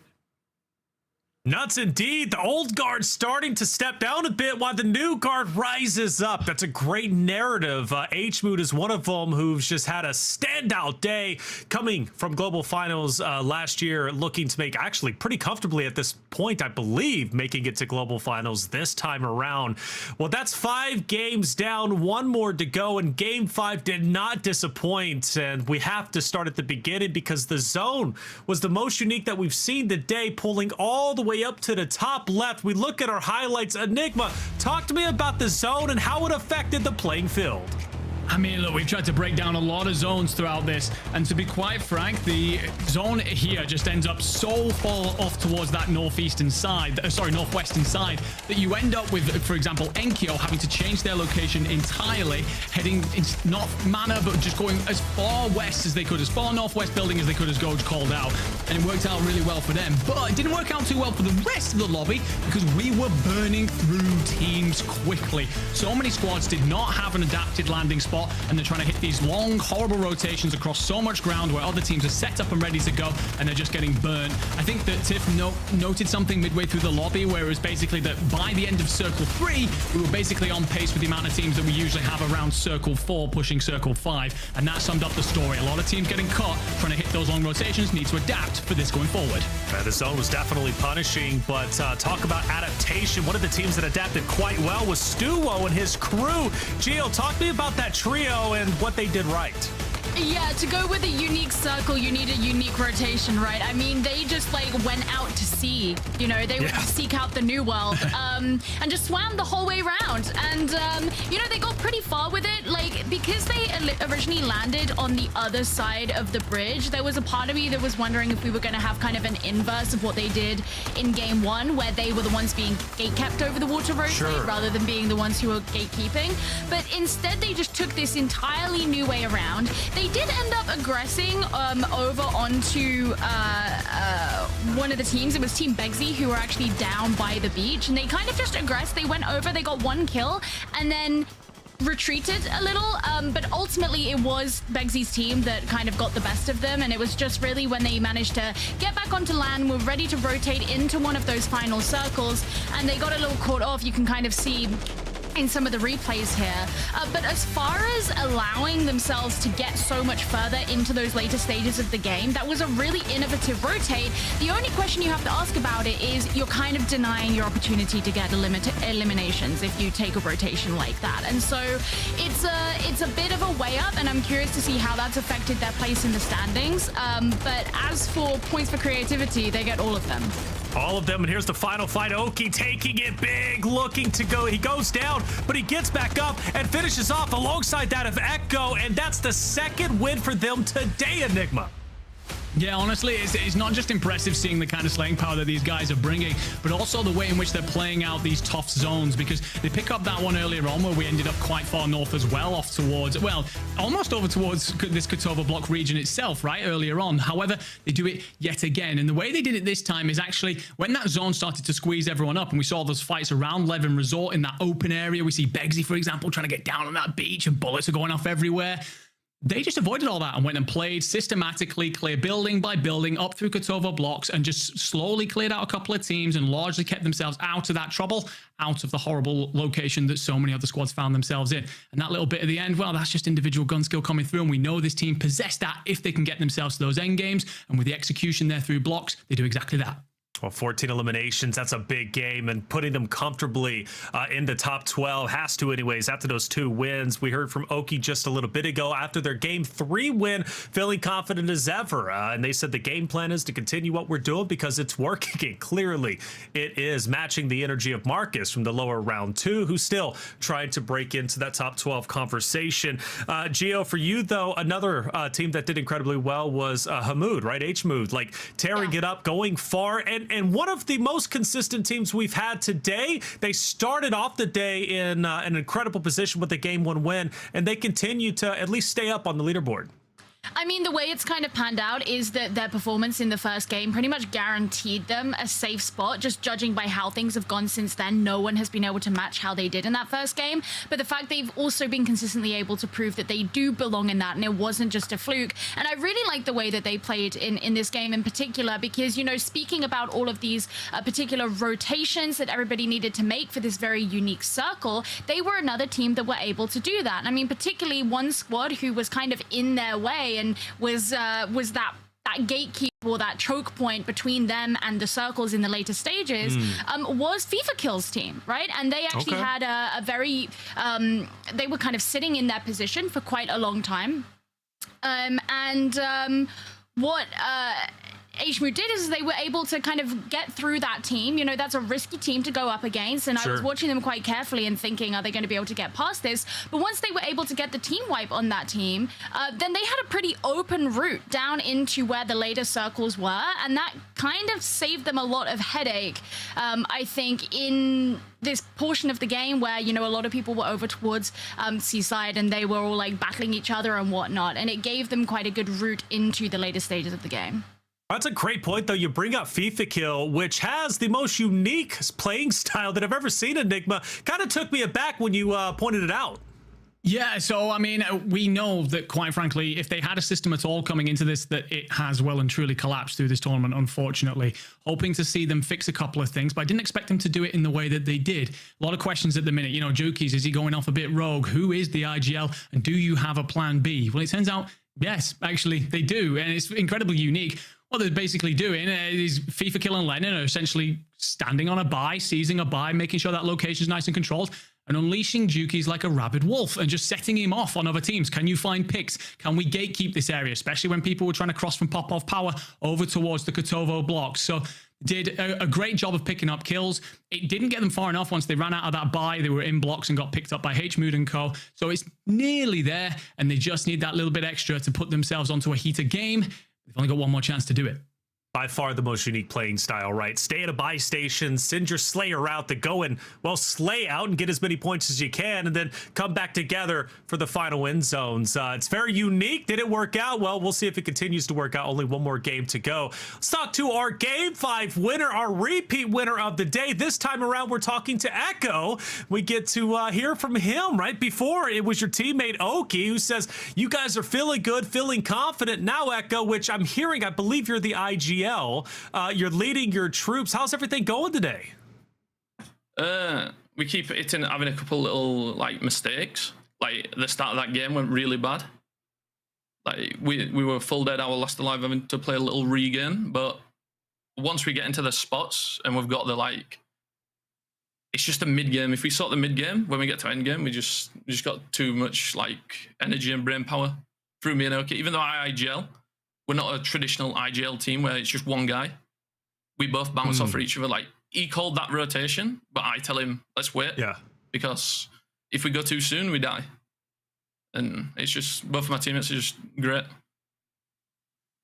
Well, fair enough. It seems like you guys are tearing it up. You know, Marcus in the lower round 2 was the only team to go and win 2 games, at least during our broadcast, right, throughout the 4 days. You are now the second team to win 2 games in a row, putting you comfortably within top 12, which means the global stage is pretty much right there for you.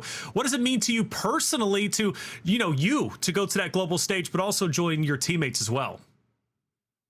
For me, last year, I went and the meta just didn't agree with my team's playstyle, and we didn't like perform well enough. This year, I've had to obviously change teams, but we're confident. Like no matter what meta, we just adapt, and I just want to go and prove myself again that like that placement last year wasn't good enough. So I want to be there again to prove it again. And my teammates, it was obviously a. Go on, sorry. No, go on, finish. I'm so sorry. No, I was just saying that it means a lot to my teammates as well. Like we're a new team. We've only been playing like 3 weeks to 4 weeks. Like we just formed just before World Series got announced, and I'm just glad to see that we're clicking. And by the time LAN rolls around, we'll be even more clicked and even more chemistry. Will just be crazy. It was obviously a very unique zone in that last game. I'm curious what your thoughts were about that, or like in the zone, so to speak. Like what were you guys talking about at the time? And if you had to choose for this next game where it would be, what would your ideal choice be? We land Popov, so for us any zones near Popov are always good. That zone right there, we like, because there's tourists obviously always thinking, I'll let OK do the first part like of looking in front and like scouting the area. But I'm always looking at the minimap thinking, where is the best position to play? So right there, I knew that if we play outright, there's nothing, like you don't have to worry about your back. So the fact that you've cut off a full like 90-degree angle where you can get shot from, it's just so big. You spoke to me before this event today. You told me about how one of your weaknesses was that sometimes you don't all agree on how to play out a situation. Is that something that you've fixed through today? It would look that way, considering you've picked up 2 map wins. Yeah, for sure. When it usually happens when we're not as locked in. But when we're locked in, we don't have the little bickering or little like I've got one idea, you've got another. We just stick to it. We just play it out. And no matter what happens, like I think my teammates like get stuck in moments sometimes, like right there when they both died, they're like complain about it. I was like, no, just focus up. We're gonna make it a good game, and that's the thing. Like just keeping that mentality that it's always gonna be a good game. Like game 1, I disconnected. We had 1 point, 1 kill, and I was just like, just lock it in. Like just take it that we've got 5 maps to call. I said we are good enough to qualify in 5 maps, and it's just all about mentality. I like that answer. Mentality will take you far, and you know, having compassion for the game is obviously impactful too. You know, losing you early on, it had to hurt, but clearly you guys regained, and that makes me excited for the future because it shows to me that you as a competitor, you and your teammates, right, no matter what happens on the battlefield from one drop to the other, you're always going to be able to regain. Echo, congratulations on your win. I look forward to seeing you at Global Finals, and good luck in Game 6. Appreciate it. Thank you, guys. Of course, brother. Always nice to hear from them, and I like that they do share that IGL leadership. More voices can sometimes get cluttered, but it seems to work out for the trio. Let's take a look at our standings to see who's leading as we head into our final game of the day. And while King AJ still leading the charge, but Gio, that lead isn't as impactful as it was before. But come on, the point is to make top 12 and they're there. No, I mean, that's the thing. And with just one game left to go, it's not like you're looking down the barrel of like 5 games where you could lose that. You know, as long as you nail this one and you ensure you're better than the opponents you come up to, which makes it sound very easy, but you know, it's true. You're mostly okay. We see him also there in 6th place. Stuo making it up to 8th place. That last game definitely helped. 15 eliminations will take you far. Savvy Ultras on that revenge tour, as you said. We look down from 11th through 20th and things get serious. What teams are on the bubble that need to step it up in Game 6, Enigma? No, I mean, I pull it back to something we spoke about at the top of the show, where it's that you won't be able to get away with one big game in this one. Now look at Robstar, Vortex, and Blade, and they're exemplifying that.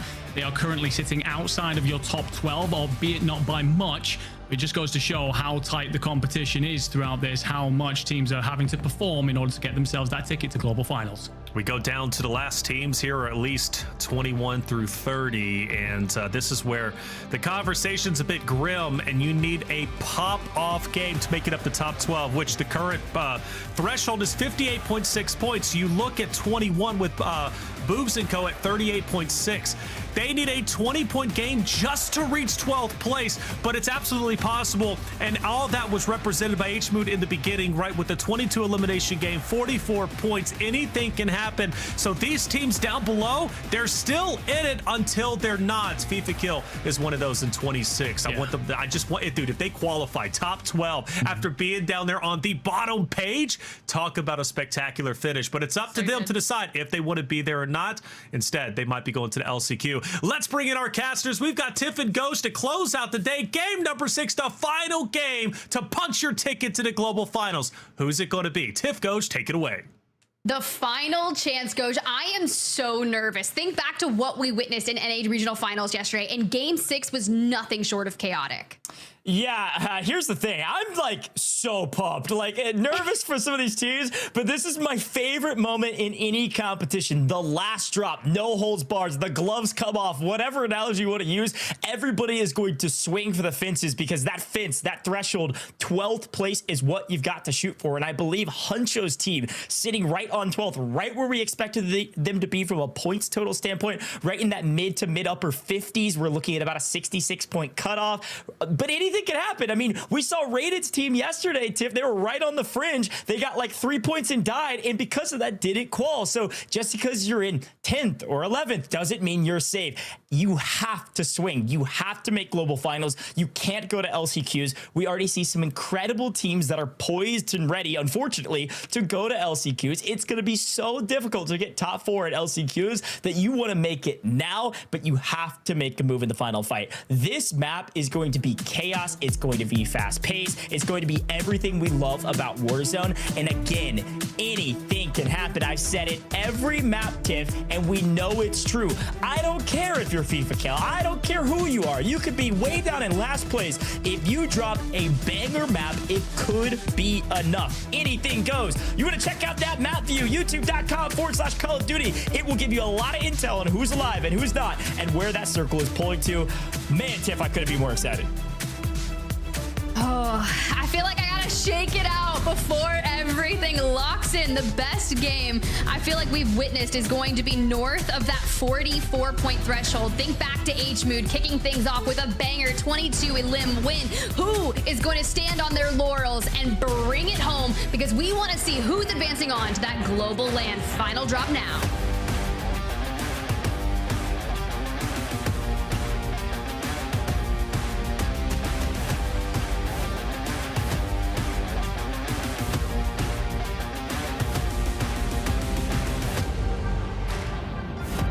Well, wake up, folks. The final map of the day, the final map of the week, might I add. LCQ is a couple weeks away. A lot of things can change in those weeks, maybe even teams. But we got to get there first. Who's going to make global finals? Where's the plane line? Where's the circle? Who dies first? All of the questions about to be answered here shortly. And a quick look at the circle tip. Looking like we might see a circle way down towards Manor this time around. See if some teams change things up.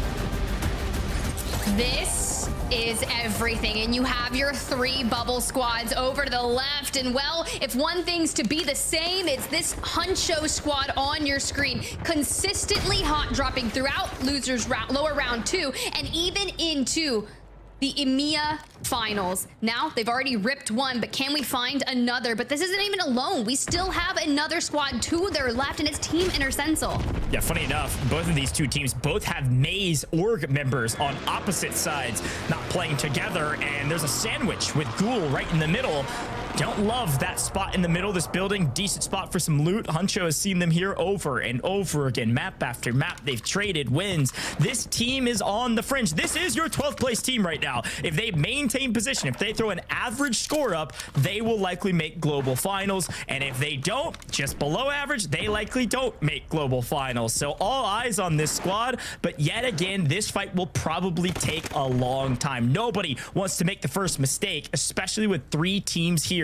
It's gonna get real mixy real quick, and you can see all 3 teams, looks like control deck, gonna be the first to push the equation. And will they get punished or paid for it, Tiff? That's the question.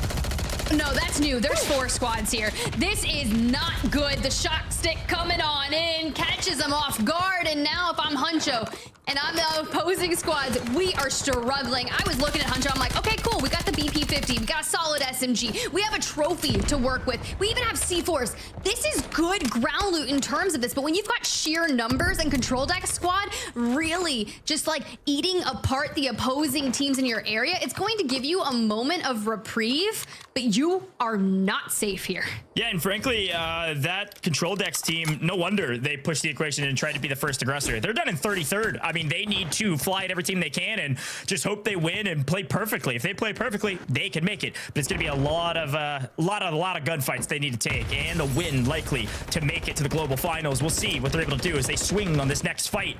And after a little while, we're going to have to rotate around and see what's happening the rest of this map. This fight is crucial. There's a lot of fights happening around, everyone wanting to get kills early. Huncho does get their buyback back in, so everybody's got 3 up and 3 teams fighting, all 3 alive. Everybody kind of playing slow. Let's see what's happening on the other side. As Tiff, well, uh-oh. It looks like we got some problems here with a former World Series of Warzone and a solo YOLO champion. Mr. Blade himself, last alive on Island. Contesting 15th place. Contesting Gromlock, maybe? What happened out here? 15th place on your leaderboard, and it is down to a solo Blade who has to channel that inner solo YOLO and stay alive. So but we true. are as far southeast as we can get.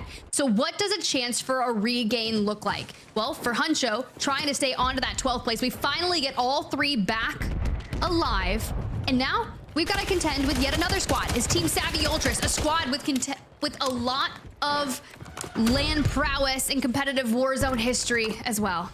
Yeah, Savvy Ultra Squad too, like kind of right on this fringe. They're a little bit up on the fringe, so they're up in that kind of like almost safe margins. So they're gonna keep frying and slaying and trying to get these eliminations, and they are pushing the equation. They feel confident. Quick cleanup, looking easy at the top 10 for good reason. Nice cleanup hunch. Everybody else in this area in trouble and into the gulag, and I want to see these gulags because, folks, if Huncho dies here, Teammate G dies here as well, they are in the lobby and likely not making the global finals, having to battle at LCQs. If they win here, they still have a chance. This is your 12th place team, and lost in the sauce, but spins, turns, and hits dummy down, sends them away. See you later. One's back in, so G has a little bit less burden and responsibility on this fight. No money. We'll have to deal with that. We even stimmy in the goosh. Okay, I'll take that one. We'll check back in with them later. But for Savvy Ultra, still a team of 3. We grab the bunker buster, throw it straight onto fire, but we get caught out from the left and punished immediately. This is Zach. Vision coming in. Top team. Spraying and praying, getting eliminations. Showstopper down below. Vision on the cross. looking to play spoiler to some teams. This is what we expected from them, as again, we didn't harp on it too much going to 6th map, more on the 5th map. Showstopper's team definitely makes global finals. Nothing can change that. 110 points. So at this point, they want to fight some of these teams that are on the fringe. They likely know there's some teams here on the fringe. They want to come in and clean up. It doesn't matter if they get wiped early. They can play hyper aggressive. There's literally nothing on the line besides wiping good teams that aren't in the quote-unquote money, in that threshold. So Zang's going to try to make sure that doesn't happen for this squad, Savvy Ultras. Try to answer back and use them as free kills, as it looks like Team 34 actually the ones to get that cleanup. Yeah, you saw immediately goes down there. That's going to be Team Viero on the opposing. Now, they came in from lower round 2, 14th overall, but King Chalk on your screen with Nida still upstanding nice and in the gulag, and we're going to go ahead and go for the pickup. 5 kills alone for just one player on that squad. You love to see that. Yeah, definitely do. These elims are going to come so in handy later if you can get some multipliers. And again, it gives you a little bit of breathing room in the mid game to not have to hunt teams down on edge. You can totally play for in-game and zone and play for those win condition spots, high ground, buildings, and the last piece of cover or otherwise. Excited to see where these next couple zones go, though, as we've got a lot of teams in this area. It looks like 3 full teams, all split up, separated. Couple players trying to play anchor, but are going to be caught out for it with 3 teams in this area. Can't really be this split from your team. An easy cleanup. Savvy Ultras makes it 2v1, even though that team technically had player advantage, because there's another team right on the horizon. That's Monzo, Pink Turtle, Skinner. This is one of those underhorse teams that have been battling through lower brackets to make it here to regional finals and then make it to globals. They've had a decent day today. They had a good start to the tournament and have kind of gone a little bit quiet. Now near bottom of the leaderboard, about 29th. So they need a big map here, and this could be the map to do it, but they need to swing on this team and just win the fight. There's really not a lot of time to work with. You can't just sit back and play super slow when you need a ton of points. And there's a benefit from taking out Team Savvy Ultras and denying them a good game here, right? Because this team is in 10th place. And if you're looking to get into the top 12, despite being relatively far out of it for now, the points disparity is pretty muddy in those middle positions. You can jump up a lot of room with a solid game, but you have to take down the teams that are going to be on that fray here and now. And this squad in 10th is only safe by 5 points. Yeah, it's razor thin margins. You got to make a big move, and sniping people out of the air certainly will help if you can land them, but gonna be here for a little while. I'd love it if we could just swing over to Chow's perspective as we see this fight unfolding. It'll take a while for these teams to wipe each other. Last I checked, Chow was driving along in a vehicle, sitting in 20th place, just kind of barely on that edge of being able to make a play. That Chow team, Tiff, I was taking a look at it. They actually pulled up, I think, 2 to 3 recons already. They know they have to play for in-game, and they want as much info as possible. Here's a look at them right around the corner, actually, from those teams. Chow, alive with VDAT. They've lost 1 and having to loot back up as VDAT likely came back from the gulag. They have 3 recons up right now, figuring out where to go. So this is why they've got the vehicle and they're rotating so aggressively and are in a bit of trouble. Same thing here with Savvy. And we still go back to this fight with Team Skinner here, this time in the LTV, down to a duo. And you have 3 people focusing their direct attention straight on you. It looks like they're going to be okay for now, but checking in here with Team Cams, another squad from the outside looking in 13th place, just 1 point separating them from Team Huncho in 12th. Yeah, the Spanish team, frankly, is a very good team, but they had to battle their way after losing. They had 24th in the upper bracket last time they saw these matchups. They get a bit of a revenge tour here, currently in 13th place, just barely outside the threshold. They need a good game here, and all 3 up. They got plenty of resources. They're actually in a really good spot. Look at that cash. I mean, they're spending it now. So we're about to, we're moving into the 3rd circle, likely a fire sale up, or they just finished spending their cash. I mean, they've got like 13K still after buying their UAVs. They're feeling really confident right now with a wide open rotation on what looks like a solo Chow up on top of the hill.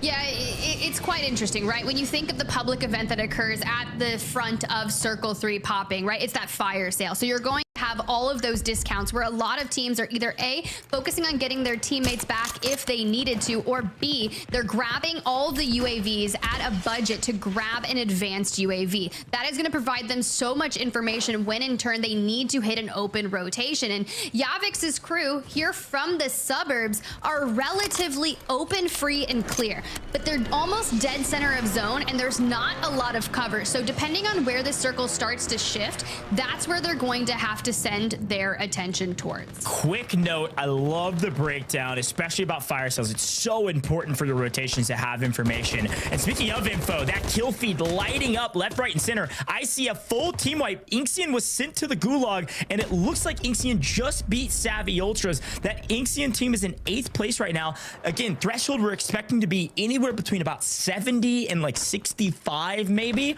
This Inxion team was sitting at about 75, so they should be safe even if they can't restabilize. But again, that's another team that does tend to slay out of the lobby. And if you're a team looking for kills, that is super important. Some of these top teams need to get eliminated so the lobby is up for the taking. That HMOO team, that Gromalok team, that Showstopper team, they need to get wiped so that some of these other teams on the threshold have a chance to get the kills they need.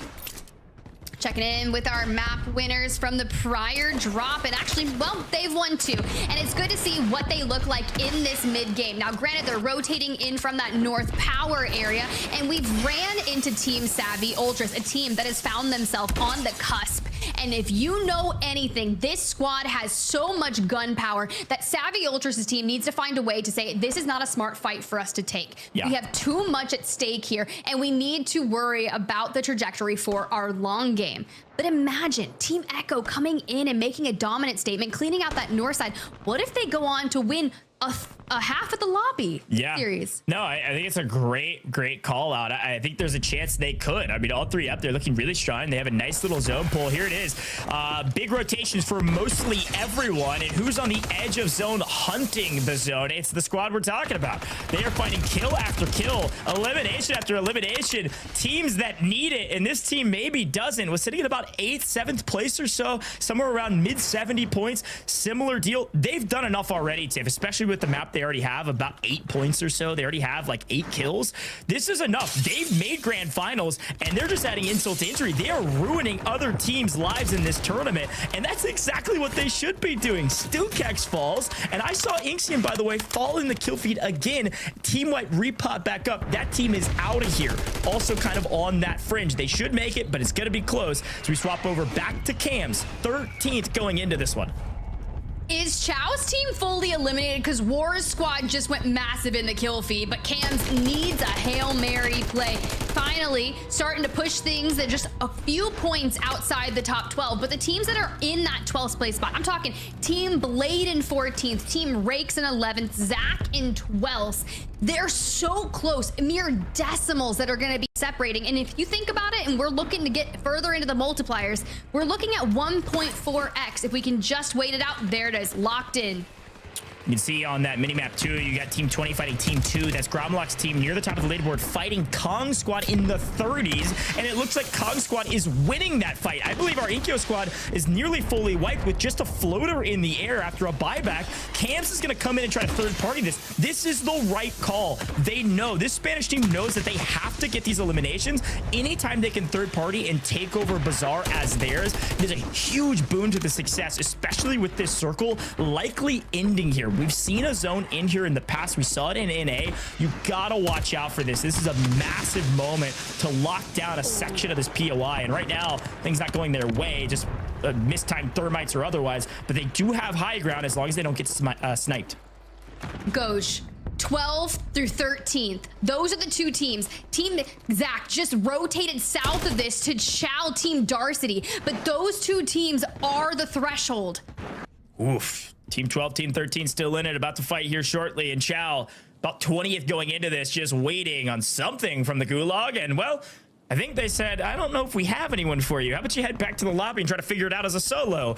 Will he be able to do it? Likely not, frankly. But, hey, give him a chance to float over Bazaar and do a little aerial cam for us. You can see some smokes. You can see some blowouts. You see some teams down here. And Chow's about to be in for a rude awakening. Decides to go low. Definitely the right call. See what happens as buys continue to come through. Bazaar is the place to be. We've still got teams up in farms. We've still got a couple teams rotating in south, but I am so excited to see what happens here in Bazaar, and hopefully a team can surprise us as Chow does get a buy off. There's still a chance. The fact that we don't lose our life and procure the buyback is insanity. Knowing that there's so many teams here, and it does center up just across Bazaar. So we still have the buy station in Bazaar in play. There's a mobile down out towards the south that Clavson and co are really trying to anchor down on. They also have that redeploy zip, and you're taking control and denying that from a lot of teams. But towards the north, you're going to have a mass exodus, and after the regain occurs, Chow gets the buyback, but we lose VDOT in the process. Yeah, there's just like little nowhere. There's basically nowhere to go is the problem. And you can see actually that team 19 creeping in. Tiff, we know who that is, don't we? Team we FIFA kill back into the conversation, at least for now, because, well, they're edge of zone. Will they get held? Are they too late? Are they maybe here early enough to grab some semblance of cover and make a play? I don't know, but they need like a 20 kill victory for like a 40-point game to even have a chance. We'll check back in with him in a bit as Shao still under cover. I would love to swap over maybe to team 15 in a fight right now on the south side of this. I cannot imagine Shao's going to be able to make it with the amount of kills that they have right now, but who knows? He gets another buyback. It is still possible. All right, so if this team loses here, they are done and dusted. But the squad on the opposing side is Team Zach, who is the threshold. They're sitting in 12th place, which now puts Huncho in 15th on the leaderboard. Every fight that these squads take is life or death. And with Savvy Ultras' squad getting wiped, they're in 10th. Now they have to sit and wait. Savvy Ultras, a third member of that Blade squad that won World Series of Warzone back in 2022, out and watching, waiting, preying on the demise of some of these fringe teams. Huncho, Squad 7, also here still alive. Couple of these squads that really need it. All up, fighting tooth and nail for every inch. 14 teams, Tiff. Top 10 is what you need for the 1.6. Top 5, 1.8. All incredibly important moments. There's that Huncho POV. Only 2 up here on the outside. They know there's a flank back there. They see the PDS. They're getting cracked. It's going to force Oki to rotate around the bridge on the other side. Huncho needs to play for placement here. Oh, it's going to push them straight into Jukies. But they need these points. 6 points separating them from 12th, and they're down to a duo. Every point matters. And if we can get to that 1.6x and let those eliminations matter for more. But FIFA rips that from Tempe. Wow. FIFA picks up another. Jukies grabs Prodigy. You said it. They need a 30-point win. And from the outside looking in with the backs against the wall, those are the type of teams that can turn up.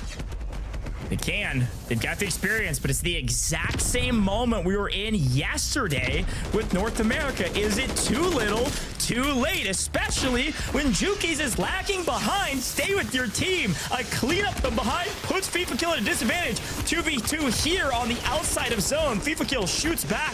It's too late, my friend. It's now 2 players on the side of Huncho right on the fringe. 2 players on the side of FIFA Kill, who's way down in about 26th, 27th going into this map. Again, need a massive one, and Lennon getting cut down. It is all up to FIFA on the right-hand side. I don't think they're going to do it, Tiff. We're going to be seeing that team in LCQs, but lost up above. Cam says not today. Yamix, we've got all kinds of eliminations. This was our 13th team coming into this. They are doing it all, and Jukies tries to make a play, and Lost says, no, this is my game. I'm going to global finals. I'm putting up the points I need.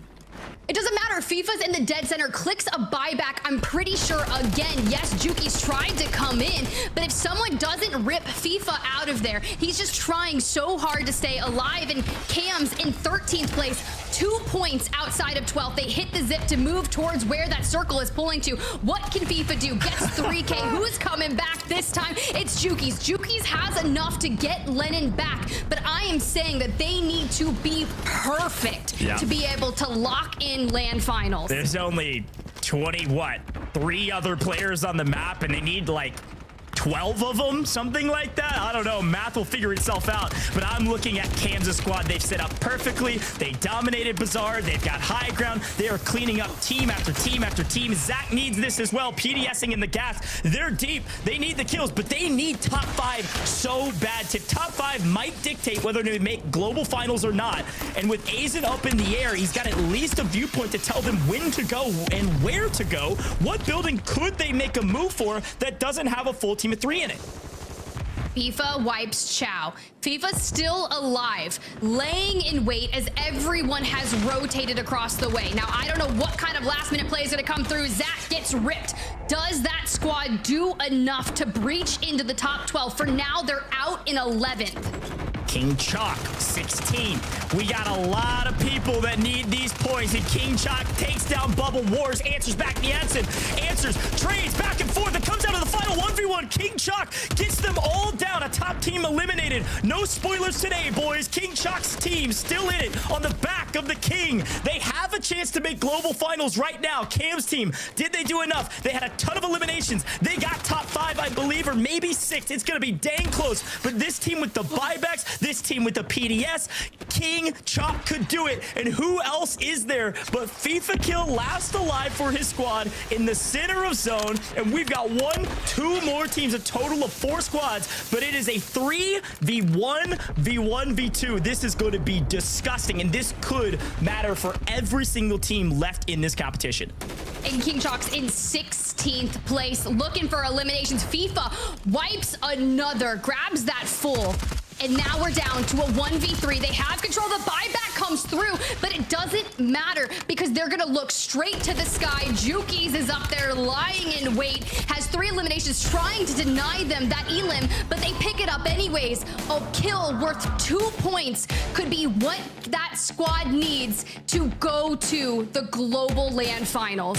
A super young team. King Chalk has been waiting for this moment for 3 years. Was 15 when he saw World Series of Warzone and said, I want to be on that stage. 3 years later, 18 years old, wins the final map with an opportunity to make global finals. This map is going to be so close, but they had a crazy amount of eliminations. And if I have a prediction, I think they did enough, but it's going to come down to the wire. Look at this ridiculous last stand. Look at this wild aerial cam. It was all Bazaar all day. Cam's team right on the fringe, had high ground, had God spot, and were able to do a lot, but not at all. You just see the breakdown. This is where Chow's squad falls between FIFA and Jukies. And there is that buy station that was available there, but Yavik's Cam's loss from the roof are putting so much pressure on the squads trying to rotate it. Nova comes back in, Lost sights it, but Nova does get into that cover. Yavik's, but consistently holding. I'm sorry, I don't care about anything else at this point. I wish that we saw this FIFA, this squad earlier in the series. It's the exact same thing from yesterday. It's too little too late, Tiff. Sorry, you missed your window. I love you. And finally, you clipped it in. And finally, maybe you have hope for LCQs, but it's just not enough. You don't have enough kills, and you didn't get here early enough. They did everything they could to stay alive when their backs were against the wall, but it wasn't enough. And you see Kong, Gabs, Ghoul, it's the same story. Yes, they get a great wipe here. Yes, they have a great game, but the problem is it's too little too late. They were down in the 30s going into this map. The only team in contention to make global finals from this fight. Sure, Kong, if they win it all, maybe they had enough, but it came down to this play right here. King Chalk goes huge, gets Nyansen back. They have position. They've got the buy.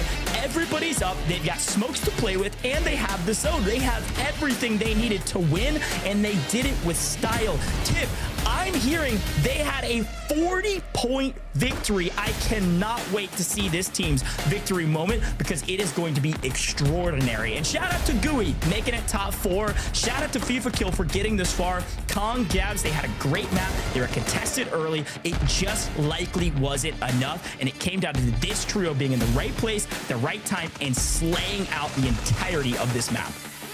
And you even see that buyback come through, but that rotation early from King Chalk and Co. He reses, he gets the buyback, and they hold that position throughout. Let's run back to victory moment. You called it. Let's see it.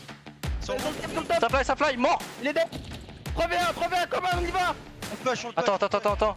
Il est derrière le Il est à droite, là, sur moi. Let's go. Shit, putain, de grosse merde. On le tient en l'air, Encore.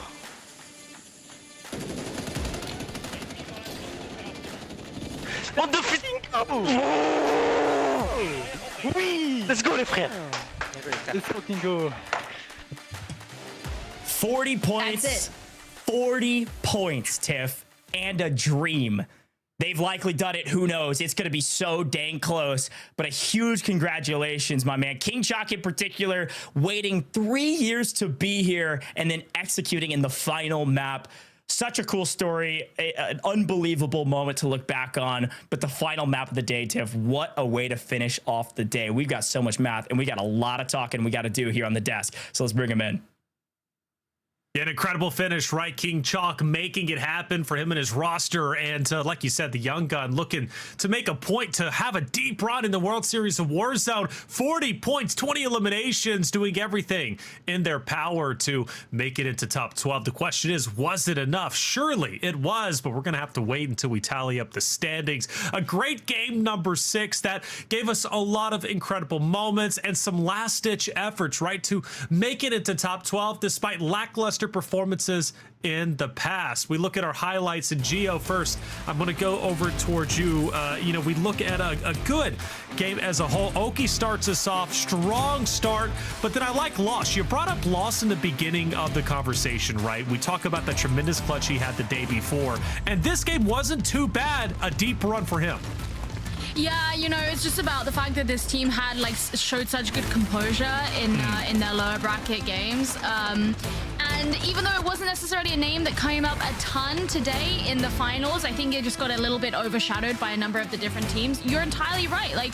It definitely wasn't a bad showing from them. The team did incredibly, regardless. I'm absolutely certain they've made it through. So yeah, just a great one from them. And top 4, that's the big talking point, right? Top 4 for them, which has to make them feel good. Now, I go to you. We talk about Azen on the bubble, Enigma. Was it enough? Did he do enough in this game 6 to pull through? Well, this is one of the things we're kind of paying attention to right now, right? We are trying to see all the math is going on in the back. I'd hate to be absolutely anyone who's trying to pay attention to this right now. They were right on the bubble, right on the door. And so right now we're just kind of trying to figure this out. Zach, Hollow in particular have been France's best squad for the last 2 years when it comes to the World Series. It would be a shame to see them down in the LCQs and having to battle it on out. Well, we already saw drop 1 winners there. Start off with H-Mood picking up a tremendous 40-point game. We go to drop 2. This is where King AJGO started to come alive with our most eliminations. At least not the most eliminations, but getting up there, right? I mean, we're talking a total of, 20-plus incredible performance from them in drop 2. Yeah, that's just absolutely insane. I mean, I think, is this still standing at the highest eliminations that we've had today? Because it just completely brutalized everybody else. And it's a team that we were talking about quite a lot the other day, and that we definitely had high hopes for. And so just to see a fragging game just cut through like that, not only is it impressive, but it's just entertaining. Entertaining indeed. Finishing off Pentagon there, who had some great games moving forward. But this is where I started to truly realize how serious of competitors King AJ Visions and Showstopper were. Big conversation in lower round 2, an even bigger one today where it mattered most, EMEA Finals. We go to drop 3, our halfway point, and this is where we saw this team, Team Echo, start to come alive, Enigma, and I was so pleased with that because they were a team that I was like, where are they, right? They're in the first 2 maps. I remember even asking you on a sidebar, I'm like, where's Echo's team? But Oki was the guy, the last end of the Alamo, clutching up by himself. Yeah, and I mean, the individual play on itself just shows the kind of individual brilliance that you have across this roster. The thing is, as a 3, again, this is one of the sides that when I talk about depth, when I talk about how Europe looks stronger this year, they have more teams throughout the pack that look like they could really do something on LAN. This is one of the squads that I'm looking towards, because as a team as well, they have supreme confidence in those team gunfights. They spoke about our weakness being not rotating early enough, but it seems that they may well have fixed that today, bringing on 2 maps across the day. 2 maps indeed, right? One of the first teams, or one of the second teams to do it outside of Marcus from previous. We go to drop 4, and this was all Team Begsy, Gio, just tearing it up. A big game coming out from them, 16 total eliminations, and some things to take note of. Gooey also had a great game here, started in 10th place, had 15 eliminations by the finish. Overall, this was the game for the bubble teams, and the bubble teams stepped it up, Gio. Yeah, this was a really important game, and to be honest, I love the attitude that Team Begsy kind of came in with this, and how they spoke to us, where they were like, look, we're not concerned about the fact that this is our best game is in game 5. We just got to keep going like the same way, and obviously hope for good that we get a good drop and whatnot, but it's just the calmness of their attitude, I think, really helped them, especially in this kind of like open circle at the end, and they could just handle these threats coming from other different directions. They did really good. Did it incredible. I mean, big game coming out from them against 16. You can't argue with that success. Then we go to drop 5, and this is where things started to get serious for those bubble teams. Really, you wanted to make it or break it here, Enigma, right? Because you didn't want to leave it up to chance when it comes to game number 6. But one team not leaving it up to chance is, well, Echo and crew, right? I mean, come on. They win their second game of the day. A wonderful performance, and even besting their performance from their previous game win in drop 3. Yeah, and I mean, when I talk about the fact that this squad were worried about their placement problems and the fact that they weren't rotating early enough, throughout upper bracket and groups, they only won 1 game period. They won 2 today, so a massive step up in them. Teams that are figuring out the issues. They're a squad that came together kind of late, kind of last second. It was not long before World Series got announced, so they had a lot of stuff that they had to figure out between them. And the fact that they're actually getting better from groups into upper bracket, into finals, the talent and the limit on this team is absolutely sky high. Sky high indeed. I cannot wait to see what they do. We had a chance to interview Echo as well as Oki and hear from them about, sharing the co-IGL position, which some teams do, and it works out for some. And in this case, it clearly is beneficial. Will it work at global stage? We'll have to obviously find out when we see the standings. Now, our final game of the day, this was an exciting one to finish it off, and it gave us another standout performance, Gio, from King Chalk. 20 eliminations, 40 points total. The young guns looking to prove the old guard they should step aside. Yeah, I mean, when you look at that points total, it's very, very similar to what we saw Ashmood do back in drop number 1, where they got 44 points overall, and we were saying how insane that was. So to end things out today with something very similar, it's a team that got their first place, placement throughout the course of today. Just seeing, I want to say a new face, but you know what I mean? Like, really kind of throwing an upset in there for a lot of teams that were trying to hold on really, really tightly to that top 12 spot. This was just an insane showing from them. Insane showing indeed. This was also Aizen right on the bubble, trying to make it through. Curious if he did enough though, Enigma. Yeah, no, I'm still sitting here and hoping that when all the math comes down that they have made it, because I'm a massive fan of Aizen, one of the few M&K players rocking throughout this, right? Always love to see someone representing that different input and making things happen. But again, when we talk about the 2 other French players, Zach and Hollow, they've been a really strong team for France over the last couple of years. They've been the highest placing last year when we were on Al Mazrah, highest placing again in Caldera. We're previously running with Cord and decided to bring in Aizen. In fact, you know what? The fact that Enkyo ends up coming out and turns 18 caused a whole roster mania in France, and this squad came together off the back of it. So it would be amazing to see them punch on through and be able to fight against Enkyo and Ko for that French crown. Well, the big story, too, outside of obviously this massive pop-off game and also a great reaction, you could tell how happy they were to win, Gio, was FIFA. Was it enough for FIFA to break into the top 12? I fear they ran into the same issue Skullface and Almond ran into yesterday, where they finish off Game 6 great, but they didn't do enough previously. Well, I guess we're about to find out, but I think FIFA had to get 30 points to break into the top 12. And there's just no way that they got it there.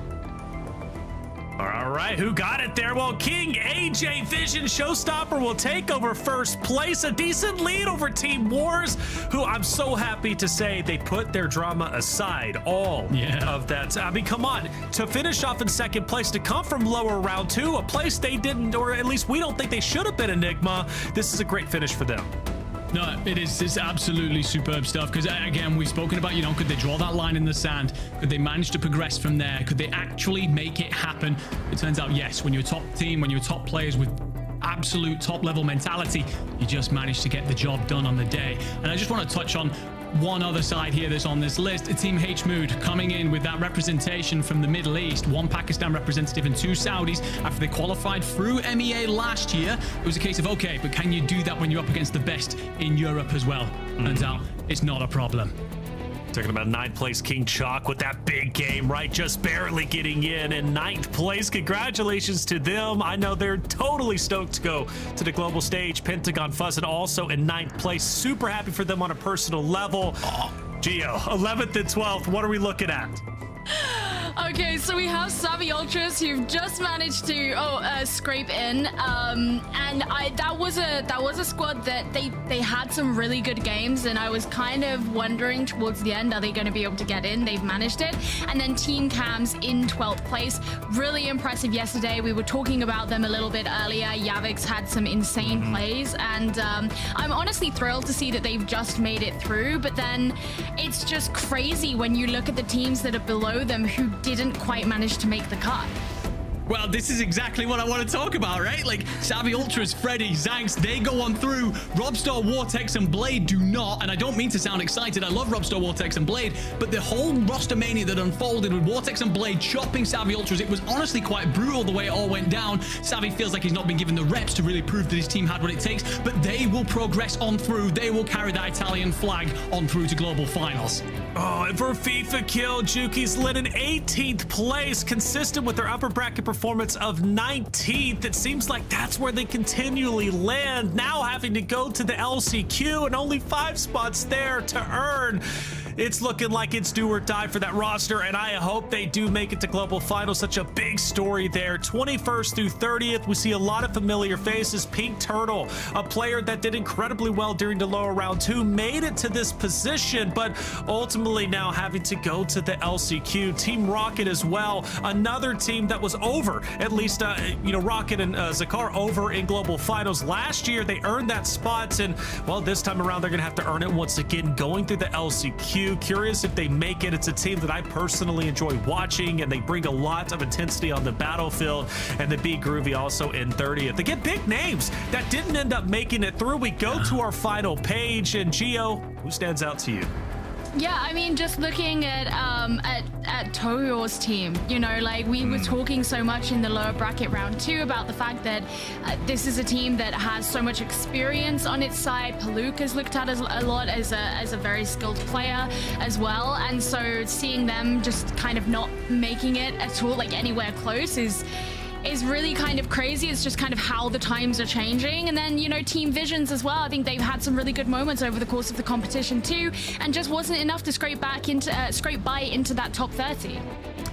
Man, AB Wiz as well too, down there in 39th, another big name too. It's just like, again, a lot of big names. That old guard that we talked about, maybe moving to the side, because World Series of Warzone has just kind of evolved into its own beast, and everybody wants to get involved. And now we're starting to see a lot of names that didn't necessarily perform in previous years start to perform now. Let's bring in our winners for today, at least Showstopper, and get to hear from him after a stellar, incredible day. Showstopper, great to see you. First place, how you feeling? I'm feeling great. I'm feeling great after that bad round we had in the upper bracket. We had to lock it in again and go back to the lab, go back to the drawing board, and hit the VODs, change our playstyle a little bit to get to the end game, and that's exactly what we did. Now I feel great. I bet you do. You put on one of the best performances today. I want to say picking up the most eliminations of the day outside of H-Mood with 22, because you were in the high 20s with, I believe, your game number 2, which started off absolutely stellar. Talk to me about the process for your team to win today. What is it looking like going from game to game? How's your composure? We just knew what we were coming here to do. Our focus was just to get to the end game, because the kills will come eventually. My teammates and I, like, they're the best players in the region. The kills will come. We will get the kills. It was all about getting to the fucking my bad. get into the end game. Keep going, baby. Get into the end game, and yeah, that's exactly what we did, game after game. And then when we relaxed, we knew that we made it.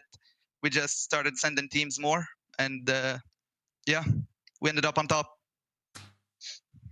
I'm very curious to know how the conversations in your team changed between the upper bracket and the lower bracket, and the lower bracket and this. You know, how much did you have to change your play style between each of those different stages? In the upper bracket, really, it's like we weren't ready for people to be playing that slow with all of that on the line. We thought we could run through everyone, which it's not a very good game plan. So after that, we hit the drawing board. We were like, we need to get to the end game. We will get kills. We're better than everyone else in the lobby. We will get the kills eventually. And in the lower bracket, I think we finished 5th. We were just like trying to practice the game plan, get to the end game, and we did that a bit more. I think we got to the end game twice in the lower bracket, and not the best to finish, but we knew we could make it to the end game, and that's exactly what we did today. After the upper bracket all went a bit south, there was some interesting reactions from the squad. In particular, Vision, one of your teammates, Vision, had an explosive reaction, shall we say. As a squad, you've spoken about how, you know, you've gone back to VOD and you've gone back to look at a couple of things. How do you handle that conversation? How did you boys manage to come together and go, okay, look, we just got to draw a line here and figure things out? We didn't really have a talk about that Vision moment, because if anybody knows Vision, he always says that, like, every week he says, oh, I'm gonna quit this game, but realistically he's too good to quit. We just knew it was just in the heat of the moment. We went back to the drawing board and did what we had to do. I'm glad he didn't quit. There was a lot of talk about people quitting or retiring, and now they're all of a sudden they're going to the global stage, and it's like, thank goodness you didn't. You know, it's just heat of the moment, like you said. It's better just to move on. Showstopper, last thing for you, the only Lebanese player currently competing for you. What does that mean, right? Going to the global stage, representing that. It's a tall task, but it also has to be an honor. It means a lot, really. But after last year, I didn't have the best of years on Warzone 2. And also last year, I think the Middle East had different qualifiers. So I took the choice to play with a European team and move out to Europe to play, but I ended up having to play with a captain, and it was just not ideal for me, and I ended up making it. But this year, with the Middle East being allowed to compete in Europe, AJ and Vision picked me up, and yeah, I'm very grateful. Well, Showstopper, congratulations, man. You put up a heck of a show today with you and your roster first place. It's got to give you a lot of confidence going into global finals. You punched your ticket. I can't wait to see you there. Anything you want to say to your fans, Showstopper, before you get out of here? Anything to say? No, not really. I'd love to thank everyone that helped me get here. My organization, V8, the boys, Vision, AJ, Travis, a friend of mine, yeah, and all my friends that supported me to get here, obviously, and family as well. But you know, of course, families, they don't really know what I'm doing. They think I'm just playing video games.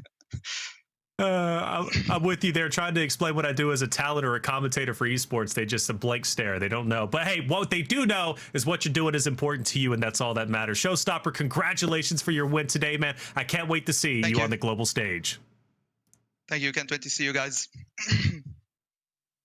Great guy. Love that. He's always shouting out the family, and you could tell that it meant a lot from him. Again, the only Lebanese representative, and he's going to be going strong.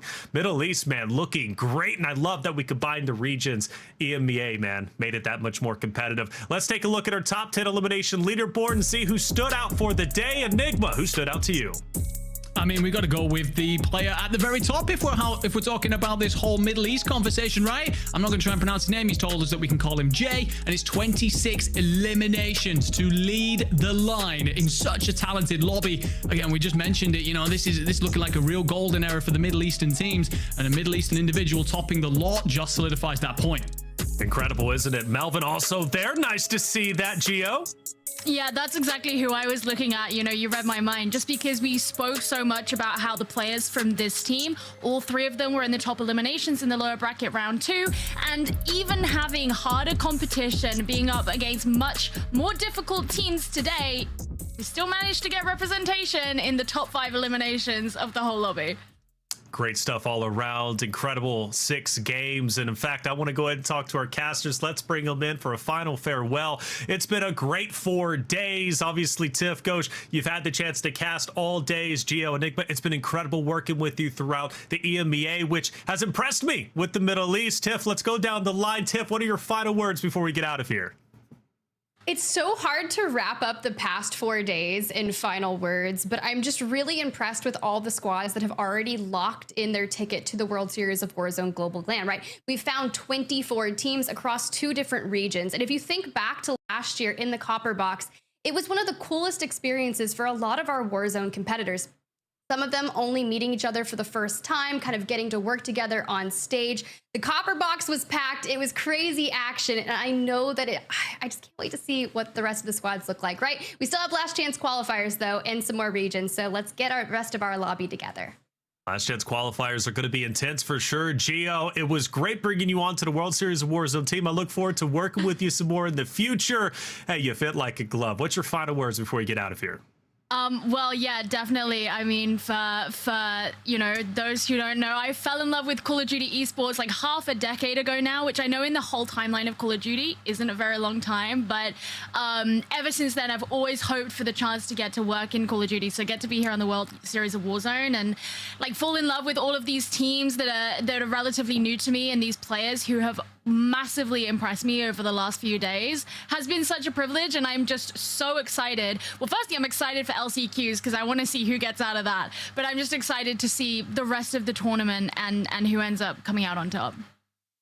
Rest of the turn, who is going to end up on top? LCQs. I can't wait to get into that one. It's going to be heartbreaking for a lot of rosters, Ghosh. But Ghosh, come on. It's always great working with you, getting that insight, bringing the energy, and looking great as always. What are your final words before we get out of here? Thanks, man. I appreciate the gas as always. No, I'm just really excited I got to be here and experience this. World Series of Warzone is one of my favorite times of the year. So glad we're back. I feel like we're just getting started, and we just crushed 4 grueling days of broadcast. Casting, the amount of games that we did was so dang fun, and I think Gio wrapped it up near perfectly. I am so psyched about LCQs. You don't even understand. That LCQ game, the wild card game right around the corner, like, you're not going to want to miss that. So excited I'll be back casting that with Tiff, too. So get ready. It's going to be hot.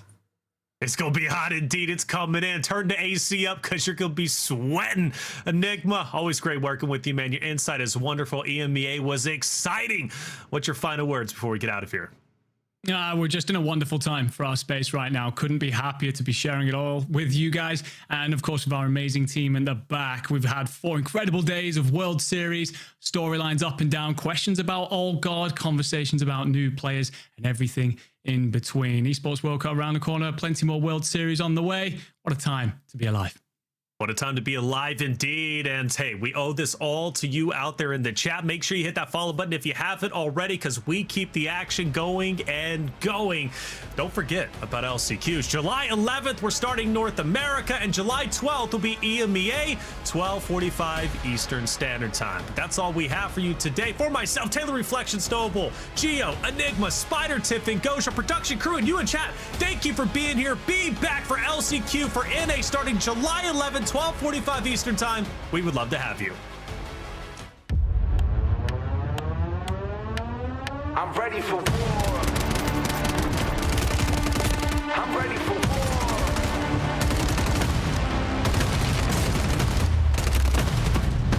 I'm lighting up that fire, yeah, I'm burning up. Look at me, feel the heat. Climbing so much higher, but it's not enough. Let's believe, good to see. Stomping on the ground to the earth breaks. Knocking down walls, making earthquakes. Never looking back, this is high stakes. Look at me, yeah. I'm ready for war. Look into my eyes, I'm ready for war.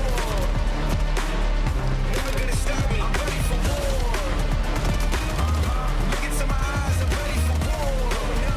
Going big, never gonna stop me. Pushing past the limit, I'm never gonna break. I'm